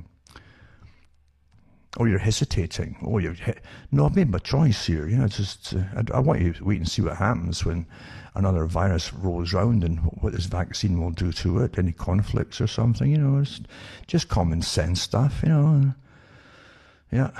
Apart from that too, you've probably got antibodies against it. Why don't you just give your blood test to see if you've got antibodies? An awful lot of folk, if not most, will have it. Why would you need a vaccine that's experimental? I know it's to Israel. Is it ahead of what? It's the test. It's a guinea pig. Israel's a guinea pig now too. I've got an article here. I'll get to it eventually. And by the way, and from the Daily Mail in Britain, right, it says, has the lockdown wiped out the flu? There's no cases in Britain. No cases of influenza have been detected in England this year. None. Because of tough social distancing measures, says the experts. Yeah, sure. Flu may have almost completely disappeared in England after a brutal lockdown, really. Well, folks still were going out, you know, and they're still going into the grocery stores and everything. They're packed with people trying to get something, their crumbs, you know. They don't have the trains delivering it to their special places for the continuity of governments and so on, and yada, yada, yada. But it says, yeah, so there you go. It may have disappeared, eh? But yet officials are confident flu is barely spreading because only 4 people admitted to hospitals in England since the start of the year were confirmed to have had the virus. I tell you. For comparison, 74 patients were admitted with flu during the same week at the start of 2020 before COVID had taken hold, it says here. There. However, the figures suggest flu has been annihilated are from a snapshot of just 25 National Health Service trusts. Data for the other 100 plus hospitals are not included in the weekly surveillance reports. There you are, Denny. But that's a miracle, eh? It's a miracle. It's not that they're counting flu as COVID. No, that would never happen, eh? What's the symptoms of the flu? I've got a bit of a fever and maybe a bit of cough too, and stomach upset and COVID. Has to be COVID. What else could it be? And this article here too, it's actually from the Times. I think this one here. Is it? The Times. It's taken from the Times, perhaps. But anyway, it's the GCHQ Journal. That's the headquarters in Britain. Cyber war and anti-vaccine propaganda. This is one of the ones I mentioned before. Spies tackle disinformation linked to Russia. This is Times Radio as well. And it says, so the GCHQ has begun an offensive cyber operation to disrupt anti-vaccine propaganda. Anti-vaccine propaganda being spread by hostile states, the Times understands. The spy agency is using a toolkit developed to tackle disinformation and recruitment material peddled by Islamic State, according to sources. It's the latest move by cyber agents to counter activity linked to Moscow. This Moscow is just astonishing. Whose aim is to exploit the pandemic in order to undermine the West and boost Russian interests. The government regards tackling false information about inoculation as a rising priority as a prospect of a reliable vaccine against the coronavirus draws closer. This is before they put it out, right? A government source said the GCHQ has been told to take out anti-vaxxers online. This is the Times, eh? And on social media, there are ways they have used to monitor and disrupt terrorist propaganda. Okay? Now don't forget, these are the same groups that have used in other countries. Eh? And they give you the tactics below it, the tactics that they've used before to disrupt it all. So this is your own government. So much for your freedom of choice, eh? And coming to your own conclusions, eh? So there you are. And oh yeah, Professor Michael Chuzadovsky from Global Research Canada says the 2020 worldwide corona crisis destroying civil society, injuring economic depression, global coup d'etat, and the Great Reset. It's a PDF, long one too, but it's got a lot of articles, or at least links to different things that have been going on and so on, and how famines have happened already, according to the United Nations, in 25 developing countries, and so on and so on. This is total war on the planet, I hope you understand. It goes into, as well, the mRNA technology that has a bearing on the human genome, very important for, I guess I won't mention that when you give your informed consent. Eh? And it says, were the standard animal lab tests using mice or ferrets conducted, or did Pfizer go straight to human guinea pigs? Human tests began late July, early August. 3 months is unheard of for testing a new vaccine. Several years is the normal. Yeah. But it's a good article, very long, as I say. I can't read all this. It would take a long time to do, but you should read it if you're interested. It's good. Information is something you can peruse, folks, because you have to make decisions. I've said this all along. The decision comes down. Don't look at the crowd, for goodness sake. It's your life. It's not theirs. It's yours. The crowd isn't going to cry for you if anything happens to you. And you'll have to deal with it if you survive it. You might be very ill, Who knows? I'll put up that one too, the odd-looking feminist professor who's getting all this publicity. I mean, I'm sure most people wouldn't give her a time of day, basically. But the feminist professor who practices the occult calls for human extinction to save the planet. I guess that's why she's getting the publicity. Also, how the government can convince doubters again to get the COVID-19 vaccine. Again, this is New Zealand, this one here too. And how they use trusted leaders to try to convince the skeptics, eh? And I feel you do so all worse than health inequities. Oh, it's to make everyone equal. And they go into the different groups that people that they'll look up to, and a movie star, things like movie stars and stuff like that. Important people, not simple, ordinary folk that are your neighbours, for goodness sake, Doubters. Now once again, when doubter, why don't you tell the people what it says on the information pack that comes along with the packs, right? On side effects. And give them also give them the facts to do with what happens after the Fauci's already told you. It won't stop you getting the coronavirus. It won't stop you spreading it. It may, here's your little caveat, it may stop you getting severe symptoms off it. It may. And you don't know how long it will last in your body. You will get side effects. They say 80-odd% will get side effects right away, like bumps in the arm or sore arms, or even arms that can't move, and stuff like that. Fauci himself said that, even though he touched the wrong arm after the shot. But at least in the little video clip. But why don't you tell the people all this stuff and say, do you want to take it? And here's possible side effects according to the manufacturers themselves.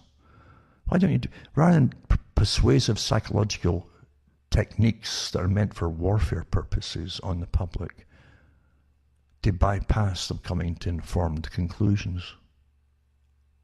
Huh? How about that? If it's so good, you can give them the facts and tell them what the real facts are. And they won't be doubting you then, right? It's a perfectly safe thing and all the rest. I keep telling you all that stuff. And yet, give them the proof and all the studies. This one in Canada, how Premier Jason Kenney went from defending conscience rights to jailing pastors. And Alberta Premier Jason Kenney posted Facebook best wishes to Christians across Alberta. That was on February 17th. Around the world as they begin the penitential season of Lent on Ash Wednesday. The day before, Pastor James Coates had been locked up in an Alberta prison for exercising his charter freedoms of conscience, religion, association, expression, and peaceful assembly. Like most people, Pastor Coates and his Grace Life Church near Edmonton were very concerned about the COVID virus back in March 2020, when Neil Ferguson of Imperial College frightened the whole world with his wildly inaccurate predictions. Government's blender accepted Professor Ferguson's fear-mongering about COVID being an unusually deadly killer that we should all be very afraid of. Stats Canada data to mid-October 2020 tells us that while overall death rates in Canada increased in the first 3 quarters of 2020, death rates have also been increasing over time as our population ages. Increases in death rates for people over 85 in 2020 are largely comparable to those that have occurred in the last 3 to 4 years. That's from Stats Canada. We know that COVID threatens primarily seniors in long-term care homes who are already dying of cancer, emphysema, heart disease, and other. By the way, if you're getting treated for cancer, you've no immune system left pretty well because of if you're getting the chemical therapy and radiation therapy. And heart disease, other serious illnesses, death rates amongst men and women in the 65 to 84 age group are lower or comparable to previous years. Not what you would expect from an unusually deadly killer, is it? And it poses no significant threat to children, youth, young adults, and about 90% of the population who have a greater chance of dying in a car accident than dying of COVID. Remarkably, death rates in Canada for those aged 44 and under increased significantly in 2020, especially among men. COVID is not a factor here, so what is leading to these deaths? Yeah, it's interesting. Like so many other people in Alberta and the world, Pastor Coates understands that the violation of human rights and human dignity by lockdown measures is not based on science, and it's true. So that they held church services. Again, Christian churches are easy, okay, they won't fight back, you see, and they don't have any elevated special status. So the police won't go in there and play havoc with them, you know. It says, so charter freedoms, the charters of rights, are violated by Alberta's Chief Medical Officer, Dina Hinshaw, with the full approval of Premier Kenny. So now Pastor Coates is in jail and not allowed to see any family or other visitors for the first 14 days of his imprisonment. He's effectively in solitary confinement. There you go. You understand, this is also part of the fear that has been mentioned. Interestingly, from China, even when Mao Zedong was the head there, the Chairman Mao, and he talked about the greatest fear you had, it was a big idea. And when you really dig into what he's talking about, he was talking about religion. Because people will fight hell and earth because of religious reasons and beliefs, as opposed to just basing. You'll never win this by arguing scientific and practical facts. It's their playing field. That's why they gave it to you this way. That's why they don't want religion brought into this, because religion gives you the rights from God, and that gives you an awful lot of power. And they know that. Whether they believe in it or not makes no difference. They know that. If you believe it, that's enough. And when you get a lot of people unified in a religion turning against them, then you are a terrible enemy of them. And they know that. That's why Christianity is heavily under attack. It's the easiest target of all. They will not generally attack the Muslim groups for different reasons, but the Muslims won't stand up for it. So they should be a beacon for a lot of people, because they stand by their rights. And the rights don't come from governments. There's rights that don't come from governments. And a lot of organizations see, and even religions see, governments as potentially evil. They're off this world, as they call it.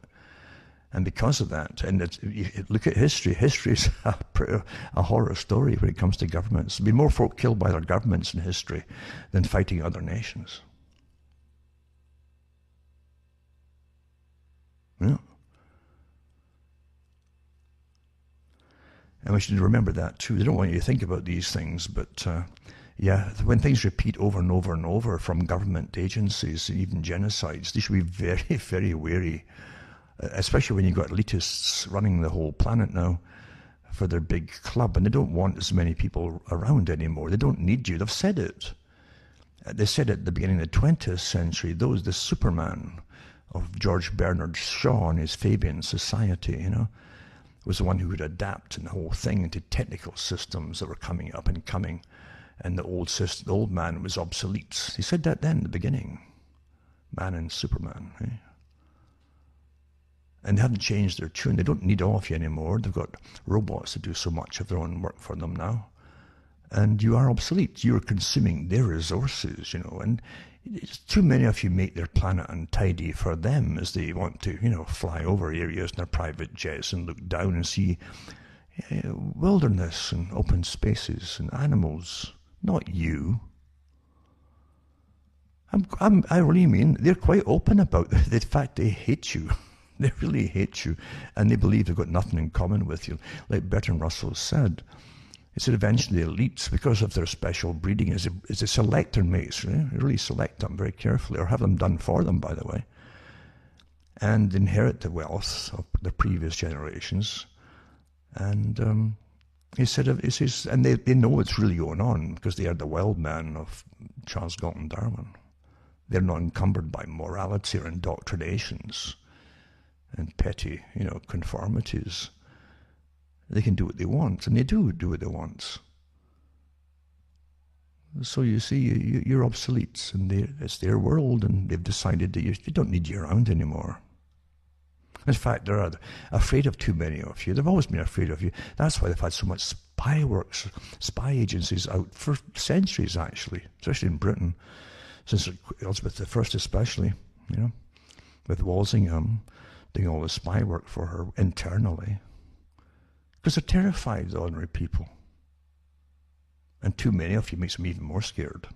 So, it takes a lot of propaganda to keep you in your place, And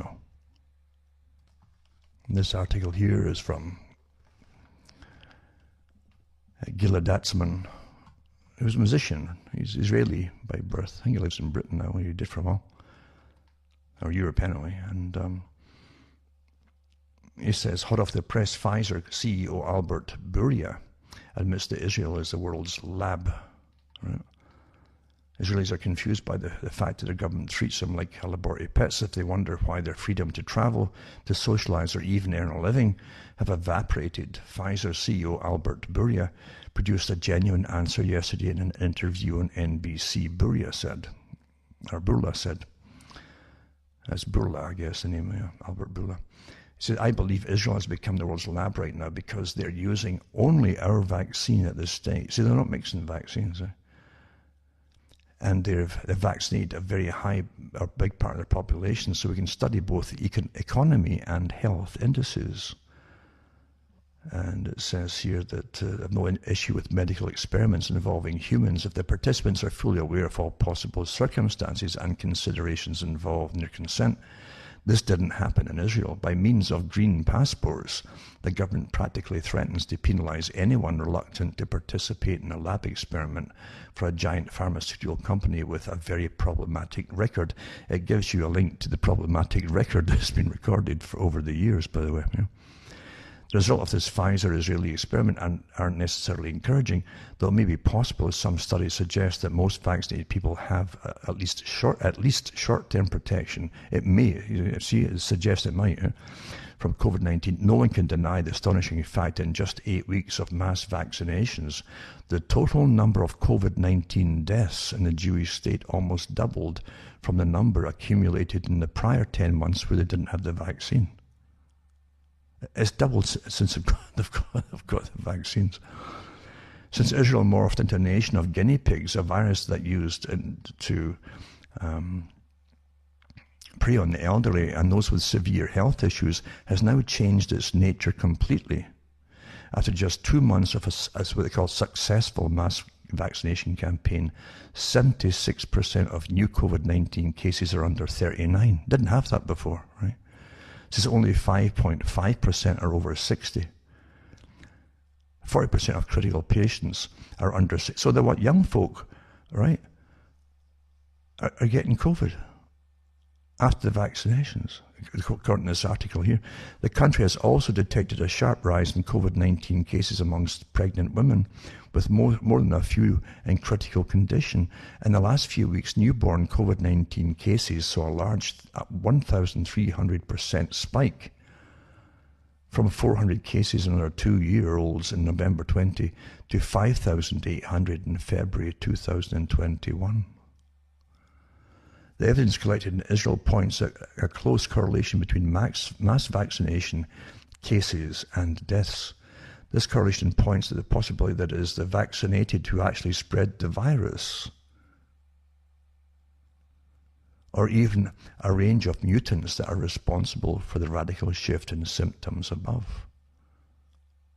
Remember what they said too, that I think Fauci that said that, and Bill Gates, that the people will become like breeders, like reactors. So here you have it, you know. But yeah, look at the amount of folk who've got the darn thing after they got the vaccination, and the young people. The young folk weren't getting it before, after vaccination. And this is the links to what I'm saying here are all here, by the way, from the Israeli papers. And it says the evidence collected in Israel points at close correlation between mass vaccination cases and deaths, right?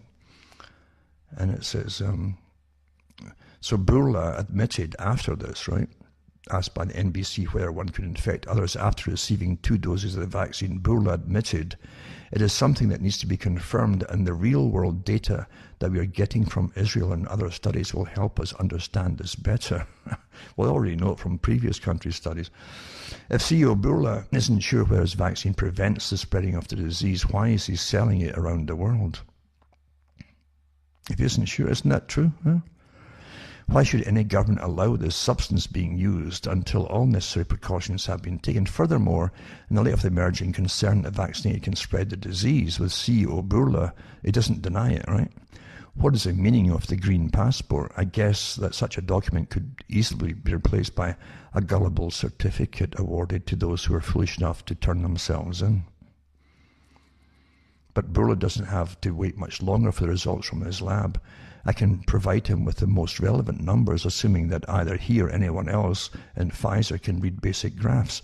Every country that fell into the mass vaccination trap has seen a similar unprecedented spike in cases and deaths. The following collection in graphs point at the undeniable correlation between mass vaccination and an exponential surge in COVID-19 cases and deaths. A spike in cases often detected just 2 to 3 days after the launch of the mass vaccination campaign.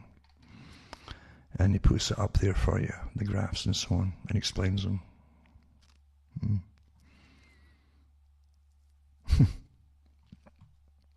Another one, too, another article says, don't you dare enjoy the sunshine. Yesterday, the R rate was as low as it's ever been. Infections, hospitalizations, and deaths were continuing to drop.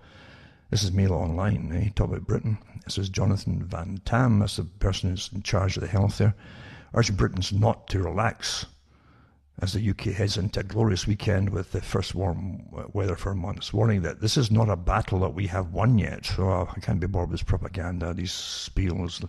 Again, Klaus Schwab said this is a war. This is the terminology they're using, is war terminology. He said that early on with this campaign. It's a campaign, it's a war campaign, isn't it? On society, to change it all. And they know where they want to take it to. In the States, by the way, everything's getting privatized over the years, and even a few things that really work well that government runs, like the postal service now is going to be made purposely slower, right? So the Postmaster General previews slower mail and improved employee benefits, it says, supports new postal reform bill. They know they're eventually going to privatize it completely, you know that. Right? Then it'll really get even more expensive than it is now. Right? And it's one of the few going concerns that they really have that brings in a big profit, but they siphon off the profits and put them in other government departments. I remember reading that a few years back, was what was happening. This other article too is to do with, it says 20 years ago when I was pregnant with the first child, transformed into a total health nut, mentions what happened, and watched consumption of caffeine, spam and sushi and all the rest of it. and started taking care of ourselves. And says, now imagine if our culture encouraged women of childbearing age to be as vigilant about the effects of big pharma's experimental drugs on themselves and their unborn babies as they are about our diets. We know all about gluten and carbs, trans fats and omega-3 fatty acids, mercury in fish, and heavy metals in baby food. But do you know what's in the COVID-19 vaccines? And it's got the link from the cdc.gov. And they go through some of the different components and different vaccines. It says that an estimated 100 million Americans are expected to inject into their bodies by the spring. But it's okay, you see, if the rest of them are doing it, if the crowd's doing it, that's the whole motivation for doing it.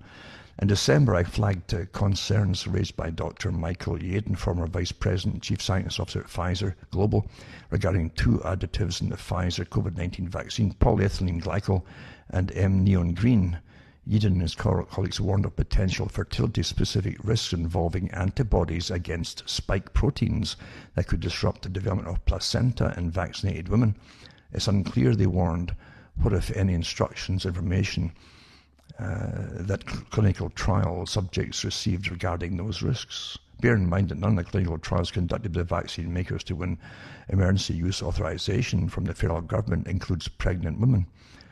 It says that's been historically true of drug trials because Dr. Simon Gold, America's frontline doctors, explained to me in an interview last week that the cascade of events has to go on in the human body to get pregnant and maintain a pregnancy is incredibly complicated, and we don't know all the details of what we don't know. Gold called it shocking that medical professionals and pregnant women, women of childbearing age, would be advocating taking anything experimental. And it gives you the interview to that too, the link to the interview. And it goes on too about the experimental mRNA vaccine and the possible autoimmune rejection of the placenta, which has happened with other vaccines before sometimes. And it goes on about the very little data available to assess vaccine safety in pregnancy and so on. And it mentions VAERS as well as the Vaccine Adverse Events Reporting System. Data human COVID-19 vaccine recipients have disclosed multiple cases of apparently healthy late-term fetuses lost days after vaccinations. That's from the Federal Vaccine Adverse Events Reporting System data. So Berenson adds, healthy pregnant women are at next to no risk from COVID, so why on earth would anyone try to shame them into getting the vaccine? And then the policies for keeping ahead of the variants of this deadly disease. It says, staying ahead of the variants, policy recommendations to identify and manage current and future variants of concern. And so the Johns Hopkins Center for Health Safety, there you go, the ones behind all these different tests and exercises I've done in the past. But they're already getting ready for all the different strains, etc. You know that. I won't even bother reading it, but the vaccine industry is looking at raking in billions forever and ever, amen, with all kinds of new things and stuff, I meant to mention too, Israel also has the article about them actually handing out these electronic armlets and bracelets to people coming into Israel from certain countries now, so they can get monitored as they lock themselves down for a couple of weeks by the authorities. It's just astonishing.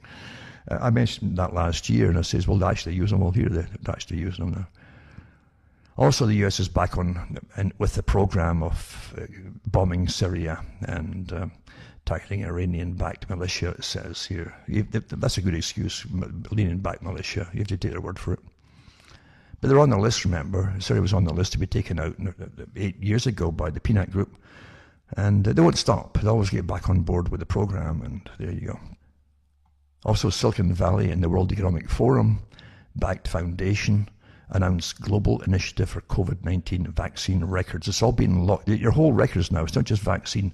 They want to all now put on file for your passport, not just vaccine passport, but total health passport. And they're all already sharing all your data, right? I'll put that up too.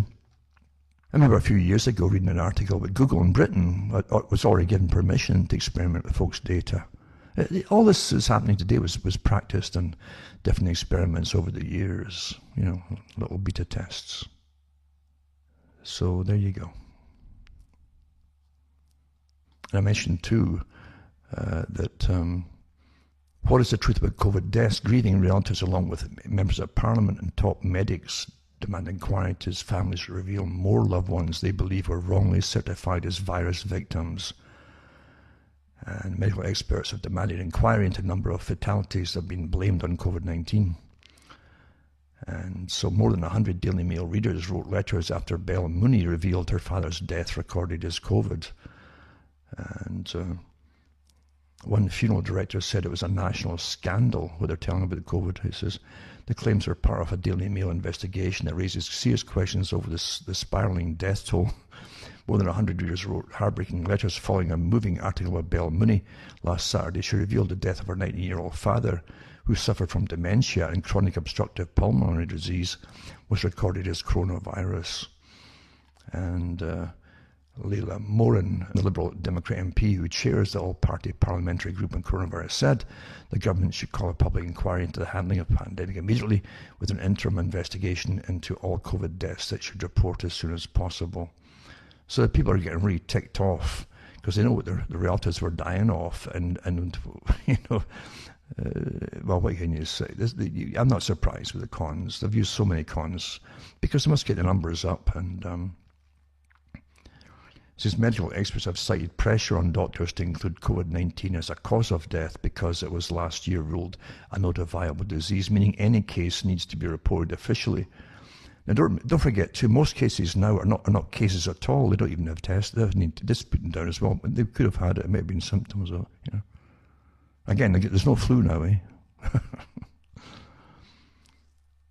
So that so people are getting ticked off with all this chronology that's going on, eh? And the thing is too, they're saying some of them here, to give examples, that some of the people here had COPD, the chronic obstructive pulmonary disease, lung condition that causes severe breathing difficulties. The second is that this woman they're talking about was a resident at Aldergrove Manor care home in Wolverhampton. And the third, at the time of that Jess 83 was a resident at Aldergrove, at least there were no confirmed cases of COVID, but they put them down as COVID anyway. So it goes on and on and on. I'll tell you another thing I've noticed too. Occasionally you'll see some startling stories where as soon as someone dies, close to the shot, the vaccination, but it's got nothing to do with it, right? I mean, we all know that, right? And it's safe to say that it's got nothing to do with it. It's better to say that. But you'll see it in the newspapers that the close relatives immediately, or at least one of them might just say, but they're still encouraging you to get your shot after their relative just died, And I wonder, and I wouldn't put it past them, a multi-billion-dollar enterprise here. Are they actually paying people to say that? Big bucks, huh? Are they? And not to speak out against, perhaps, any clues that any associated circumstances that may have caused the problem, or,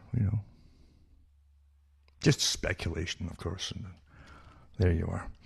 And this one again, going back to one of the stories at the beginning, look for ways to increase insecurity, anxiety, and uncertainty. The Zero COVID document, huh? Irish news, eh? And the revelation comes from a trove of hundreds of emails, draft documents, and ISAC internal, that's the Irish special advisory group for the government, internal communications that were recently leaked to Gript. So the members were instructed to review and internalize instructions to look for ways to increase insecurity, anxiety, and uncertainty in the people, and to go after people and not institutions. People speaking out, go after people, because people hurt faster than institutions. There's your democracies in actions, folks. The instructions were shared to the group by Professor Anthony Staines, one of the founders of ISAG, the group, right? In a note titled Notes from 2020 2/8 ISAC meeting. The note's title contains a typo which was actually posted on the 8th of February 2021. The note reminded Isaac members of the importance of ridicule as man's most powerful weapon, and that the threat of a thing is usually more terrifying than the thing itself. So ridicule the people who are speaking out, you see. Shame them and ridicule them, that's what they're on about here. And it says these guys who are part of this group, by the way, they're regular guests on the Irish media and probably on TV too, were told they could count on imagination to dream up many more consequences. Your imagination, right? You can dream up many more consequences than they themselves, as the threat is usually more terrifying than the thing itself. There you go. Same as the one in Britain that they handed out to the British newspaper journalists and so on, or at least news journalists, I should call them. Most of them don't have papers anymore, I think. But journalists, same kind of thing, yeah? Same stuff, from the same group really, because the Irish branch works with the main branch in London, England. Look for ways to increase insecurity, anxiety, and uncertainty. There you go. Send a few bucks my way, please, and keep me going. Take care of yourselves in the meantime, and get your little groups together to help each other as you go through. They'll get worse before they get any better. They don't give up, but they get more vicious, I think, as time goes on. There's a lot riding on this. It isn't just vaccine industry or money. It's a whole new way of bringing a new structured system in, which you wouldn't like if you were asked about it. So you're not being asked. You're made to conform. Send a few bucks my way, cuttingthroughthematrix.com, and look into it. You'll see how to send me a few dollars. Take care of yourselves, and from myself, from Alan Watt, Ontario, Canada, this good night to me. Your God or your gods go with you.